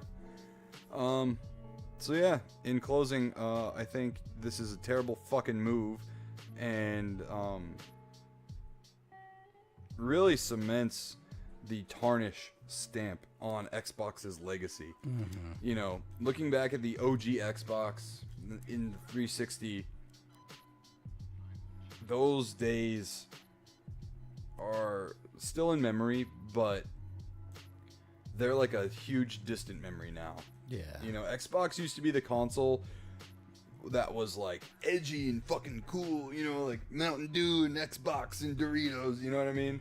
Late nights with the boys playing fucking Halo and like Mech Assault on the OG Xbox and all these games, man. And dude, that shit's gone. Long gone. Xbox is going to... And you know what's crazy too, real fast? They have like a fucking market cap at like $7 trillion. The fuck? Yeah. And they're still like, oh, profits. IGN's Xbox podcast host put a video up lambasting Xbox. As a matter of fact, let me try to pull that up real fast before we take off.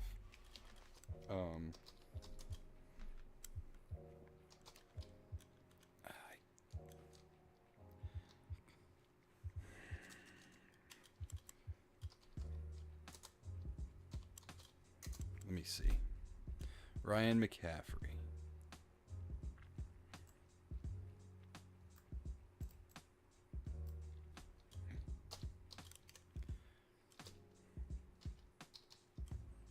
How do you spell his name? Right. There we go.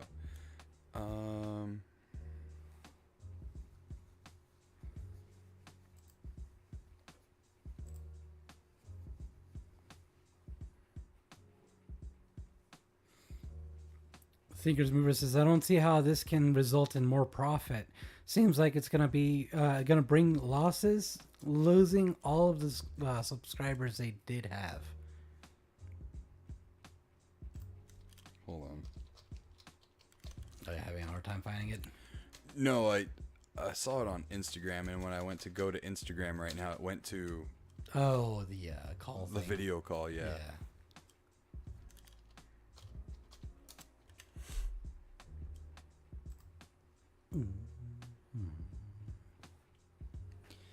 Unfortunately, IGN posts like tons a day. Yeah, I know.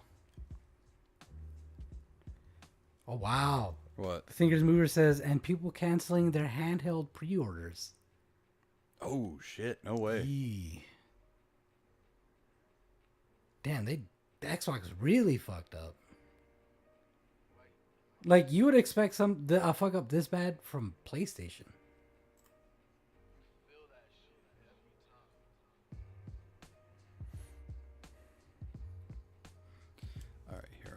Yeah, no, they post like 30 times a day, so it doesn't help.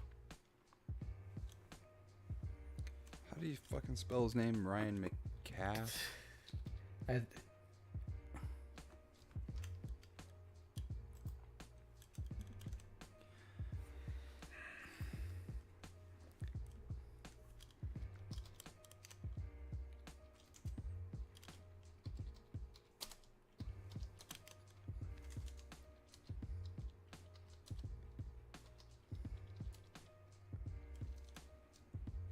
Is it this guy?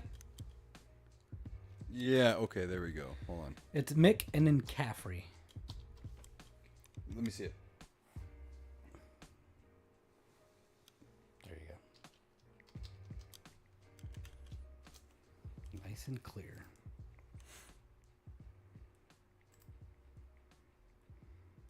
And it's just all his personal shit. Oh, hold on. Whoa. Reels. Here we go. Oh, it's just going to show me random ass reels, isn't it? Okay. Yeah, I've never used Instagram on PC. It looks like booty.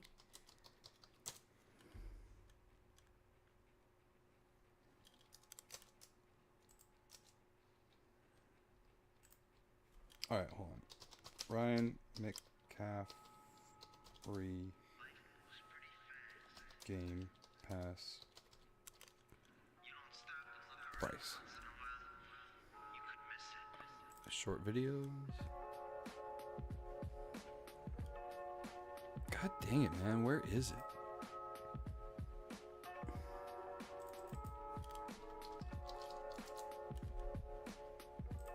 Now I feel bad for Jamie on fucking The Joe Rogan, podcast? jokes. He has to pull up shit like crazy.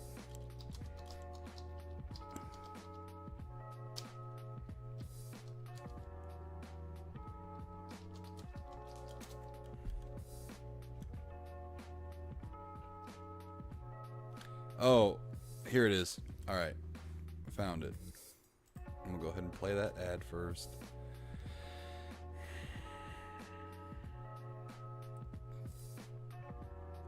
Pause the music. We'll get that display capture up.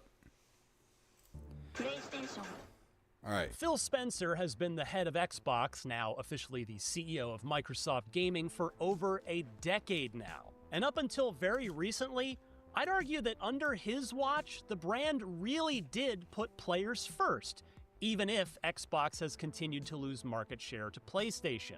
As a reminder, Phil immediately unbundled the Kinect from the Xbox One, removing the $100 albatross weighing the console down. Which was a very good decision. I would say that. That was a very good decision.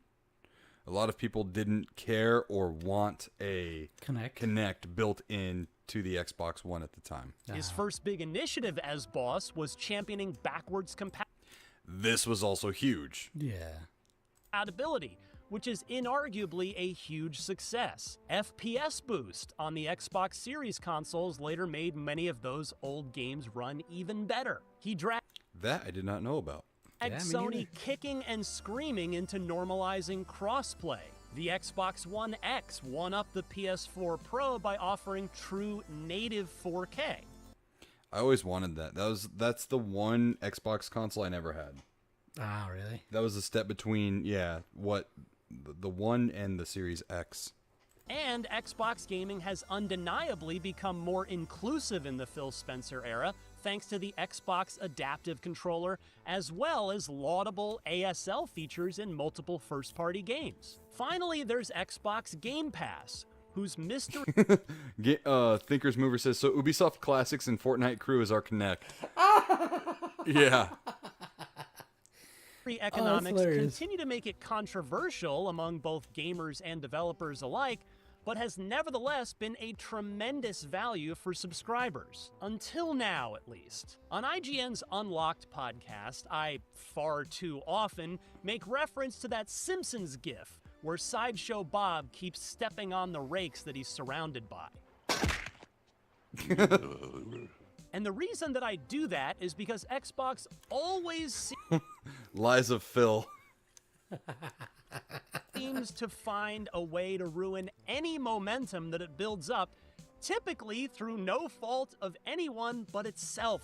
Take right now, the month of October, for instance. Microsoft is shipping not 1 or 2, but 3 really exciting new games in the next 30 days. The very awesome so far Ninja Gaiden 4, I've played it. I was really looking forward to this game too. Which revives the beloved Fast Act. I actually started to replay the Ninja Gaiden games on Game Pass in my excitement for this game coming out. And then this news dropped, and you're Yep. like, yeah, no, not worth it. Franchise after a dormant decade. The Dark Dragon is mine. Double Fine's promising Keeper, the studio's next project after its Game Awards Game of the Year nominated Psychonauts 2. And ever-reliable Obsidian Entertainment's new RPG/shooter sequel, The Outer Worlds 2, which we've loved every time we've seen or played it. That could be the key to closing the rifts that threaten the colonies. That's a potentially huge month for Xbox, particularly when so many Xbox fans remember it wasn't so long ago when we'd be lucky to get 3 ultra-promising first-party releases in an entire year, let alone a single month. All 3 will drop onto Xbox Game Pass on day 1. But this is the part where Xbox starts stepping on all of those rakes again. So Thinkers Mover says same, and I think most of those guiding games left a couple of weeks ago or something. Oh, that sucks. Yeah, because Wayne Shadow, we said hella bummed about this one for sure. Yeah. Effective immediately, you'll need to pay a whopping 50% more for that privilege. Microsoft has raised Game Pass prices for the 3rd year in a row with the Give Me All the Day 1 Releases tier, Game Pass Ultimate, now setting players back $30 a month. 14 months ago, by the way, Game Pass Ultimate was $17 a month. That's how far and how fast the price has risen. In fairness to Microsoft, the company has added more to Ultimate. Ubisoft Plus Classics, Fortnite Crew, and higher resolution cloud gaming.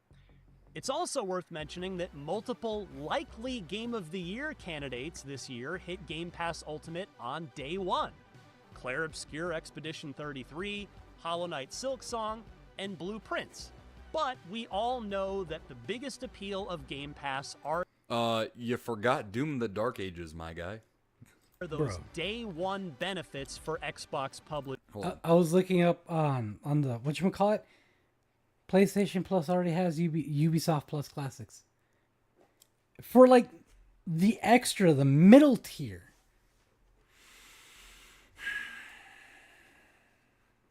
Wow. But does it have Fortnite Crew? Published games, and this price increase feels directly targeted at that. For the record, PC Game Pass is going from $12 a month to $16.49 per month. This comes immediately on the heels of the company jacking up Xbox console prices for the second time in the past 4 months, with the top-end Xbox Series X now carrying an eye-watering price tag of $800. I can't help but laugh. $800 for a 5-year-old Xbox. But that $800 almost sounds like a damn bargain next to the much-hyped ROG Xbox Ally X handheld gaming PC that's about to come out, which weighs in at $999 US. Sure, there is a less powerful, more affordable version for $549, but honestly, nobody knows yet if that one's worth a damn, because Microsoft has only ever let media and influencers get their hands on the more powerful Ally X. Hopefully it proves useful, as the Xbox Series S has for the non-hardcore gamers segment of the market. Heck, the only thing the Xbox folks haven't raised prices on are first-party games. Oh, they tried. Yes, they tried with The Outer Worlds 2, to be fair, and I remember this. They had walked it back because of everyone like canceling their pre-orders and shit. Wow. they inevitably will still do it next year when Fable, Gears of War E-Day, Forza Horizon 6, etc. drop. But in this case, the Xbox community wasn't having any of it for The Outer Worlds 2, and Microsoft relented. I realize that we live in crazy times, and that Sony and Nintendo are not exactly blameless here after each of them raised prices on their own aging hardware in the... Isn't that hilarious that we live in a time where the older the console gets, the more expensive it becomes. Which is fucking stupid. Like, 5 years old, right? Roughly. Yeah. We should be seeing price decreases. Yeah. In these consoles now. Like, imagine it's 2002 and the PlayStation goes from $99 to $200. Bro, nobody would buy them. The PlayStation 1. Yeah, nobody would buy them. Yeah, no. So Thinker's Mover says currently one Gaiden game on Xbox Game Pass now. Damn. Supposedly Game Pass price increased 100% in Brazil from 60 to 120. Shinobi says if you play Fortnite Crew is actually a steal. However, if you play Fortnite enough for Crew to be a steal, Fortnite is probably all you play and therefore don't even care about Game Pass. That's 100% right there. Yep. Thinker's Mover says, did the conversion, $11.30 US dollars to $22.59 US dollars in Brazil. Price hike is crazy. Wow. Yeah, no, that's insane. The past year, with Nintendo also aggressively raising software prices for the Switch 2 generation as well. Blame the Trump tariffs if you want to. Heck, Microsoft does. But I'm sorry. At the end of the day, the buck stops with Microsoft. This is a company with a market cap of nearly $4 trillion with a T dollars, who's done layoff after layoff, closed studios, after spending upwards of $80 billion on studio and publisher acquisitions. Not to mention they had just closed down the studio that was about to finish and release the new Perfect Dark game, which looked fucking amazing at Summer Games Fest. Yeah, no, they're greedy bastards. You know, it's fair to wonder if those naysayers who question the sustainability of Game Pass and its business model are being proven right with this latest, deepest round of price hikes. What's worse is that in the bigger picture, we've reached a sad point where gaming is becoming less accessible to new players rather than more accessible. Historically, console prices go down, and the size and quality of the game library goes up over the course of a generation, leading to more units sold and a healthier ecosystem for everyone inside it. And while, again, the blame for the absence of that this generation does not rest squarely on Microsoft's shoulders, the actions of Team Xbox are of a company that isn't showing a lot of empathy towards its customers as the cost of groceries, gas, and other bare essentials keep going up as well. Again, these larger economic issues aren't Microsoft's fault, and it has to contend with rising development costs too, but they are choosing profit. At the same time, no one is asking for $100 million video game. Exactly. That's what pisses me off the most. The rising development costs are unnecessary. They're not needed. No, but the gamers want, 4K gaming with ray tracing. No, we don't. No, Helldivers 2. Exactly. Made by like 20 people. Mm-hmm. Perfect example. Exactly. If you have enough time to complete a Fortnite Battle Pass every season, you barely have any time to play any other games in the Game Pass library. Oh yeah, never forget what they took from us. RIP Perfect Dark. Yep. Yeah. Over players. As such, while I recognize that this Xbox console generation isn't over yet, it's almost certainly going to be remembered first and foremost for Microsoft's greed. 2 hardware price increases and counting, 3 Xbox Game Pass price increases and counting, 1 software price increase so far, and tens of thousands of layoffs, as well as multiple studio closures. You know, it's kind of a monkey's paw situation, really. All Xbox gamers have wanted since the start of the catastrophic Xbox One generation was a steady supply of great first-party games. Well, in 2025, we're finally getting that, and as I've already mentioned, 2026 is shaping up to be a banger too, but it's coming at the cost of, well, practically everything else. But it's not our fault. Instead, Microsoft's greed is to blame. Solidly put, my dude. Solidly put. Right. So, I mean, I wish I could end our podcast on a high note, but yeah, no, it's absolute dog shit. E. Parker says, hot take, but I sort of blame certain graphics-driven channels for this sort of mentality where graphics mean more than they should. I've seen side-by-side videos comparing Ghost of Yotei and Red Dead Redemption 2, like they aren't even remotely the same game with remotely the same budget. Why the fuck do you need to watch a man realistically eat soup? Right. Thinker's Mover says, exactly. I played through Half-Life 2 and enjoyed it more than a lot of billion-dollar AAA games now that have reused assets and DLCs that just have cosmetics. Yeah. Right. No. Another one. Another company that's a huge blame for this too. Rockstar. With their fucking Grand Theft Auto games. Yep. Like, companies are probably going to avoid releasing their games when they release theirs just because of how big it is. They've spent billions of dollars in that stupid fucking game. Yep. I don't know, man. It's ridiculous.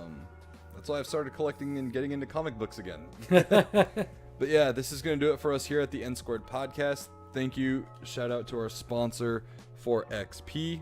Head on over to 4xpgaming.com and use code NSquared10 at checkout to get yourself 10% off your drink mix order. Eugene says, Space Engineers and Subnautica, both awesome and far less cost. That's the rant I cash in sometime. LOL. I have a bone to pick with them. I've been Nerdy Nick. You can find me on Instagram at nerdynick_91 and on X at buffnerd. You can't follow Josh anywhere, but what you can do is follow us on Facebook. It's just type in that search bar NSquared Podcast and click the like or follow button. Before you guys head out, leave a thumbs up if you would, please, if you haven't already. Thank you guys so much for all of your support, especially just like with the gameplay live streams I've been doing. Hopefully that turns into something a little more full time. Let's get this channel monetized. We're about 1,000 watch hours shy of the first monetization tier, which would be really helpful to us. That way I could focus, focus more on getting videos made. We have Way of the Shinobi to thank for some cool edits and stuff that's coming down the pipeline. We also are getting pricing done for merch, so keep a lookout for that. Just thank you so much, guys. We hope to see you in the next stream or podcast. So I've been Nerdy Nick. Bester and Josh. And until next time, guys, be blessed, be a blessing to others, and game on. Deuces.